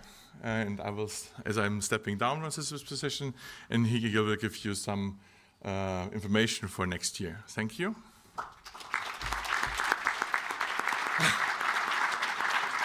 So, yeah, thank you, my partner in crime. So I think after 10 years, the occasion deserves a little bit more than just this quiet exit. So actually I have to say some words of appreciation and have to put you in the spotlight, actually. So it's amazing that you actually started this thing 10 years ago, really seeing the need and then also taking the action, and at the end bringing all those practitioners together and really also providing the space to, collect, discuss, and really facilitating this exchange. This is really awesome. And I can also tell you that Thomas has put some incredible and extraordinary amount of time and heart into really making this what is like today, this kind of conference. And yeah, that's really impressive. I think under Thomas' leadership, First CTI has grown not just as we can see in scale, but also in worldwide recognition, actually. And basically also the de facto conference, go-to conference for cyber threat intelligence, and also eventually helping to mature our whole profession and accelerating its development and the overall adoption of it. So before I also get too sentimental, I just wanted to thank you, Thomas. Thank you in the name of First. Thank you in the name of the community for all the great work. Thank you really for your leadership, for your unwavering commitment to getting this right. And you definitely set the standard. So also for me, it was really a pleasure working alongside with you, learning from you. And I think this applause is definitely for you.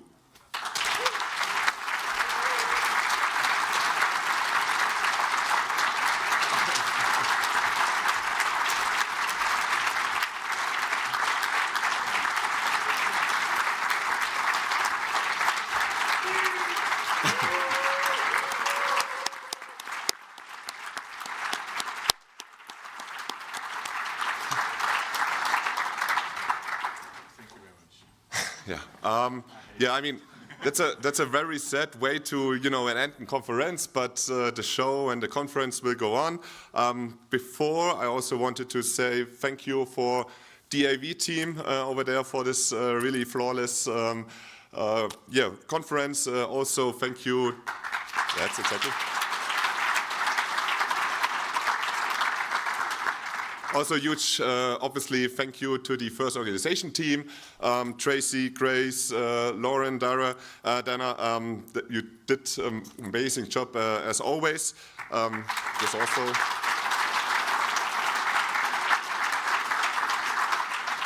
Of course, thank you to all the speakers, workshop facilitators. Of course, thank you to you. Otherwise, we wouldn't be here, at least not in this kind of setting. And I think that's it. So this is not the end of the world, as I said, because next year there will also be the first CTI 27, same date, different year. And if you want to play an active role in that, you can actually already think about which kind of talk or workshop you want to submit, or we will also have the possibility to, or you have the possibility to apply for the program committee. There will be something in the future announcement, just watch out. That's it. First CTI 26 is in the book. If you're leaving today, safe travels. If you stay, enjoy your time here. Either way, it was great having all of you here, and seeing you next year. Take care.